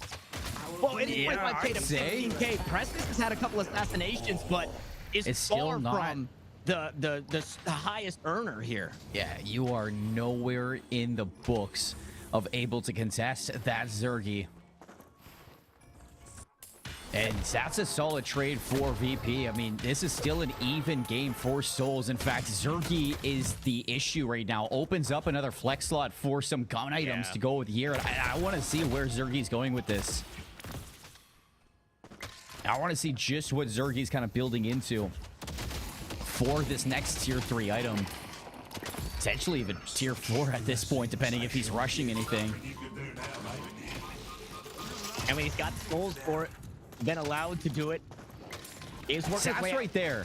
Yeah, Saf is right behind him, right with him, I should say. You just need a walker, and you haven't really had anybody solo laning for Paravision, trying to push for this walker while the attention's all through mid. I mean, now you're going to get that out of Wolfie, but Zergy's going to be able to 1v1 this Lady Geist. And no soul exchange. So yeah, that is anything but a 1v1 Wolfie wants to take. Listic coming over to try and supplement. Meanwhile, the rest of Virtus Pro putting pressure on the mid lane. Wolfie does back up, does call for a bit of help. Prestis on the way. Taz maybe looking for an angle at this one as well. And I mean, the urn took so long to finally happen that the next one is up, right? The buffs are here. Sherrick's already setting up for this bridge buff. I see B buff. Headed to park. Some more stamina for Mikhail S. Urn fight to look at. Death Slam available. Looking for the hook. Same with the Storm Cloud. Sherrick's going to pick it up, and here comes the Death Slam. Hook goes wide. No, it's not. They didn't go for it. No, not at all. And Saf gave up that far right lane. Listic TP'd over to stop the troopers from pushing forward, but Saf gave it up. They gave up the urn. They gave up the pressure on the right side of the map. Do you go mid here? Yeah, like, is this a chance for you to maybe jump on down, use Saf to burn this Temple Guardian, and go rejuve for mid boss? No, it's not. They're going to go and they're going to match this in the rotation. And this is an opportunity for Virtus Pro to stack this left lane and maybe go for another walker while everything is happening for the attention. You may have overcommitted because Zerky's going to take down Prestis now. Yeah. And no matter where you look, nobody's going to get to this walker before they start putting damage down. And Paravision wants Saf in the fights now. They tried to put Prestis in the side lane to match Zergy to get some farm into the Vindicta. And then Zergy just ran Prestis down. So now you have to invest somebody over there anyways. So you're 4 players weak in this earn return. And yeah, free as can be. I got you. But you need your walkers desperately in this moment. Need help on blue. See, combo was used, I think, to grab D-Mob there. So it takes him out of the airdrop for him, forces the shadow transformation. They're going to immediately disengage from the Yamato. Something you don't want to fight, even though the Yamato is only at 20k souls right now. It's something that you don't want to get caught out. How annoying. You have to be, Saf, you got to be so smart about who you're stunning now at this point. Right, Yeah, Zergy's really stun gotta is just test. a stone form. Obakim's stun is just using the assistant to get away. It's a longer cooldown, so when you use it, you want to make sure you can get some value off of it. Heading to blue. Well, just in general here.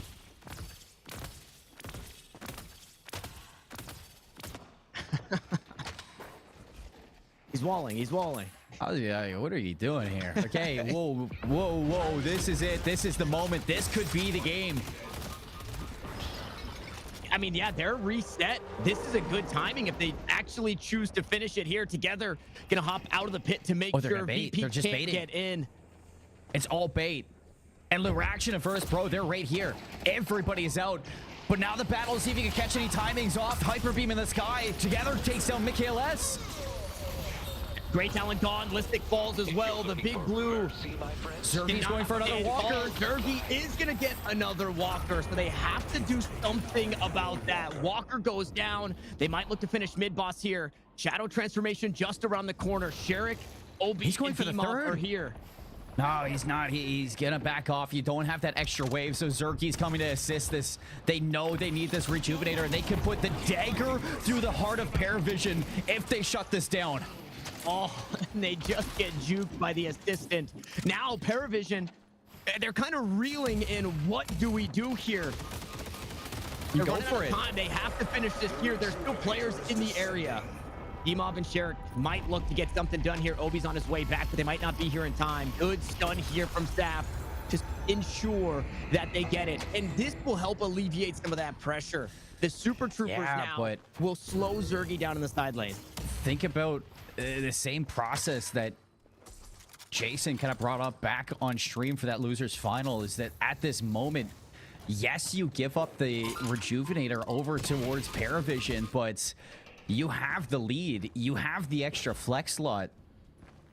Yeah. You don't really need to push into anything else for a little bit. It's Paravision who has to make the next move still.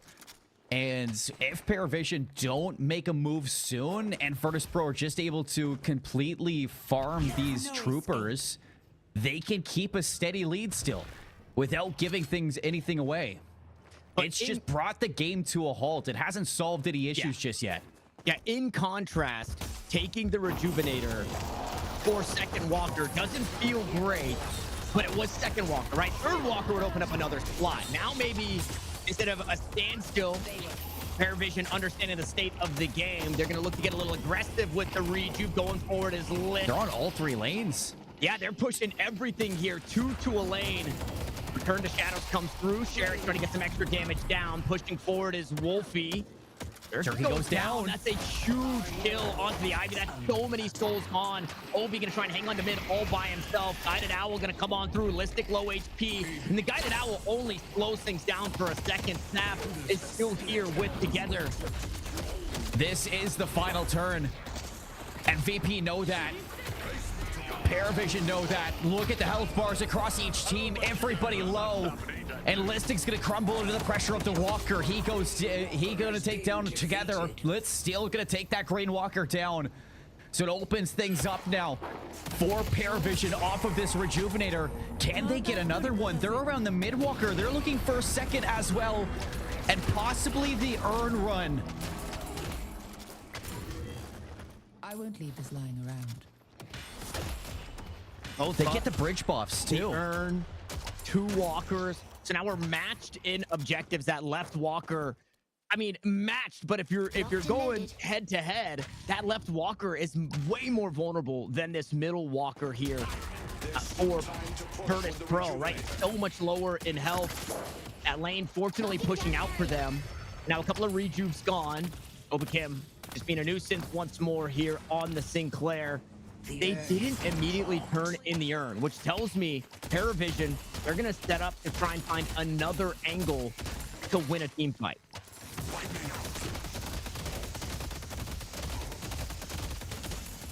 Still a small soul lead for Virtus Pro. As soon as this Rejuvenator goes down, everything is back to the status quo.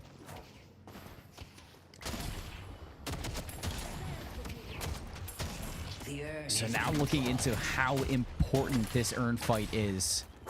Virtus Pro, who have been on top of everything for this macro, might look to trade it for that third Walker, but you can see that all 6 players have moved over towards the left side. Press is going to be the last one to rotate, but that's okay. That is the assassin from afar looking for some snip snipes. Oh my God, Listic gets grabbed. Warpstone out, shoulder charge through the skies. This guy walking on air. Listic makes it out. Oh, Taz made that one close. Oh, they want more. Death Slam available. Hyper beam down. Here comes the Death Slam onto 3, maybe 4 coming down. It's so Look big. at the damage. Together goes huge. Zergy on the run. He's backpedaling as quick as possible. Heroic Aura trying to get himself out of the fight, but he can't do it. And the rest of VP scatter like bugs. You run away, the Urn is retrieved. And everything you get now is the victory lap for Paravision. You've taken the next step. You've opened up the third flex slot. You can see an answer back, looking for a trade here through the middle portion. You might die for this, but it might be worth it for the players who are respawning if you can get it. And you do, Sherrick. A hero in the form of a crazy cat lady. Oh man, Sap. And look at the wave control through mid and right too. There's no follow-up that Paravision can get off of it, so that alone from Sherrick keeps this game well alive. And it was obvious Paravision wanted the team fight. There was nothing that was gonna split the map. Okay. Obakim stealing away the ultimate here, gets good damage out, will be stunned from the skies, but already went through. Disarm onto multiple targets there. You gotta go. You gotta get out of this one if you're Paravision. You cannot afford for this fight to turn. After all the work that you've put into it, you do not want this to be the moment that you overstep. Snap very low, within execute range from one of these charge shots. KLS goes up, combo comes through. Where's the follow-up? Maybe none needed. There's a little bit of assistance from the outside. KLS goes down, but now Lift's put in a tough spot. Death Slam once more. Not quite as much value going up, and Seismic Slam. Down goes the Death Row patient. Snap will fall. Zergy back at it. He wasn't happy with the way the things went in the last fight, so he's here to collect heads in the next one. It was so good. So good from Paravision. And they stay too long. They bite off more than they can chew for that fight, and they keep giving Virtus Pro freebies. And now the earn run is still going to be neutral, as even as could be. But you have 3 players off the respawn. Wolfie's going to be the closer, but it's still 24 seconds until Wolfie is back up. That's plenty of time for Virtus Pro to get some good wave control across all 3 lanes and put this earn away to reclaim a soul lead. There's nothing to push for. I thought all said and done, even trade across the board, Paravision have shown that they can win the team fights. The game just has to be at a standstill until the next earn. That is what I thought the game state was. Instead, Paravision try to get more than what was allotted to them while Virtus Pro was wiped. So you got to think that like this moment, 31 minutes into game 3 of this grand final, $5,000 on the line for Paravision to try to ignite this reverse sweep. And everything comes down to potentially this next team fight that could either snowball into some shrines, snowball into a temple guardian, snowball to the end of this tournament. Headed to blue. Headed to blue. Henry, I need your help. Everybody out toward blue here on Broadway. Hook comes through. They got D-Mob. They got D-Mob with the hook. Shadow transformation used early in the fight. D-Mob going deep. Trying to find something. Taz goes down. Hyper Beam was huge, but it's Benny raised. Now taking to the sky. Staff is cutting through Sherrick. Sherrick wanted to try and get the 7 out of the But everybody's inside. Takes too much damage. Combo now to try and lock down Zergy on the inside. What can you get for it? Obagim. They come through. They keep him alive. Zergy's here. Airdrop out to safety and will survive. Paravision, the only team to lose players in this fight. 3 go down. Virtus Pro out on top, and they want more. A couple late kills there from Paravision, and that could just mean no mid guardian. Instead, go for the lanes, fix things out, which potentially could prolong this game even longer. And now Saf gonna look for an exit kill onto Listic as well. Warpstone maybe getting away. Some good movement coming out from Listic, and from rooftop to rooftop, Batman, it looks like, pulling Saf out of his spawn. Disarm Owl. Oh no, Saf bit off more than he can chew. And it's all fun and games for a 7 who's farmed up until the team fight takes place inside a building and the storm cloud does nothing.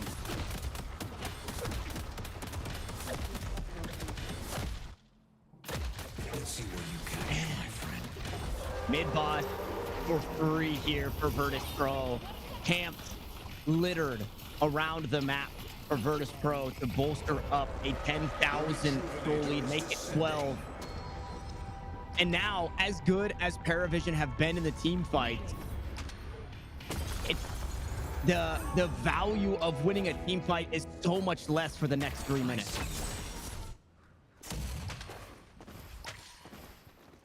And for VP, they're just showing who's the better team at the end of the day.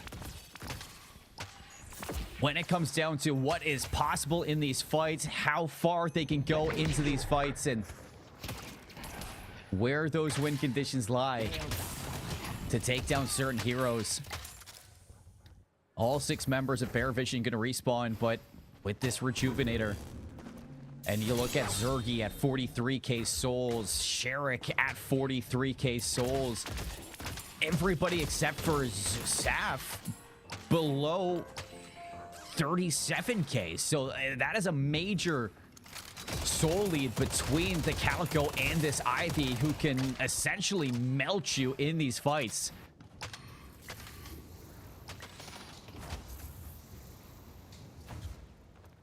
It's got to come down to some pretty damn good ultimates out of this Paravision team if they want to see a game 4. Saf on the 7 feels like, unlike the other 7s, the ult is getting so much respect. Saf is doing so much damage with the ultimate. It does seem... I think we're about to say that Same thing, Taz. Nice grab there, but unfortunately onto Obikin means he can just jump away. It's like you don't even want Saf to be in his ultimate for those fights. Because even in the last one, you use that storm cloud, but it's above a building, and everybody else for Virtus Pro just goes inside. And that close quarters battle with Listic and Obikim and Sherik, as tough as this Calico is, Saf has no business in that fight and really has no effect in that fight until it's already done. Man. He's going to be late to this rotation, too. Looking for the hooks, but there isn't going to be a follow-up right away. Oh, airdrop comes through. Zergy flies around into the storm form. He goes. Meanwhile, shadow form now for D-Mob. Let's just get bullied out of the fight immediately. Turn secured. Solely creeping over 20,000, looking to get to 30,000. Snap goes up for the ult, but Zergy cuts right through him. Execution onto Saf. And now the base next up for Virtus Pro.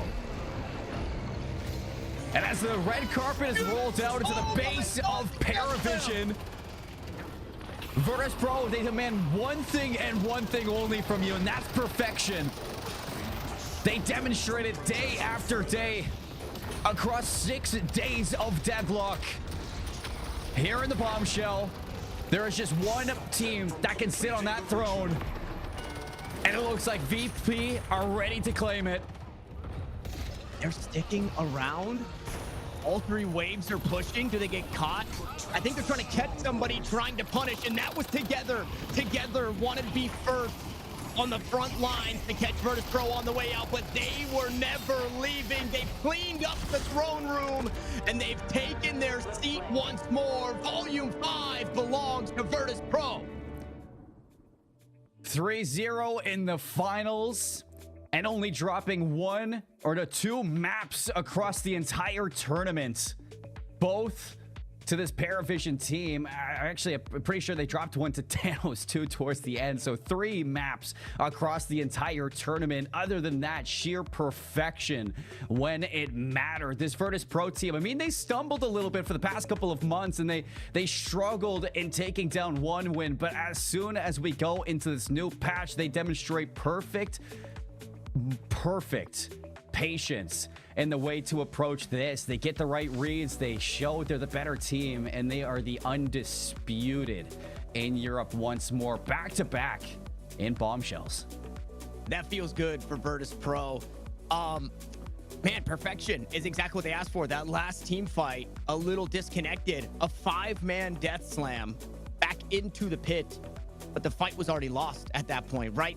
You have that 5-man death slam somewhere else in that fight, at the beginning of that fight.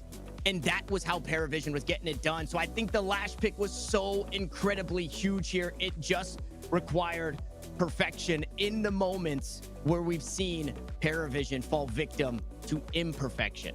It's even like the moment towards like the later team fight that we'll be highlighting is the 7 pick for Saf. Yeah, it's going toe to toe with the farming that you're getting from Zergy on this Ivy, but even towards the end for those team fights, it really wasn't that much of a difference until after the team fight was over and you're maybe cleaning up 1 or 2 kills. It's just in that moment, it just wasn't there. And you had some good hooks, you had some great combos. Even the Death Slam at time was able to grab a few, but it wasn't until after somebody died or before the team was even there to follow it up. It's just so many times where Paravision, in these great moments when they have an idea of how to approach this fight, they jump the gun, or they're a little bit too late to pulling the trigger. It's like that timing, that rhythm just could never be found in approaching Virtus Pro for these team fights. And there are so many times, you know, we're saying it like it's a blowout here, it's a blowout in the series 3-0, but in the maps itself, it was such a close race until you got to those big ticket walker moments, and then those earn fights that allow Zergy to solo push into the walkers, open up those flex slots, and even to the earn fight here that, you know, Paravision win massively. It still turns into a turnaround of a third walker taken from Virtus Pro and full lane control to allow your teammates to respawn, to stay even in terms of these souls and where to spend them, and then go right back in to an even fight where you know you're just the better team.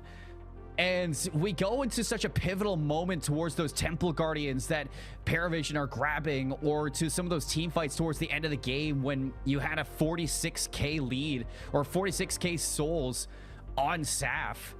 But there's a moment where you're fighting underneath one of your camps inside a building, and Saf pulls the storm cloud above while Listic is just tossing your team left, right, and center underneath it, unfazed at the 7 and what he's able to bring to this team. And I mean, it works for the most part, but it's not able to get you over that hump of Virtus Pro. And as close as it gets, you're going to look back at the series, or a lot of people are going to look back to the series and see that it was a 3-0 for Virtus Pro. And at the end of the day, the win is what matters. The length of highlight reel just shows how great that matchup was. We take a peek back, Saf ripping through with max damage. Zergy, not quite up there in damage, but was felt elsewhere on the map. 30.9k objective damage, pretty much 31k objective damage coming out from the Ivy. Everybody else was sub 10k. That's more than I think the entirety of Paravision added together. That's more than the rest of your teammates added together too. It's just that is everything right there in the whole set. Definitely inflating those numbers surely. For the rest of it, I mean, everybody did their job, especially for Sherrick on this Calico, who makes it work with 47k souls, nearly 48k souls, and gets that big moment where you steal that third walker away for your life. Yes, but like, those are the moments, those selfless moments that you recognize are able to keep that leash on Paravision long enough for you to turn things around. So it's such a good squad put together for Virtus Pro. And I think we were touching on this as well at the start. This is probably the most experienced roster too, playing together in terms of time on a roster. Yeah, maybe plug and play 1 or 2 players in and out. But other than that, since the inception of this team, it has been nothing but a grind to be the best. There were, to that point of where Virtus Pro is, where they come from, and how long they've been a well-oiled machine. They have probably more, but just in this tournament alone, played 7 different heroes that can be flexed to other players on the team, right? They don't just have set roles anymore. They just have everybody working on a little bit of everything to make sure that it all works. And they've been able to afford to do that because they've been a solid 6 for quite some time. And even before that, they were a solid 6 for quite some time. They made one change in Piggy out, Obi in, and man, it just shows in how deep they are. It does sound like we have an interview ready. We're gonna have Zergy joining us to talk us through not only our grand finals, but what a week it has been for Virtus Pro. So we jump on into it. Zergy, first and foremost, congratulations. Thank you for joining us here on the desk. I mean, back to back to back to back to back to back to back to back to back. There's so many trophies on your wall. I can see them. How does this feel coming into the Bombshell and taking it all in 3-0 fashion? Feels good. Feels like we regained our confidence back after the previous fight nights, and it's nice winning 5 of these tournaments in a row as well. Wow, 5-time Bombshell champion. Hey, talk a little bit through about the way you guys went into this tournament as well. Obviously a pretty major patch. It seems like it's shaken up a lot of teams in the way that you approach the game. So like preparation going into the Bombshell just in general, how did you guys look at this meta? Preparation wise, with the soul duplication changes, it means that individuals can snowball themselves harder on side lanes. So that's why we picked Ivy in this game. And yeah, I just stayed on the side lane, got my money, and just ran around killing objectives and people. yeah, you did just that. Was there anything specifically, because in interviews prior, the teams felt the changes and they said we're still learning, we'll still we're still finding out what works. Is there anything specific that you learned in this 6-day tournament about the patch specifically that coming into the last day you guys thought, hey, let's put some prio here?